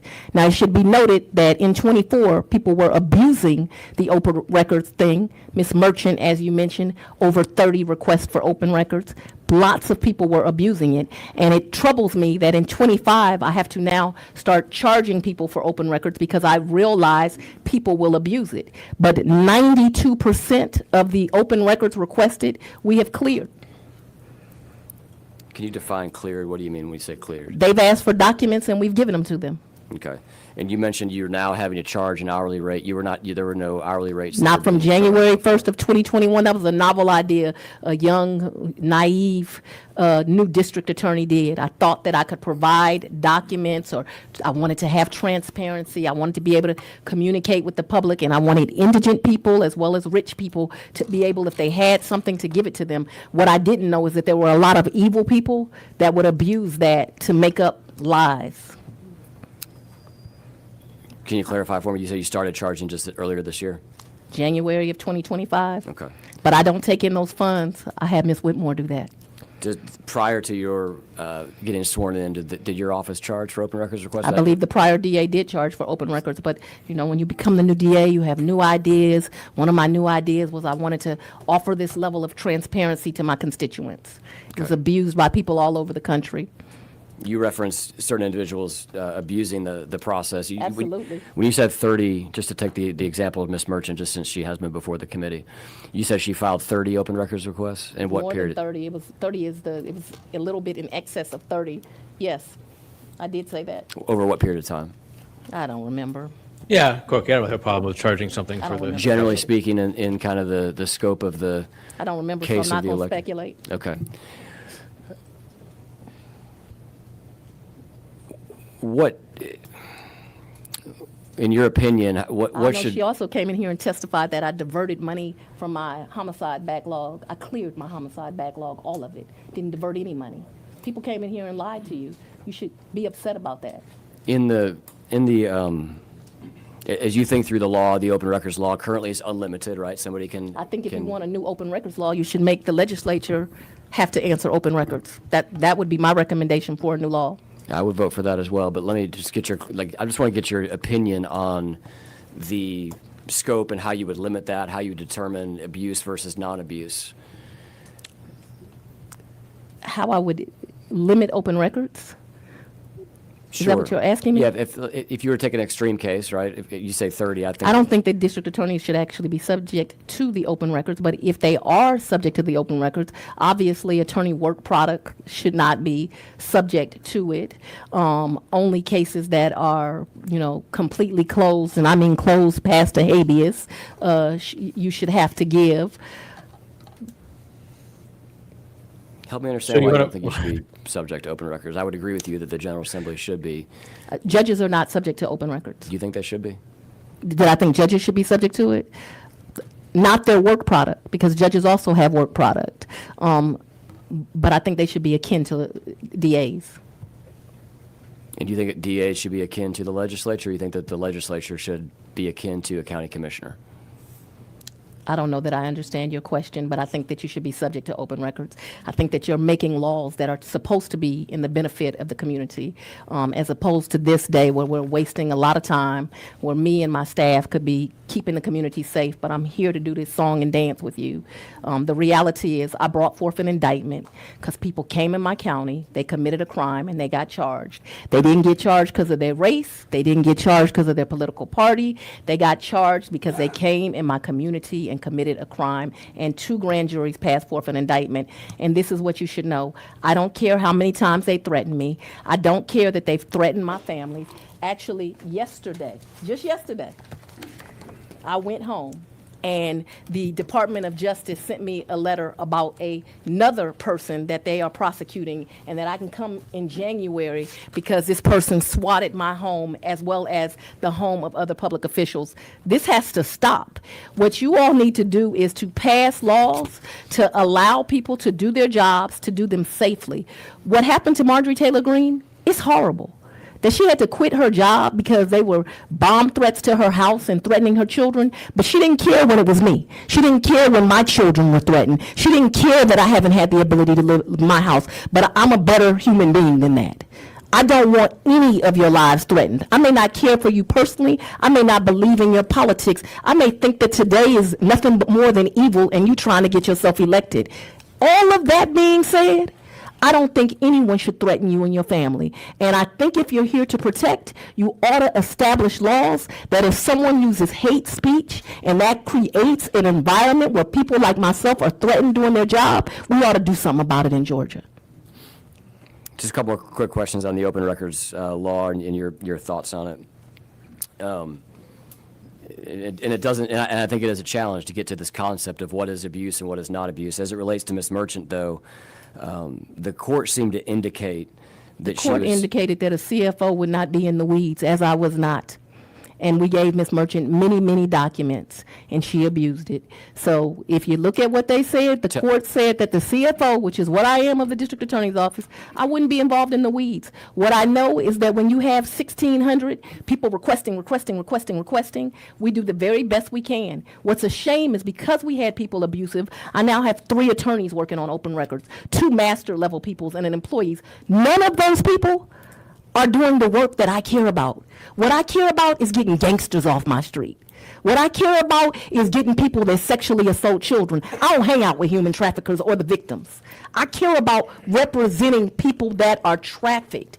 Like, we've got problems here in Georgia. They're real problems. This is a major metropolitan city, and I'm standing on the line here trying to keep people safe, and y'all have me in here with this foolishness. I indicted them. I'm indict them again if they committed a crime in my jurisdiction. I don't care if you like it. It's not 1948. No, let me get to this. It's not 1948. I know that you're offended that it... I didn't... So here's the question. Audacity to indict rich white men, but I would do it again, but I would also fight with my last breath to see that they were protected. What I was asking was, and I didn't get there, the court essentially found that Ms. Merchant was treated differently than other people making open records requests. You're correct. It did find that you were not in the weeds on dealing with that. What I'm curious about in response to the court case, have there been any internal changes with how you handle? I now have 3 lawyers on open records, 2 master level people, and an assistant. That was the change. Okay, so I had to waste more resources to not do the main thing. So you want something else? Give the district attorney in Fulton County more lawyers so that she can do our job, because what happens in Fulton is going to impact the entire community. Gangbangers don't stay just in Fulton. They go to DeKalb, they go to Coweta, they go to Douglas. And I'm here on the front line keeping people safe. And you talk about critical mention. Just walk me through it that wasn't change. just about this case. I prosecute a lot of high profile cases. walk me through the change real quick. What did you have before in terms of staff, and what do you have today? When I started, I had one. When I say before, let me say, let's call it 2024 versus 2025.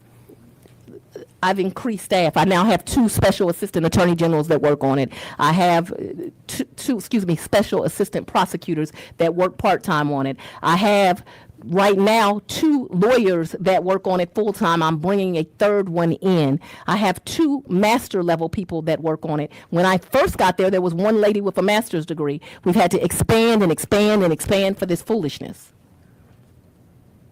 and what I'm supposed to be doing and my main emphasis, what I focus my day-to-day on is making sure I lock up murderers, making sure I lock up sexual offenders, making sure I lock folks up that are dangerous. And I also spend my time on making sure we have programs for people so we can turn their lives around. Which is why I got a 92% conviction rate. I must be doing something right. Leader Jones, I've asked a couple of questions since you've had the opportunity to ask. I want to defer to see if you got any questions you'd like to ask before we wrap up here. Let me turn your mic on. One final one, you kind of touched on it, and that was, at the end of the day, this case here, this conspiracy case that took place, why did you bring this case? Because folks came in my jurisdiction and broke the law. And as elected officials, there are things that are precious and that are our responsibility. One, in a free society, is keeping people safe, right? And I stand on the line keeping people safe every single day. I have dedicated my entire career to making sure that people are safe and that they feel valued. Children feel valued, no matter who you are. See, I'm not like these people. I believe in diversity. I've sat on my floor and cried with little white children, black children, Spanish children, and I fight with my last breath to keep those people safe. But I have also prosecuted black people, white people, Asian people. It doesn't matter to me. It seems to matter to some. So I brought this case because they came in this jurisdiction and broke the law. And they didn't only break the law here, they broke it other places. Because the other thing that we have to do as a free society is we have to protect elections. It is important. If the people of this jurisdiction, the 19th, voted Senator Blake Tillery to be that senator, then I have to work to make sure that he is instilled into office. If someone does something, goes into a voting booth like they did in Coffee County, they do that. If they threaten workers, it's little old people that work the polls. How dare somebody threaten them? And how dare you all not take that to be important? Is it not important because it was an older black female? It ought to be important to everybody. That's who you all are here to protect, those that cannot protect themselves. And I'm willing to stand on the line so y'all can keep threatening me, keep bringing me to these committees, keep auditing me, and I'm going to keep doing my job with excellence. All right.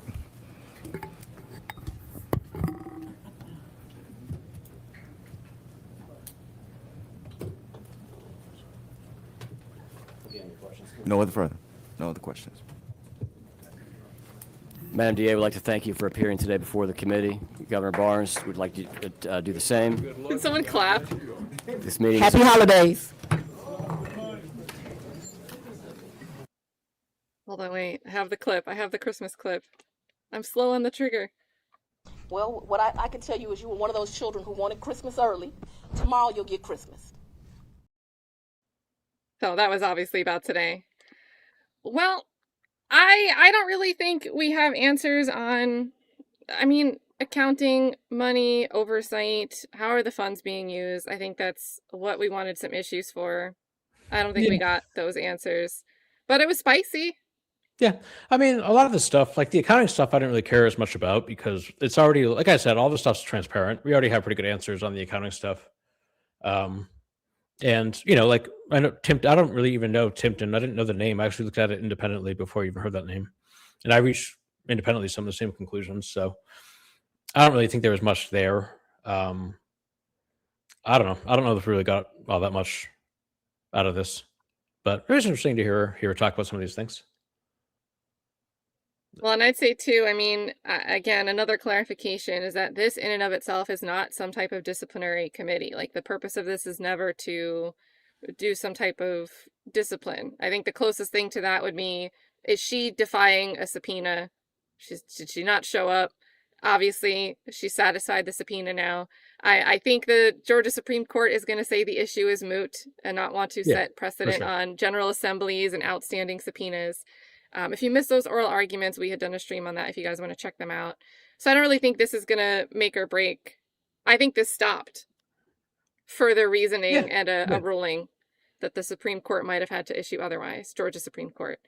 Yeah, my beef with Fani has nothing to do with any of this. Like, it's interesting to hear her talk about the stuff, just to see how she's going to respond to the questions. But if I were the one asking questions, I wouldn't have asked about any of this stuff. But my viewers can probably would have guessed that. I'd like to know about her actual prosecution of like gang cases and the line prosecutions, not this stuff. And I'm sorry about the volume too, and I'm sorry there's no closed captions on this. I think like replay, maybe YouTube will generate them once it's processed. I got in the habit whenever Barnes was speaking, I knew to like jump his mic up, but I didn't want it being too loud when someone else spoke, and then they were muting Fani, and I could still hear her in the early part when they lowered her mic, but it was a bit hard to hear her at the end here.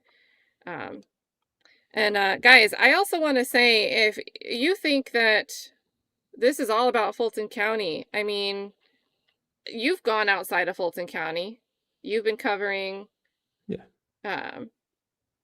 Brunswick or what county? Cobb? Glynn County? Have you done Cobb counties too? Cobb, probably. Yeah, so I mean, Hal's gone outside of that. I've been all in Tennessee. I am completely absorbed in what I think is horrible, horrible prosecutorial conduct over in Tennessee. They call everyone over there district attorney generals. So it seems like they're speaking about different offices, but it's the same thing. ADAs, all of that. Yeah, I'm not sure. I don't know if I think all that much legislation will come of this. I think we had a significant bill just about subpoena power in Senate Bill. I think it was 255. Yeah, that was interesting. I might have that linked. Yeah, I don't think there'll be any major changes out of this. Yeah, it was 255. So Senate Bill 255. So yeah, I don't know.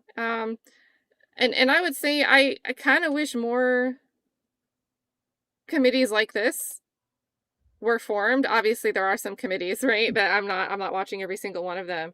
But I just like when this stuff is transparent. We'll pause this before it goes somewhere. Yeah, I mean, I think the one thing I would say is like just addressing the comments in chat about Trump, like my beef with Fani Willis isn't even really about this case. Like I mean, I think hiring your boyfriend is probably a bad idea, but I have it's not in my top 10 reasons why I disapprove of the quality of her work. I think you look at indictments with an equal lens, like maybe like the James Comey indictment and how that completely fell apart. And that's how I don't think that's like really a YouTube thing, because none of that stuff is streamed. Yeah. Right. Yeah. But over on X, I mean, indictment shouldn't contain the imagination. What was the Young Thug thing last night? My lack of self-awareness is telling. How so? Sorry, I shouldn't respond to just my chat. Yeah, imaginations don't belong in an indictment. That was the quote. That was a backdrop at a Young Thug concert last night in Atlanta. So, just a time. What cases do you have that you're going to be covering soon? I might do something in the Melly thing, but I don't know. I might do the Devin Grant case in Glynn County. What else is there? This isn't really any new cases. This is all like post-conviction stuff. I might do a Wolfenbarger, little look back on Wolfenbarger. Keeping up with the Darren Mills. I'm just reading like through my list here. The Darren Mills. Let me see. Keeping it on the Supreme Court of Appeals. Yeah, I would say if you do Wolfenbarger, guys, Christopher Wolfenbarger, that was a Fulton County trial. It was all around a hot mess. They ultimately acquitted. But that's a good one to watch. I think it was like 8 days. I don't think it went past 2 weeks. I think it was longer than a week. Didn't go past 2 weeks. So highly recommend that if you have like an itch for a quick trial that you want to watch. Just a lot of issues with discovery and putting blinders on to a third party culprit, and we had a directed verdict on one of the counts. Judge Rachel Krause granted a directed verdict. So if you like all of that, if that's all of your bingo card elements, definitely recommend that case. Yep. I think are you going to be doing more of the civil stuff with Girardi? Oh God, that's coming up soon, isn't it? The Girardi stuff. I don't know. I'm not even that interested. I worked on that case personally. I've already like reached a conclusion on what should happen. So I don't know if I'll find it as interesting, but I probably will if there's a demand for it. But then it's in federal court though, so that won't be streamed. Oh, you'll have to cover it without a stream. Oh, yeah, that always sucks. That always sucks. I hate when like a good trial is no cameras. Yeah, for sure. Well, other than that, I do want to shout out everyone, because it was I'm super appreciative. Thank you guys for hanging out. But it gets stupid trying to pull stuff up on screen when important stuff is below. So I thought this was cool. We had KP say, can we get more likes than lies today? And KP does trucking work, you guys. And right after we had, and I don't know much about this company, but check it out if you're a trucker. It says, I think it's Diddy Truck, but I don't want to see Diddy Truck. Is the first platform that allows consumers to do price comparisons on truck rentals from top truck rental companies nationwide. So that's really cool because you could do some comparisons for booking hotels and car rentals, but never really thought about that for truck rentals. And maybe if you want to see if someone flat rate or mileage based, I can see why a filter would be awesome. So shout out to you. That's very, I think, innovative. And thank you for the support. David Trailer says, it's okay that you don't remember. That wasn't the question anyway. And sometimes, for what it's worth, no matter what's going on, sometimes I just like when proceedings testimony goes off the rails, right? If it was a yes or no answer, I think we'd be pretty bored. But Yeah, for sure. maybe it'd be more productive, but it wouldn't be it wouldn't inspire so much commentary. Nick Starro says, calmer this time, still deceiving. I think we had a lot of deflection here. Again, I don't think we got answers, but that's politics, right? GV says, committee full of typical man and free Munktunk. So that is a reference to a Fanny quote, typical man and free Munktunk, of course. We also had a ton of gifts. So again, thank you to Nick Starro. Thank you to Sheriff Chuck. If you turned green, it's probably from one of those two generously gifting. The daddy commentary was hilarious. Someone please clip that. GV says, we all know Bruce Harvey is the daddy. Am I missing something about this daddy stuff? Like, am I out of the loop? Why did daddy keep coming up? So you didn't hear Fani saying it? Fani was saying that, like, I heard her say it today.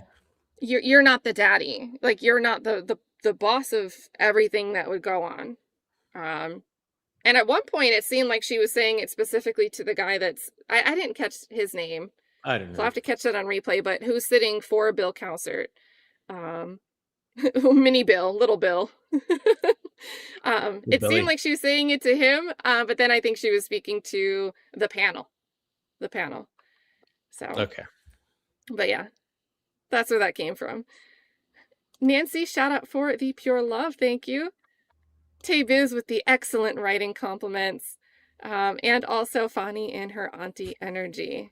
And I think it's enjoyable. I mean, I know it's like driving people up a wall, but honestly, I'm not going to lie. I would love to see some of her work as a criminal defense attorney. Imagine her chasing down a prosecutor, knowing exactly what to be on the lookout for. Yeah, I mean, What do you think of that? I'm sure she's capable. Like, what do you think of that food for thought? Like, Fani taking a prosecution team to an account from the defense side of the table. Yeah, she had a pretty good reputation. I mean, I don't know if she still does, but in private practice, like a lot of people supported her run for DA. Yeah, there was a lot of like YSL adjacent attorneys, right? I feel like I saw a lot of support. Yeah, for sure. So, and that's the thing, like, these roads all cross. They're never like fully separated. We had more gifts here from Sheriff Chuck. Holy moly. Sheriff Chuck was just going bananas in here. Kay Schmidt came in dropping memberships. We have Amuse on X. Good to see you. Amuse on X is hanging out over here on YouTube. Good to see you with the 10 here. Thank you so much. And then Ariane, the vegetarian, said, thanks for covering this. She was also concerned that yesterday she might have said something that wasn't picked up. Text isn't always read the way it's meant to be read. She mentions Trial and Error podcast here. Later tonight, you guys, I'm going to be talking about the Zachary Adams case with the co-host, Dana McClendon from Trial and Error. They did consulting work on the Zachary Adams case for the petition for post-conviction relief for a new trial.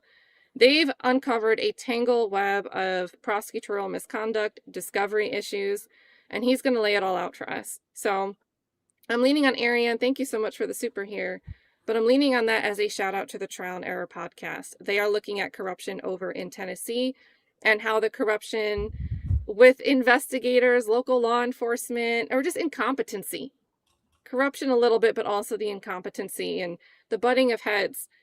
There are victims out there that their cases aren't even being looked at, or their cases, their prosecution isn't going the way it's supposed to go, because when trial comes along, they're not making sure the victim who's in custody is also able to be transported to court to testify.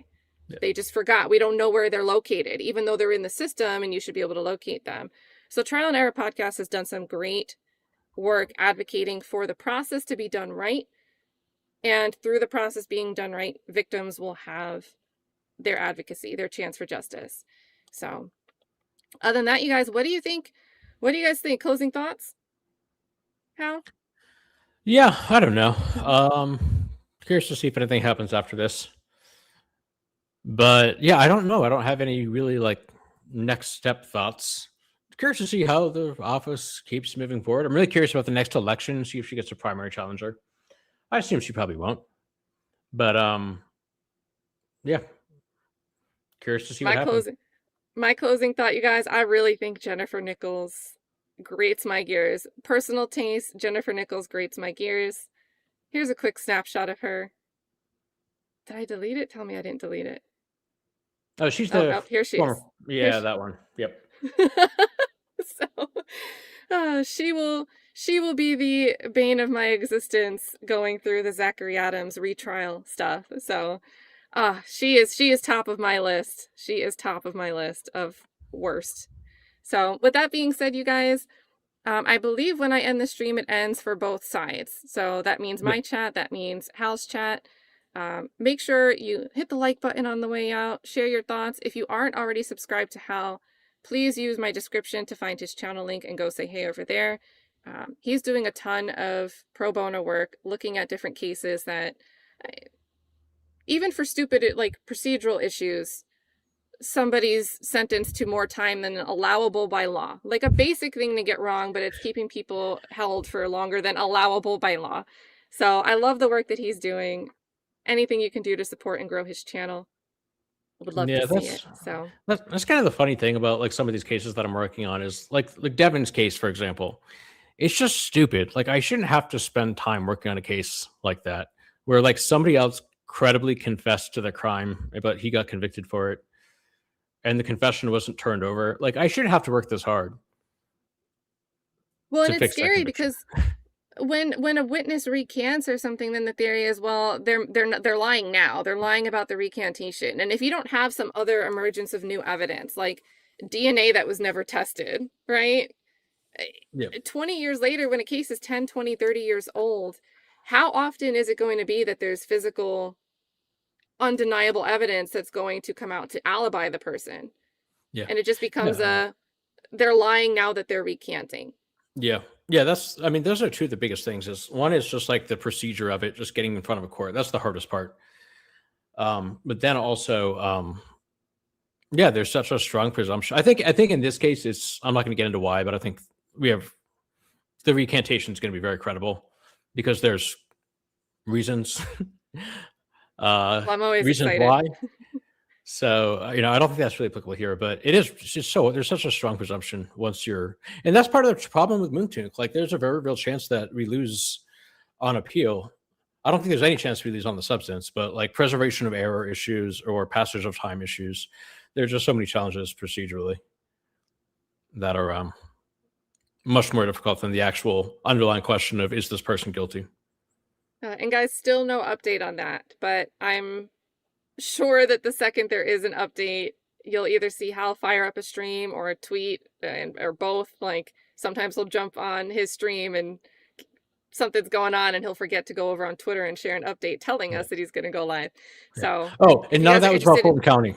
So I have spoke with other prosecutors too. It's not just Fani. Don't be mad at me. he'll go toe to toe against any prosecutor, and that's what I like to see. And the reason I say that is, prosecutors, it's really the defendant that has a right to a fair trial. And when we look at cases, we do these trial watches.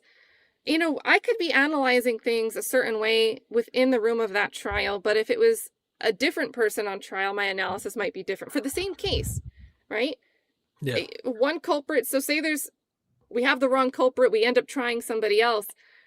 Both of those individuals, obviously one person didn't actually do it, maybe one person did, but both of those people have the same right to a fair trial. And if you don't keep that process in place for everybody, the person who's wrongly accused is not going to have a fair trial.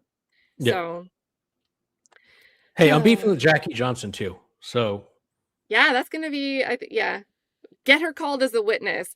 I'm telling you, we wanted during the YSL, trial to see the prosecution team be called as a witness, and the best we got was Adam Abadi, who did not want to go under oath. And that was only in the small issue of the John Melnick issue, knowing whether or not Woody had counsel. So it was a very narrow issue that really wasn't substantive to the charges in the case. It was like a side story, a very big side story. Yeah. But we got to watch the sausage be made. We have more than one prosecutor on the stand in these post-conviction hearings for Zachary Adams. It's an incredible thing to actually see on camera. So highly recommend it. This is my most viewed thing ever by like 3x. The stream is. That's kind of cool. Well, and that's why, and again, thank you to the mods. Thank you to the mods. I know that it's hot button issues, right? Stuff gets contentious. It's all mod love holding it down. And honestly, probably not used to it. We've had very close-knit streams looking at these other cases. This is the first time it's been busy in a while. So with that being said, on a positive note, mod love all the time. Factual Lie always has the McBurney courtroom updates. You always know what's going on in the McBurney streams. Says Melnick was in front of McBurney yesterday. So good to see him back in action. Love it. Love it. And I wanted to hit this for a while. Would you get this reference? Oh, Bailey's. Yes, I would. Because Bailey's is over. I actually was thinking that I ran past an O'Reilly's yesterday, and I was thinking that exact thing. That's fine. Of Factual Lie O'Bailey's? Well, the reference, the O'Bailey's reference, the O'Bailey's. There we go. Love it. And, she's overseas. She's in England, so not sure if she knows that commercial, but it is a popular jingle here in the United States. So love you guys. Thank you so much, everyone. Thank you, Hal, for co-hosting. It's been a blast. Couldn't imagine hosting with anybody else. And the Honorable that one last sneak in here says, shout out to the chat. Happy holidays and early new year. Very awesome way to end this out, and good to see you, Honorable that. Bye, guys.